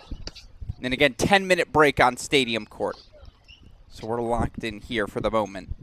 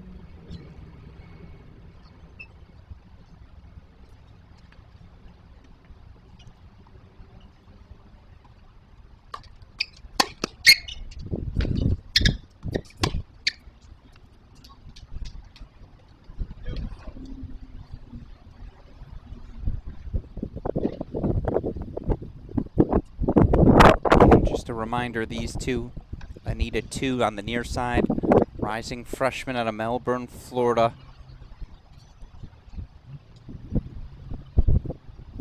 Anna Frey, rising sophomore out of Farmington, Utah.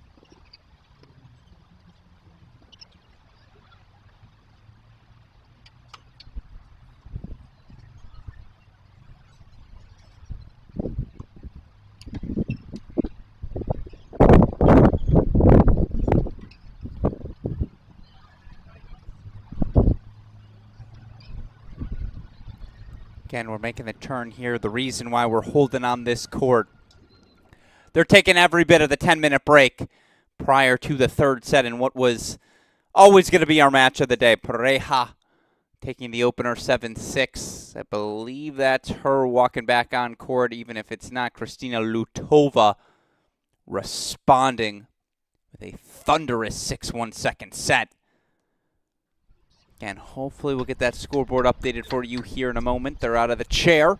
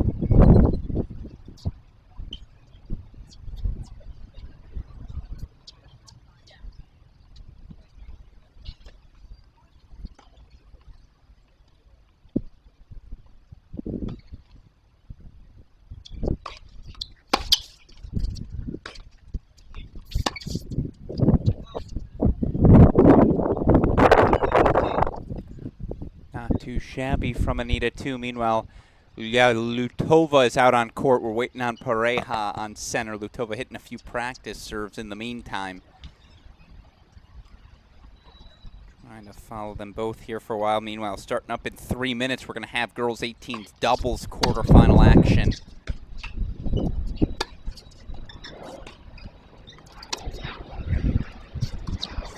It does feel like 2 has taken over as the aggressor. That was a little reckless. But it feels like she's the one stepping inside the baseline. She's the one proactive, not reactive.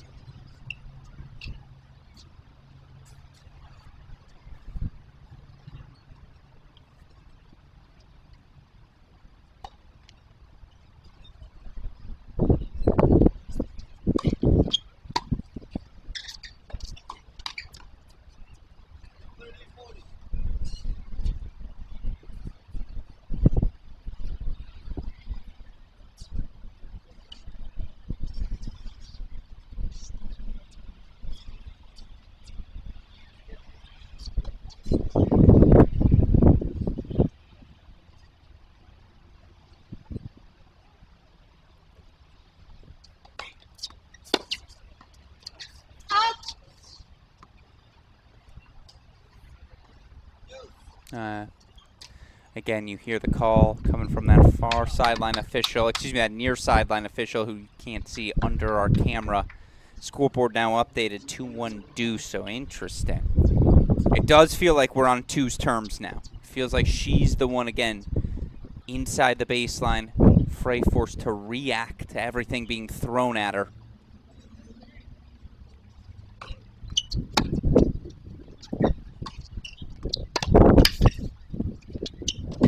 Case in point, it's big hitting. It's a job well done. Sets up a game point chance for Anita to consolidate.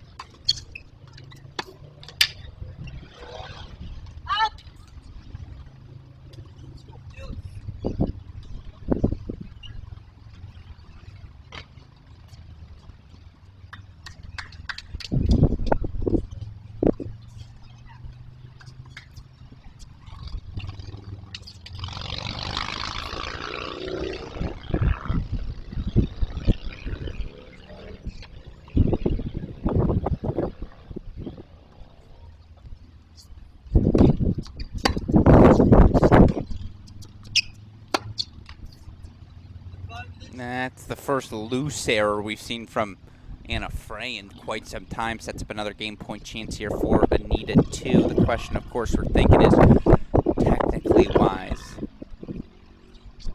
technique-wise, tactically. What's the play for each of these players? I think if you're Anita, too, it's stay the course. Stay inside that baseline. Stay aggressive.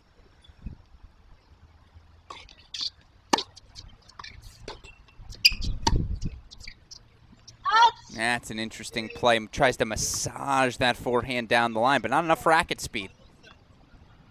Not enough edge outside that ball out. Either leads to the error. Anita 2 consolidates her break lead hold for 3-1. Meanwhile, stop me if you've heard this before. We got a marathon game going on over on center court. Alex Gruskin here.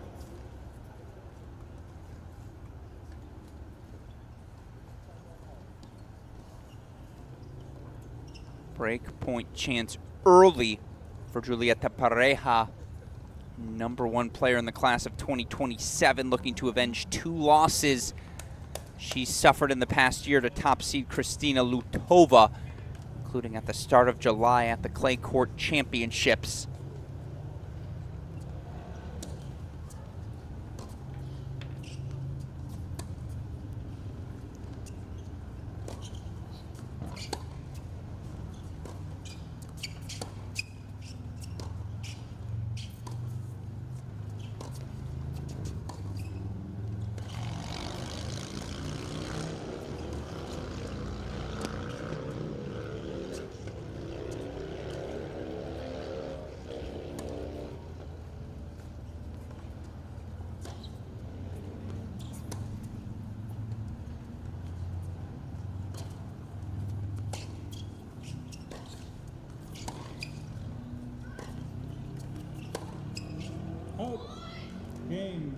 I love the first choice from Lutova to step up, take that backhand on the rise, try to inject some pace.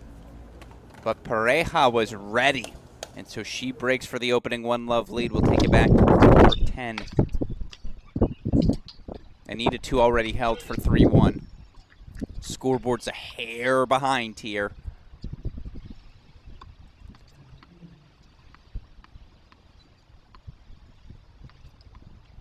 Interesting. I don't know if you heard on the feed there, Reese Brantmeyer unfortunately withdrawing from the back draw. Just a little note for any of you following those consolation results at home. Brantmeyer knocked out earlier today, 5 and 6 by Catherine Huey.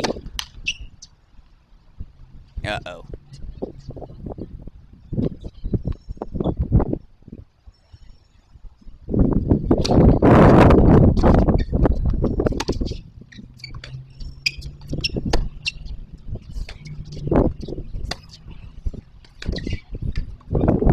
Yeah, Anita 2's just got the momentum.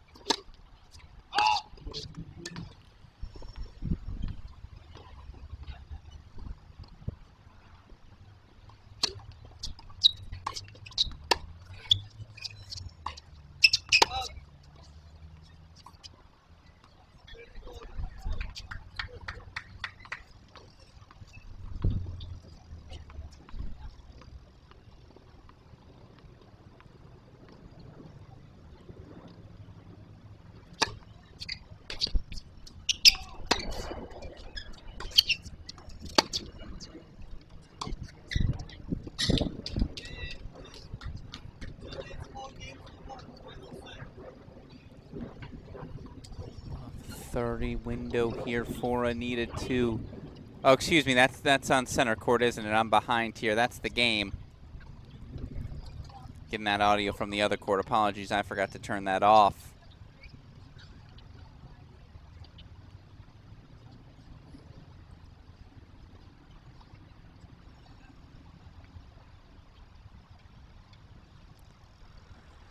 Lutova breaking right back for 1-all.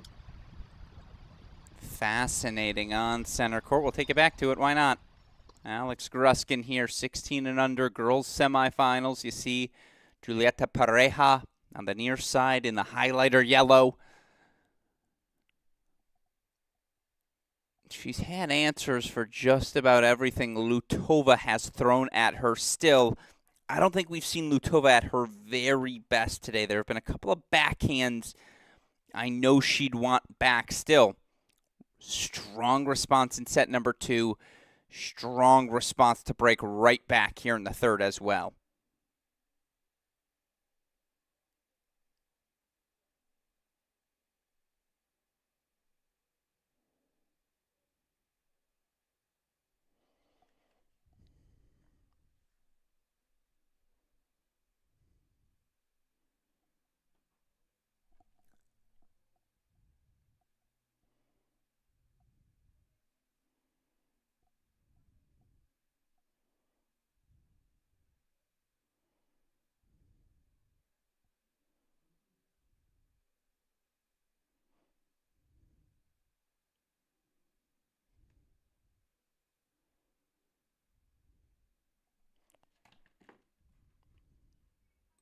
There it is.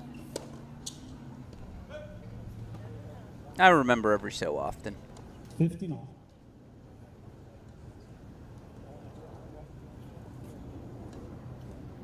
An absolute grind here on Stadium Court.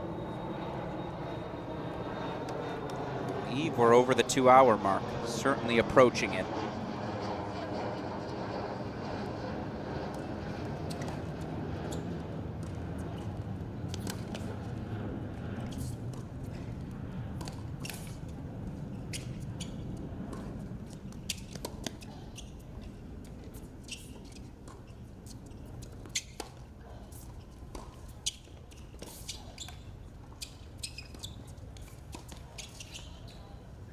I said 2-hour mark. I should have said 2.5-hour mark. And to have that kind of movement, to generate that sort of pace, that sort of depth stretched into the corner, these two will be doing battle for a very long time. There's a future for each of them.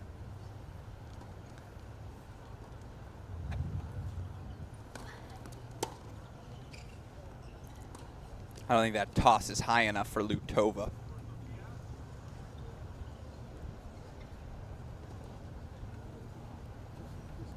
That was sarcasm. That toss is plenty high. Federico Del Bonis-esque. That's a message from Pareja.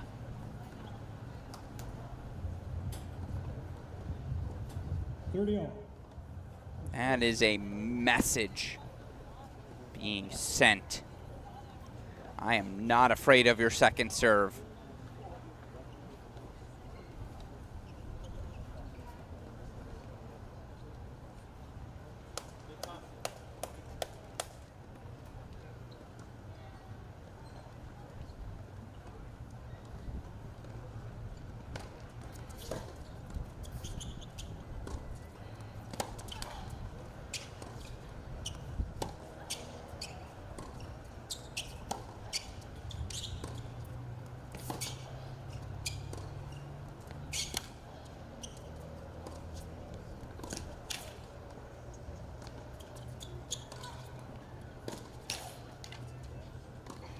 Oh my God, I mean, Pareja was almost there. Ridiculous aggression and the swinging volleys, the right play. It's Muguruza-esque on that backhand side, just the length, the way she extends through it. Game point chance here for Lutova to take her first lead of the match since the opening set.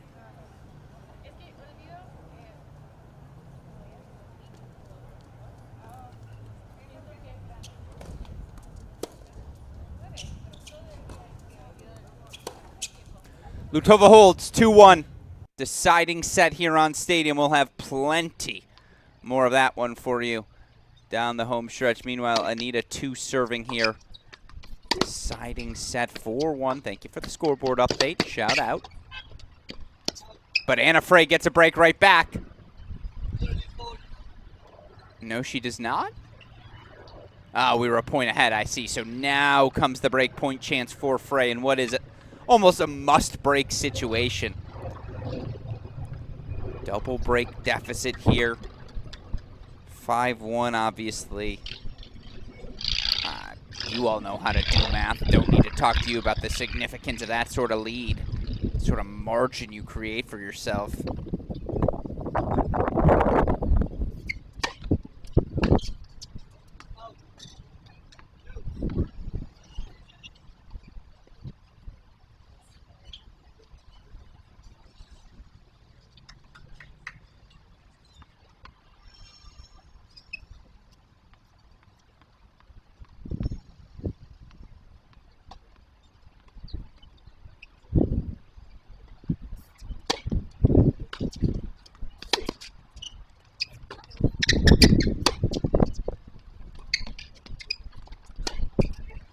Job well done by Anita, too. She sees the finish line.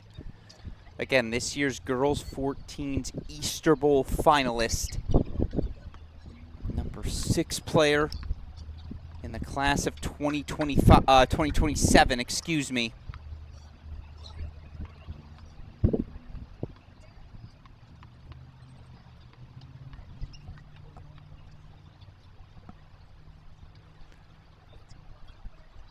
Little hitch in the giddy up.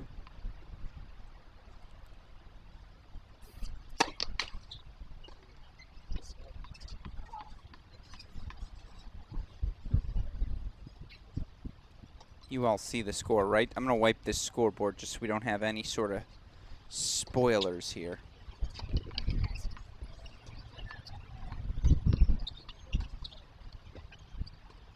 Oh.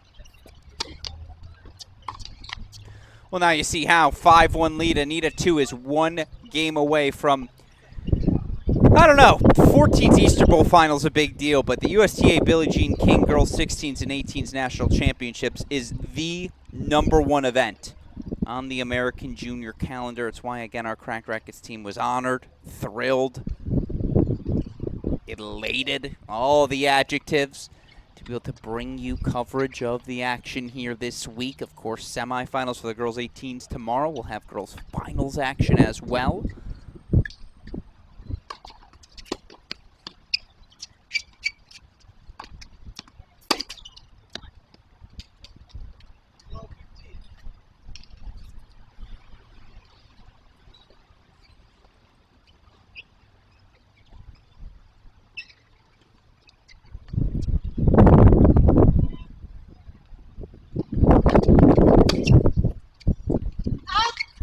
Yeah, just missed that wide. She did.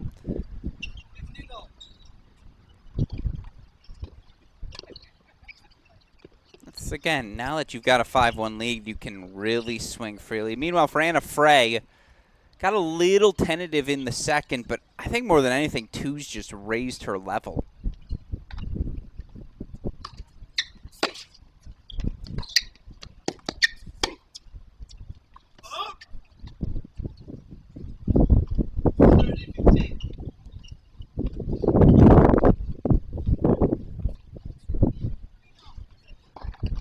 That said, you never know. You're always 1 hold away, right, from getting the momentum moving.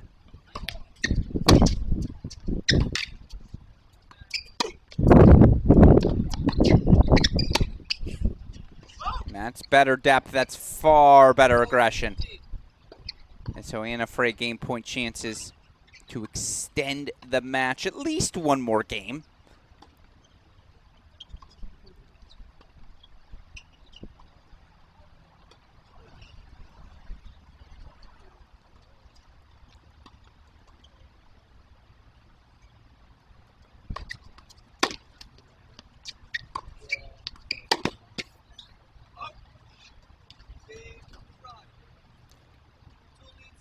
Oh, Fry. I've been saying Frey the whole time. Excuse me, Anna Frey. Holds 4-2-5 still. When we return, Anita, 2 will serve for the match. Alex Gruskin here. We've got 3rd set on Stadium between Pareja, Lutova. We also have some doubles action now on court. And look, we're going to focus on the singles, but I just want to focus on the singles for now. But we have doubles action. I want to show it to you on court 16-17. Bernalis Lam taking on Murthy and Glosman. Glosman, the only player still alive in singles and doubles in either of the draws here in San Diego. Meanwhile, Osigwe pursue on court against Lin and Crawford. Remember, the winner of the 18s doubles gets a U.S. Open main draw wild card as well. So this doubles matters. And we'll focus on it more in a little bit when we're done with our singles coverage. We've invested so much into these singles matches. Would be a fool to abandon them now. I know how furious you all would get at with me as well. So we're going to stick here with the singles. Lutova with that error breaks for 3-1. So now we've got break leads in both of our singles matches. Deciding sets, we're back here. Anita 2 serving for a spot in what would have to be the biggest final of her young career. 5-2. Let's see what the rising freshman from Melbourne, Florida has for us.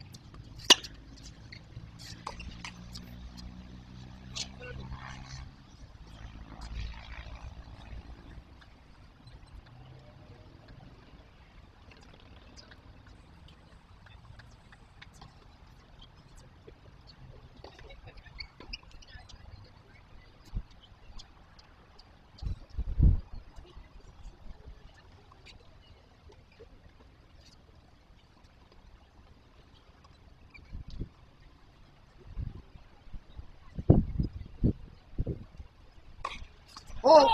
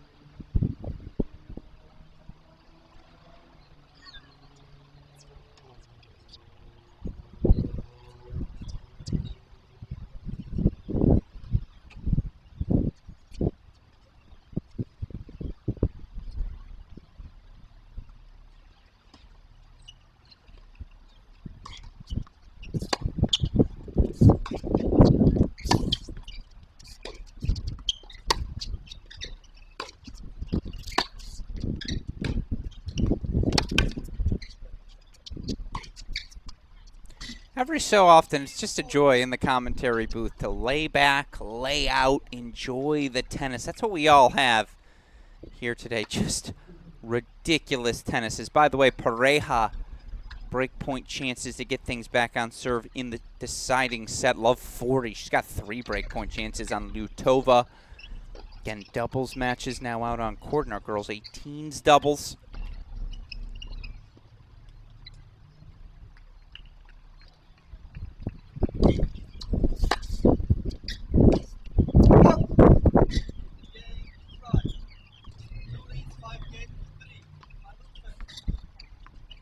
Fry breaks back.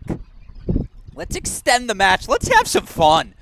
Remember, Anna Fry was down 4-1 in that second set.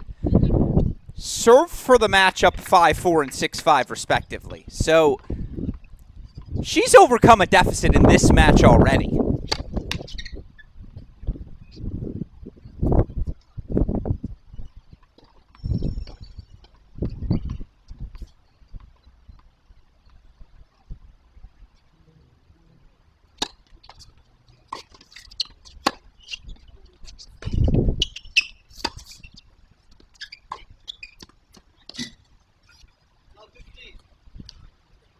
Not too shabby start from Anita, too. By the way, Lutova has fought off the first 2 break points. Do a little radio action for you again. I know you guys want to follow everything.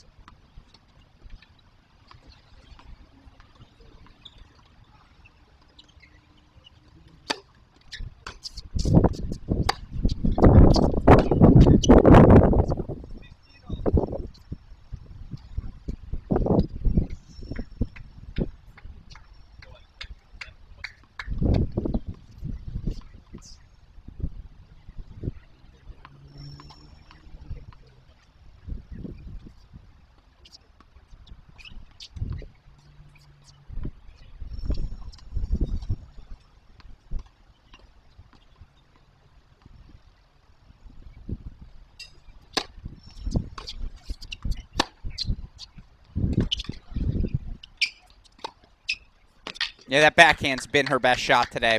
Down the line, has set up everything else that Anna Fry has wanted to do so far today.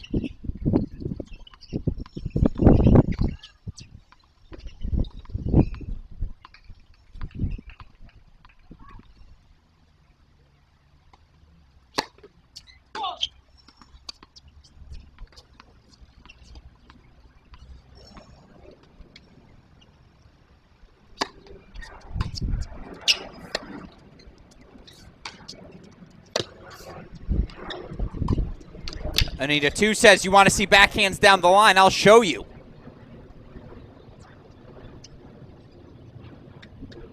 Who is willing to be the aggressor? Who is willing to be bold down the home stretch? 30-all, let's go.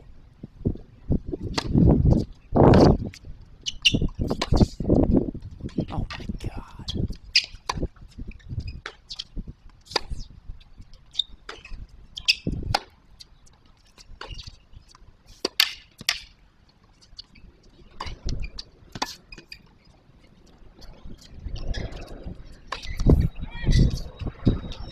I don't know how either of these players have any gas left in the tank. We're nearing the 3-hour mark in this one. And that's how long it took to reach our first match point. Anita 2's got it.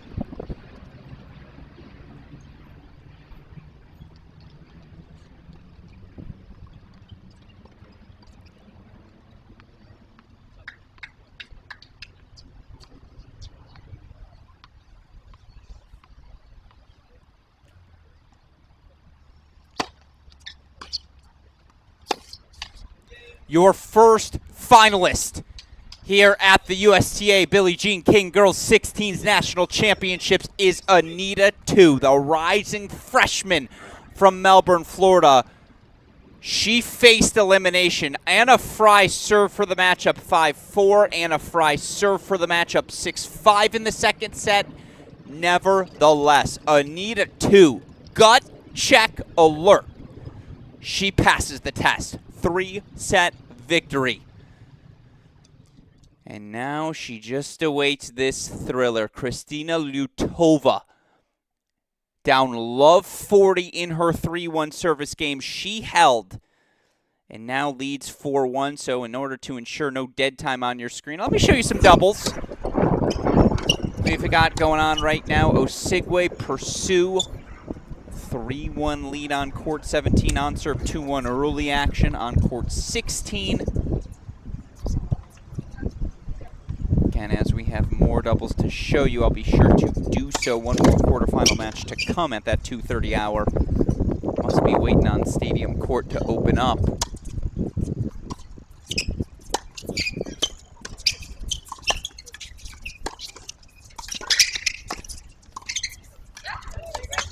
Solves the riddle for Pursue. A job well done. 4-1 lead on court 17. All right, let's go back to Stadium. Lutova, 4-1 lead. It's just a single break, though. The question is, can Jessica Pareja, who's held serve once in the last 12 games,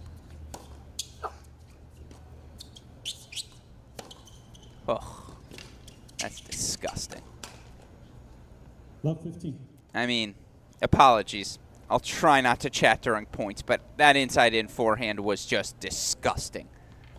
Now, she's missed the bunnies here today. The swinging volleys, the approach shots. That's the next piece for Pareja.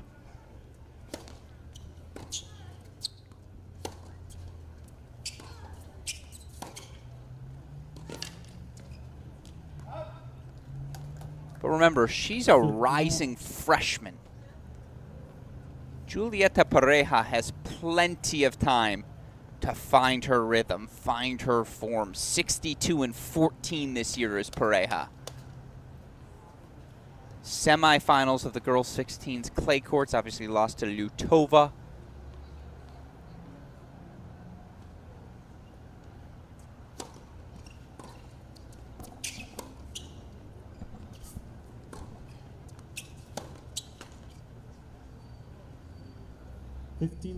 All sorts of other success as well.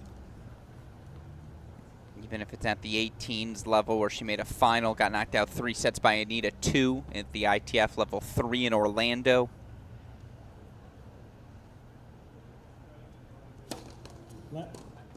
Again, maybe on the wrong side of things here today, but do not sleep on the #1 player in the class 2027 moving forward.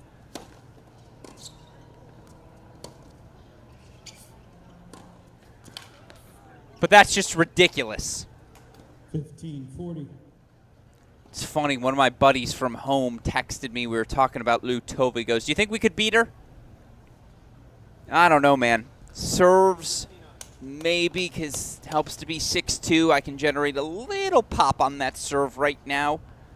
But ground stroke games, she might beat me 21-0. I mean, come on now.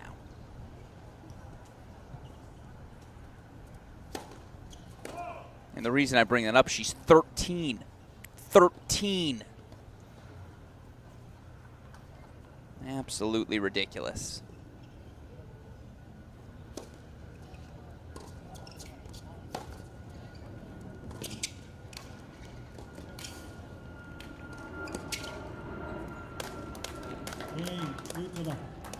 Kristina Lutova will serve for a spot in the final. 5-1 lead. She has recovered beautifully.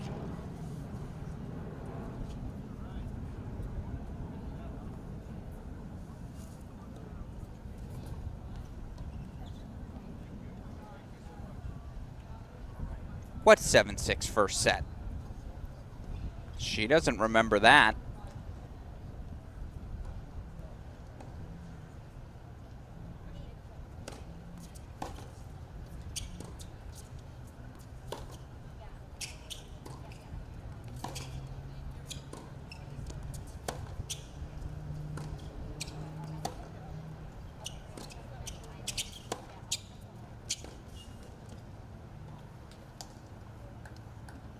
Love 15.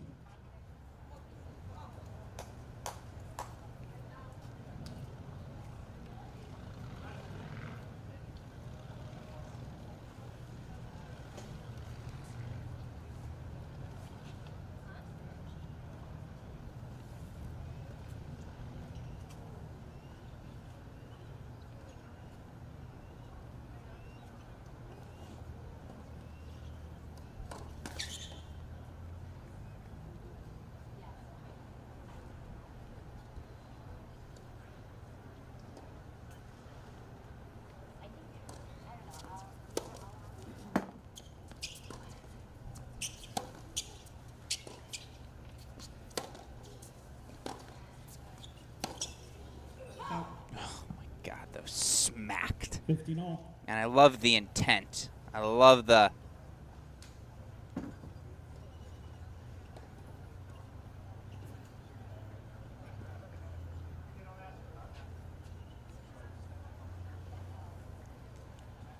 the racket speed, the aggression, dare I say the chutzpah.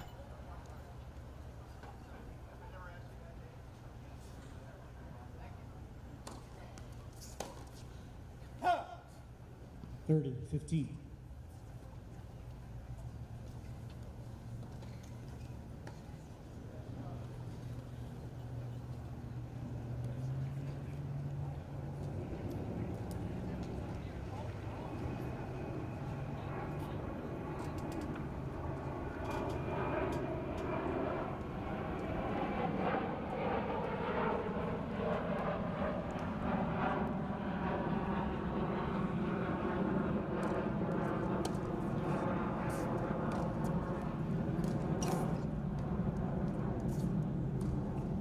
Oh my God. 3 hours in, that's what she's producing. 40. And that's why top seed Kristina Lyutova is the top seed. And it's why she's got 2 match points. 5-1, 40-15. Oh my goodness. Out. No, but seriously. Lyutova. To see that level of play from these two. One's a rising freshman, the other's a rising 8th grader. And it's top seed Kristina Lyutova. Can't be anything but respect between those two. It's the 3rd time they've played in the past year. That's one of the premier rivalries, dare I say, in the American junior tennis world right now. Kristina Lyutova through to the finals, where a date with Anita 2 awaits. 6-7, 6-1, 6-1. It's a job well done. And again, you look for Anita 2 now. Excuse me, for Kristina Lyutova. Oh my God. 58-4. 58-4 in the past week. Past year. Is this Djokovic? 2013 Serena? Prime Navratilova? I mean, it's the junior level, but still. Absolutely ridiculous. And that does it for our singles on the day. Now we've got doubles to show you. A reminder, here are your winners on day number 6 of this 2023 USTA Billie Jean King Girls 16s and 18s National Championships. On the girls 18 side, semifinals are set. All straight set matches on the day. Claire V. Gunaway, 6-2-6 love. She wins the final 12 games of the match. She was your most dominant performer of the day. The pace, the creativity, she is just pro tennis good. Now she's going to take on the crafty Valerie Glosman. Glosman, 2 hands on both ground strokes, 2-handed forehand, 2-handed backhand. She's going to slice, she's going to dice, do all these different things tomorrow against Gunaway to try to disrupt her rhythm. Glosman 6-2, 6-3, knocked out Victoria Osigwe earlier today. I had one person text me to point out, yes, Osigwe was the higher seed, but by no stretch of the imagination was that an upset. Bottom half of the draw, it'll be a battle of future Stanford teammates, maybe even roommates, as Elena Yu, defending champion, straight set winner over Michigan commit Piper Charney. She's going to take on Catherine Huey. Huey, 7-5, 7-6. Was down 5-3 in the second set. Breaks Brantmeyer. Ultimately closes the match out in straight sets. Gunaway, Glosman, Yu, Huey. Those are your matchups in our girls 18 semifinals, which of course we will have for you tomorrow here on our broadcast. According to the draw sheet, those matches are not yet scheduled. Always good to know. In the meantime, girls 16's final is set. As we just saw, top seed Kristina Lyutova, 6-7, 6-1. She'll take on 7th seeded Anita 2. Anita 2, 2-6, 7-6, 6-3. That is a fun girls 16s final. Where, by the way, U.S. Open Juniors wild card on the line. With that said, now we can turn our attention to the doubles. And you see, we pick things up. It's a 6-1 first set, going the way of Victoria Osigwe. Ariana Pursue, of course, Osigwe, quarterfinalist in singles. Pursue reached the round of 16. Pursue committed to Texas. Osigwe uncommitted in the moment. They're taking on Brooklyn, Georgia Cranford. Brooklyn Schaefer out of Cumming, Georgia. Georgia Cranford out of Scottsdale, Arizona. Pursue out of Westbury, New York. Osigwe, Bradenton, Florida.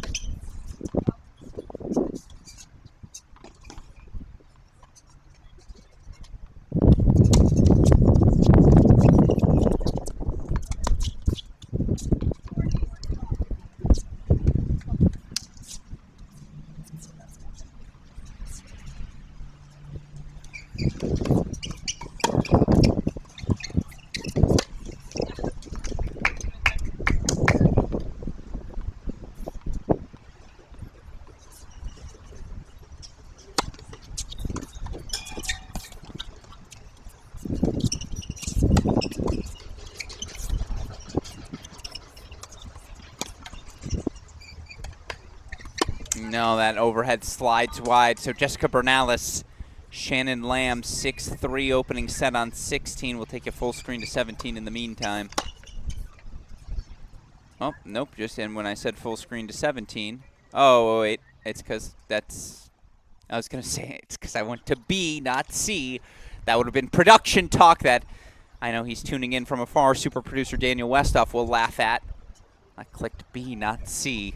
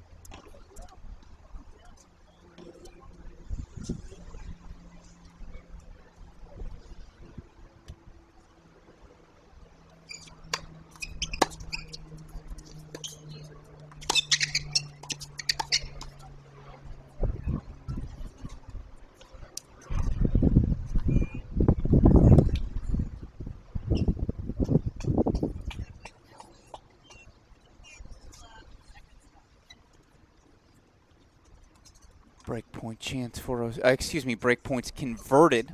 That's how you speak English. Breakpoints converted by Osigwe and Pursue.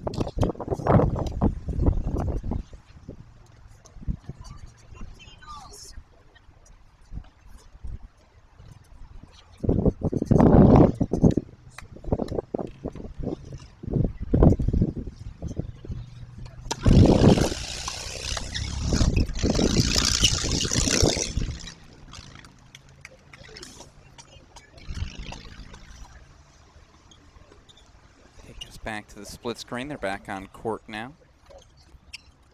Try to show you a little bit of everything here down the home stretch. Again, we got our 4 girls 18s doubles quarterfinals now underway.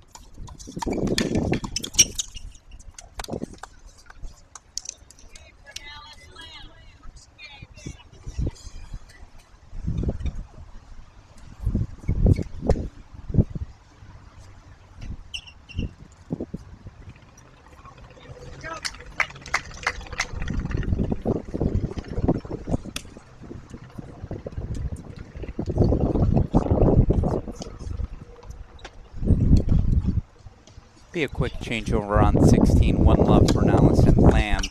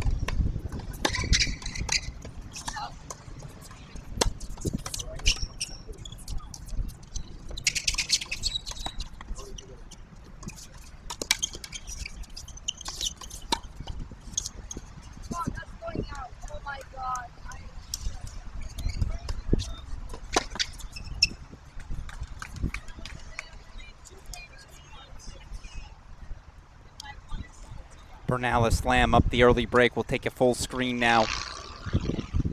Sigway, Pursue, they're kind of looking like favorites, aren't they? 6-1, 3-2 lead. Couple of blue chip recruits, never a bad thing to partner them together on a doubles court.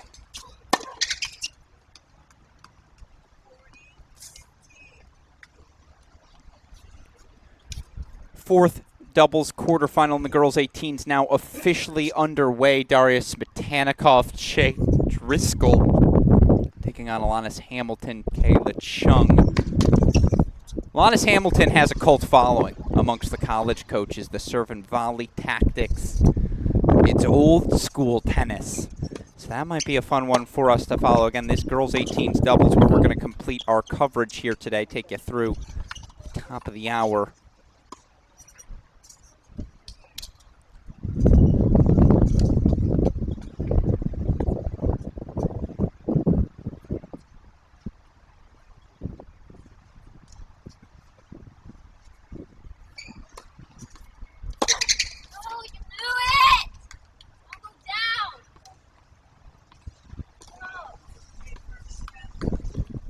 All Crawford.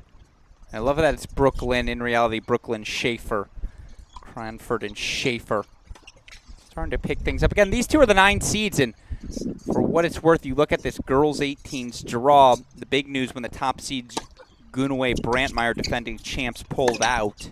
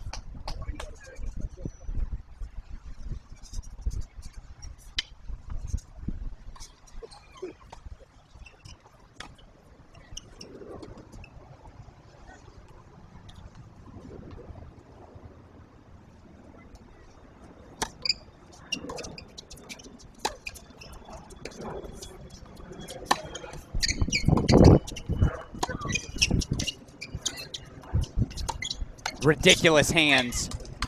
Middle usually solves the riddle. I don't hate that play from Osigwe. Maybe a little more pace. Obviously, ideally, you keep that ball a little bit lower, but by no means was it a poor play there still.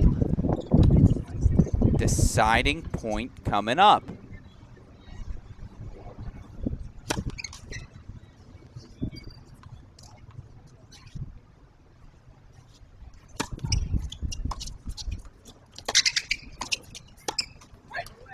All of the sudden, Cranford. Schaefer break for 4-3. How about that for a turnaround as we take you back to court number, no, that's because we're on C, court number 16. 6-3, 3-1 lead for Bernalis and Lamb. Again, for those who don't know about these two, Jessica Bernalis out of Las Vegas, Nevada. Shannon Lamb, East Brunswick, New Jersey.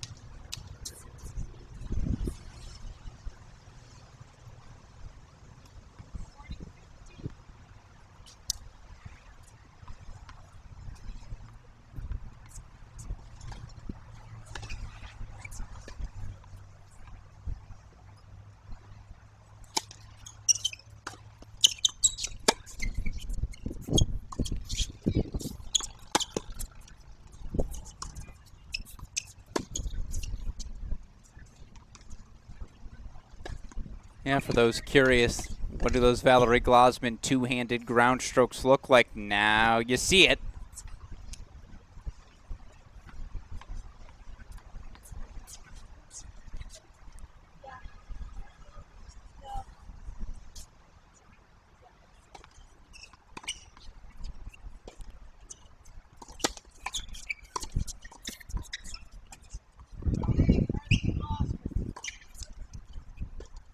Keep it a single break deficit here on court number 16. Still Bernalis Lamb currently in control. In the meantime, wanted to show you a couple of other things happening. Again, on court 11, Daria Smetanikov, Shea Driscoll get an opening hold. They're taking on Alanis Hamilton, Kayla Chung, Alex Gruskin here. Got a lot of good tennis here on day number 6 of this event. Gonna take you through the top of the hour, then we'll sign off. But rest assured, we'll be back tomorrow.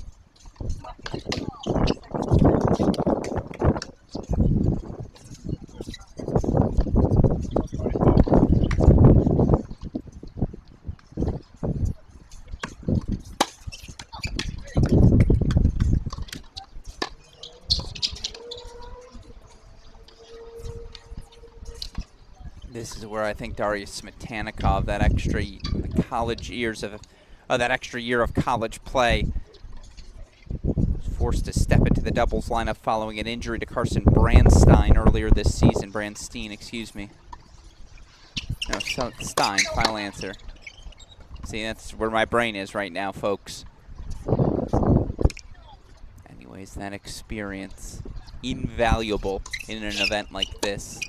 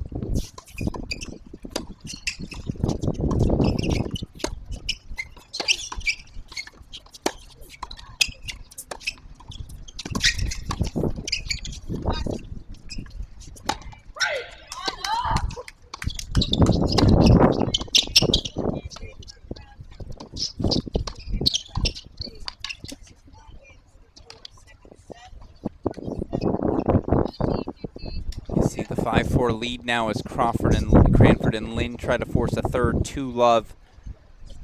Take us back to court 16, see where things stand there. 6-3, 4-2 for Lamb and Bernalis continuing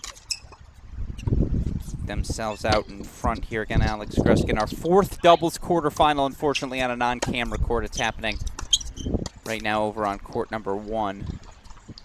In that match, for what it's worth, scoreboard looks like this. Susanna Maltby, Maddie Zampardo, 6-1, 2-all.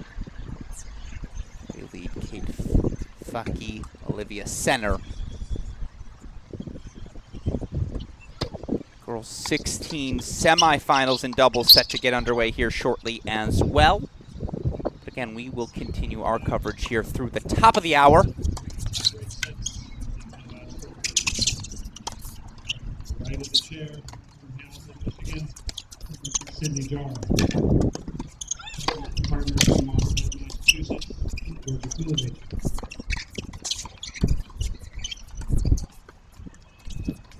Left of the chair from Charleston, Indiana, Ron Schenkel.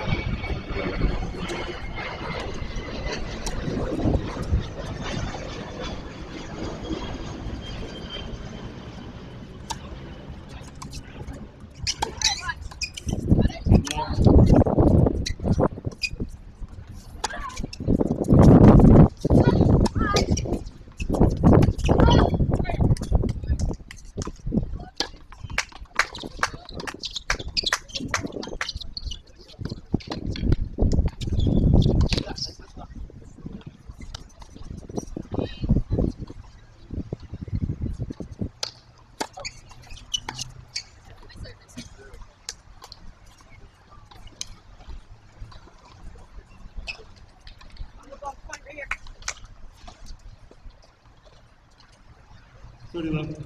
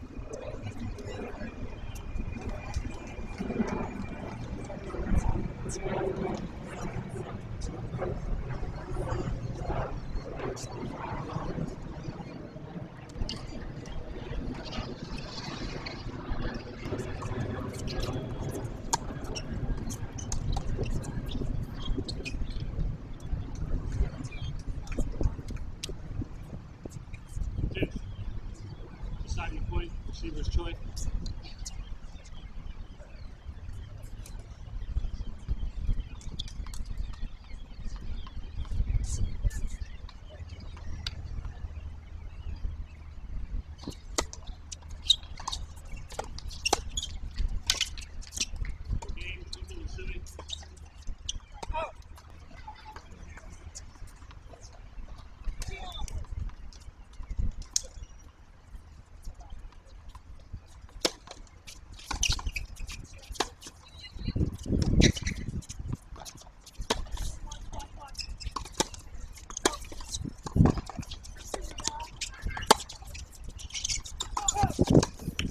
Apologies, I'm not sure how long I was muted there for. That'll happen from time to time. For those of you who've been on the stream, you know that's the case. Still, Alex Gruskin here. Jumping around a little bit, you see Brooklyn Schaefer, Georgia Cranford looking to force a third. Bernalis Lamb a game away as well. Pace in that our third doubles match is flying.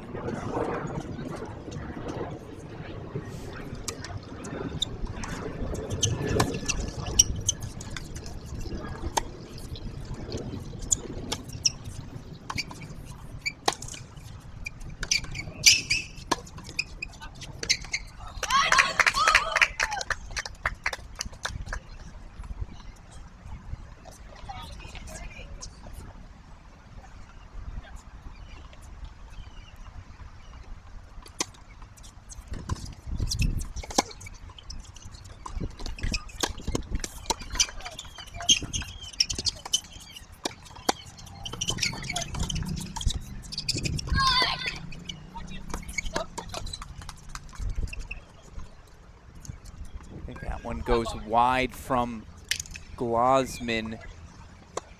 I believe we have match point on court 16. Gonna keep us in the split screen, just given the critical nature of where we're at on court 17, but I believe we have a match point. Left side of your screen, Jessica Bernalis, Shannon Lamb.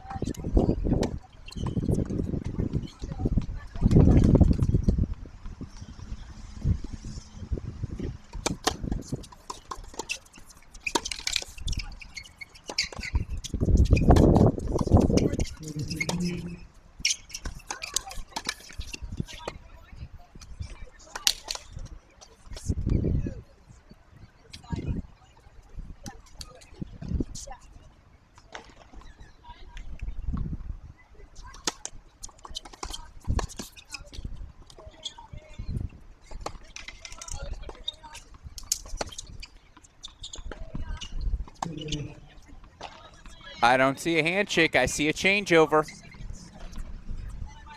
Glosman and Murphy extend things. Meanwhile, it's a deciding point, set point on 17. Let's go full screen for it. Looks like that first serve missed just long. Here's a set point.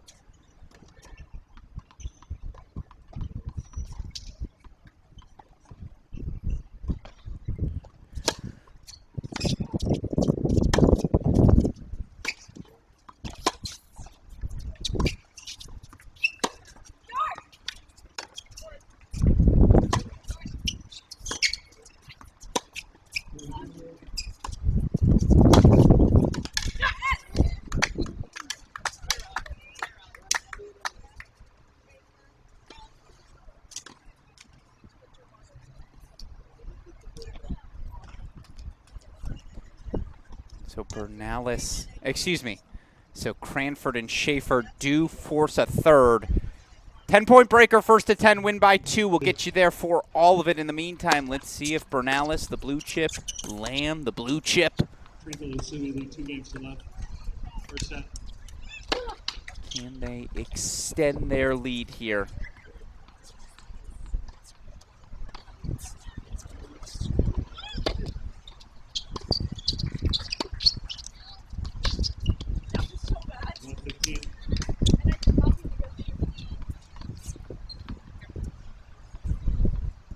By the way, that noise you hear in the background, who's that chair doing all the announcing? It's because they got a backdraw match going on right now on Stadium Court. That microphone will carry.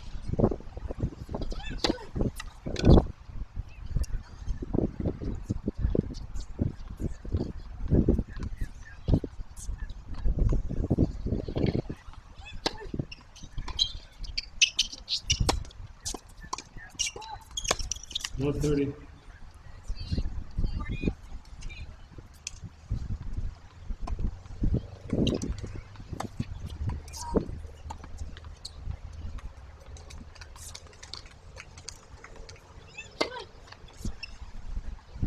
Fifteen, 30.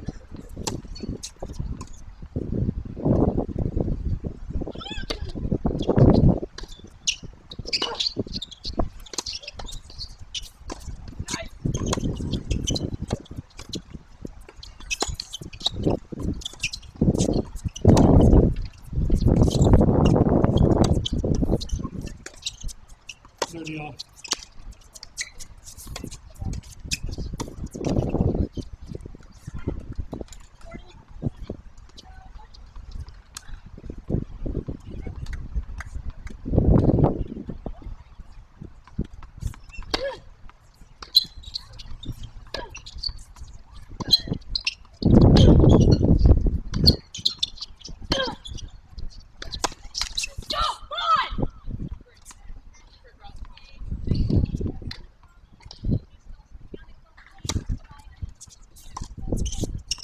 Thirty, 40.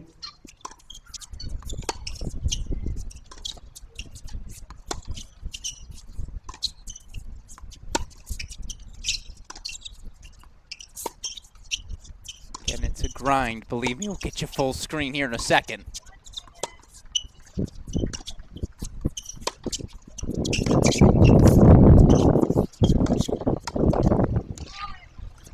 Not too shabby.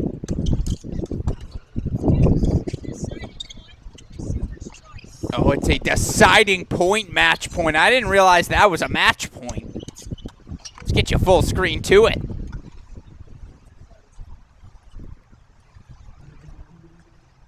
Again, Jessica Bernalis out of East Brunswick, New Jersey, rising sophomore. Number 3 in her class. Actually, that's Shannon Lamb. Jessica Bernalis out of Las Vegas, Nevada. The Michigan commit, number 16 in her class, is the rising senior.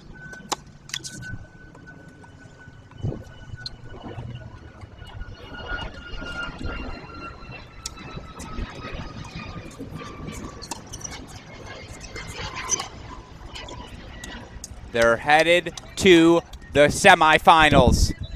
Yeah, you can share a hug. You've earned it. Jessica Bernalis, Shannon Lamb, 6'3", 6'4". They are through to the semifinals. First of the day for us here on our broadcast. Meanwhile, here are the two matches we've been monitoring. Third set breaker about to come on court 17. Meanwhile, Darius Smetanikov, Shea Driscoll, Alanis Hamilton, Kayla Chung, they're cruising in terms of pace of play. 5-2 lead for Smetanikov and Driscoll.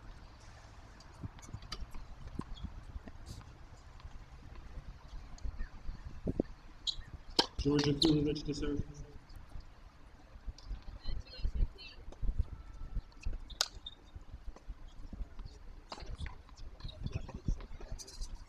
Out. 15 love.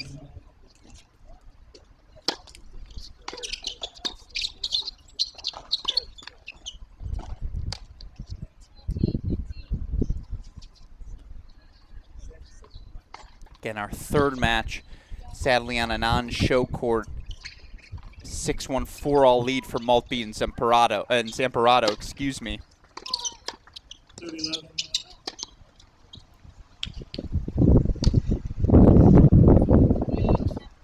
Chung and Hamilton do hold 4-3-5. So let's go full screen to that. I was hoping we'd get the start of the third set breaker. So far, we do not. I do want to show you, brought in another court to our lives, court number 10. They have started to rock and roll on court 10, I believe. It's Friedman Turley versus Nina Devine. I'll get that scoreboard updated for us in a moment here. But again, let's go back. Excuse me. There we go. 40-15.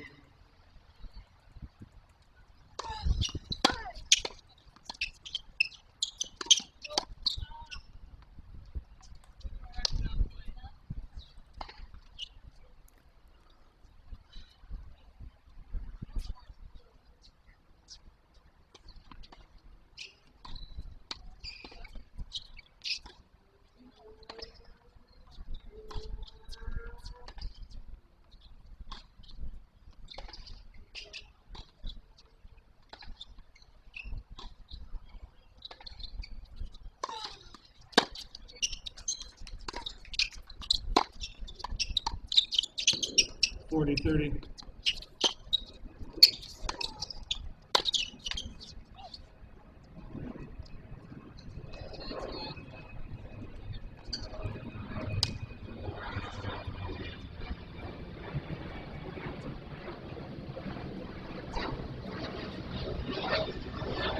Smetannikov serving on the far side, 2 points away.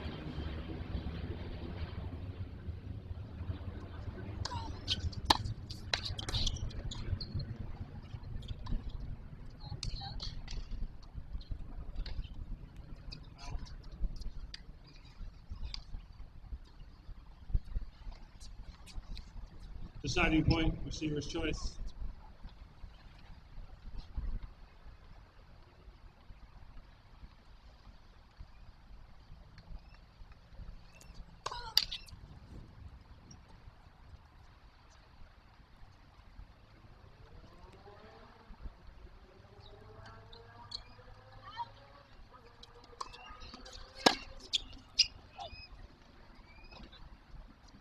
Smetannikov, Driscoll take the opening set 6-3.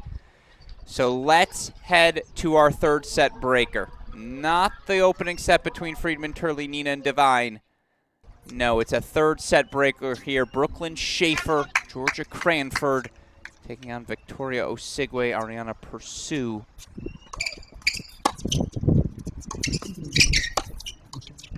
I like the poach, just didn't commit to it. If you're going to make that move, you got to move all the way through. The moment you start pulling backwards, trying to volley one way when your momentum's going the other, from a technique standpoint, that's just when the ball sails.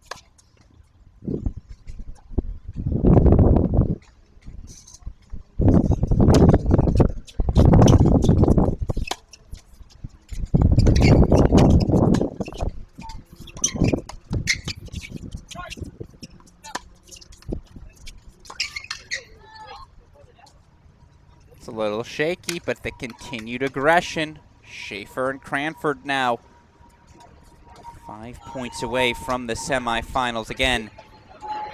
Happening on our other courts.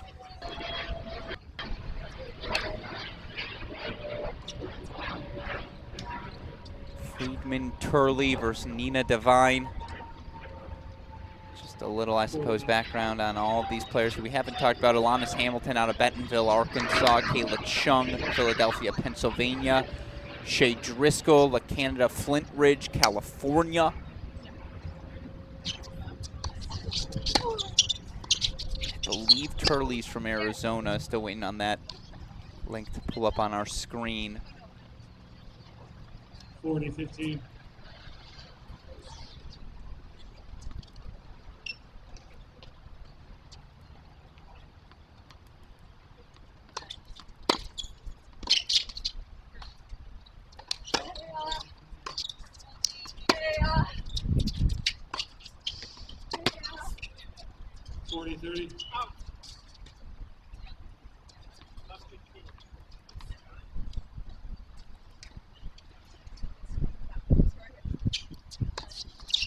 Oh, wait. Apologies, folks.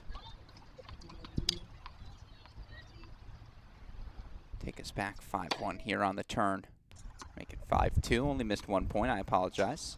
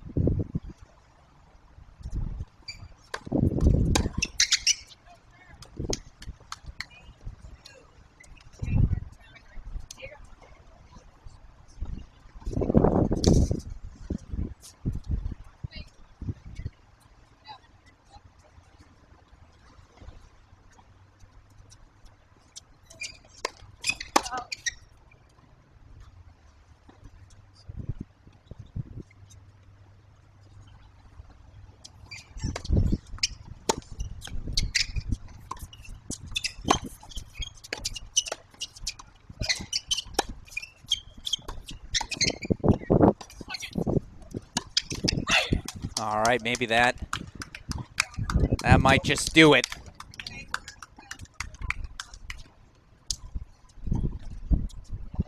Match points, 7 of them. 7 of them. 7 of them coming up for Cranford and Schaefer.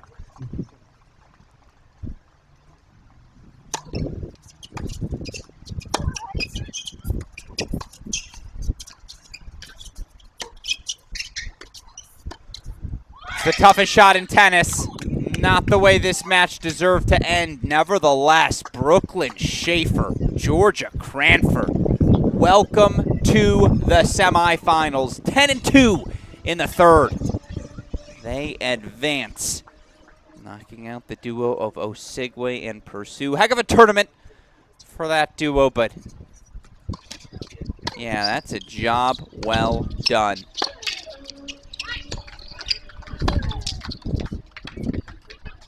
So obviously scoreboard stuck on court number 10. I believe this is where we're going to wrap our broadcast. Again, allows me the opportunity just to offer a recap of what happened here throughout the course of the day. Do want to check in on court number 1. Going 3, Faki Center, Maltby and Pardo going the distance. Again, we saw Bernalis and Lamb close things out a little bit earlier. Our girls' 16 semifinals now on court as well.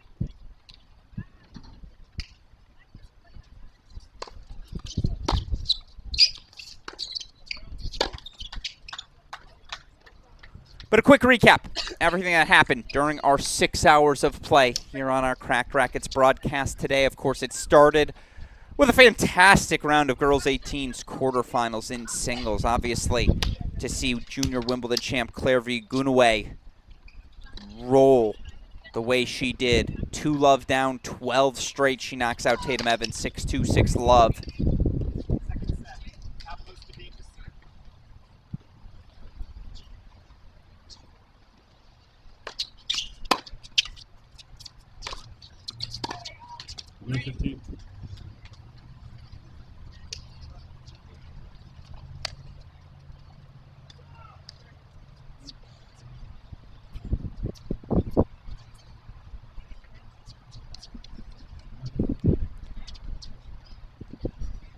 The serve, the forehand, all the different options, for Claire V. Gunaway. I mean, she just stood out. This tournament runs through her.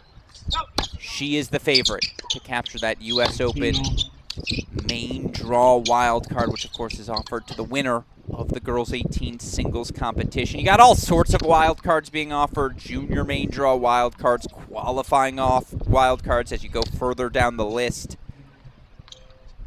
Thus, again, it's a pivotal weekend of tennis. This event as significant. I mean, there's a $50,000 paycheck to the winner of this as a wild card entry into that U.S. Open first round. And that may not be playing for prize money here in San Diego, but or at least literally, but certainly they are metaphorically. And so again, looking at the matchups, Claire V. Gunaway has to be your favorite, but I'll tell you what, she is going to get a test tomorrow. Valerie Glosman knocked out earlier today in the doubles competition, but, I mean, she was dominant in a straight set victory over Victoria Osigwe, Glasman 2 and 3. 2 hands on both wings, but boy is she creative. Heavy topspin, high elevation, over the net, short angles. Death by 1,000 paper cuts. That's how I describe the Glasman game style. That is a fascinating contrast of styles. And then, you ready to grind? You got a couple of Stanford teammates in your other semifinal. Elena Yu taking on Catherine Huey. Yu 6 and 3. Fought off 2 set points in the opening set to knock off Michigan commit Piper Charney. Huey was down 5-3 in the second set. Reese Brantmeyer served for it. Nevertheless, Huey 7-5, 7-6. She's through. So, again, 2 future Stanford teammates, the top 2 recruits in the class of 2023. They'll do battle tomorrow. Of course, Elena Yu, again, looking to be the first player since Laura Granville back in 1998, 1999 to capture back-to-back girls 18s titles here at these Billie Jean King Nationals. Meanwhile, maybe the only thing better than our girls 18s quarterfinals is our girls 16 semis. Both matches going 3 sets. Kristina Lyutova is now 59 and 4 overall over her last 52 weeks. Orange Bowl champion, clay court champion. Now a shot to win the 16s title here in San Diego. The 13-year-old top seed, 6'7", 6'1", 6'1", righted the ship, was exceptional against a very much informed Julieta Pareja in the semis. And then Anita, too, found herself facing a 6'2", 5'4" deficit, find herself facing a 6'2", 6'5" deficit, fights off both of those games, takes the set 7-6, then a 6-3 decider over Anna Fry. It'll be 2 versus Lyutova, our girls 16 singles final. U.S. Open Junior main draw wild card on the line. That's going to be a fun one. Of course, so far in doubles, we've seen Murthy, Glasman, each advance to the semifinals. Brooklyn Schaefer, Georgia Cranford now joining them. 4 more doubles matches to go. Unfortunately, this is where we sign off. Now, if you want to follow any of the individual action, you can find those individual links via our dear friends at Track Tennis. A shout out to Igor and the crew. And a shout out, as always, to all the sponsors you see on the top of your screen, without whom we would not be able to provide this sort of coverage of, again, what is the premier junior event on the U.S. tennis calendar. A thank you to Lorne, a thank you to Paula, a thank you to the entire USTA SoCal Billie Jean King Nationals team for making us feel so at home here at Cracked Racquets. That said, of course, a shout out as always to Daniel Westoff on the 1s and 2s. Makes everything you see on your screen look that much more beautiful. With that said, for everyone who contributes to our broadcast, I'm your host, Alex Gruskin. You've been watching our Cracked Racquets coverage of the 2023 Billie Jean King Girls 16s and 18s National Championship. We will be back with Championship Weekend starting at 10 a.m. Pacific time tomorrow. We'll see you all then, tennis fans. Thanks for tuning in.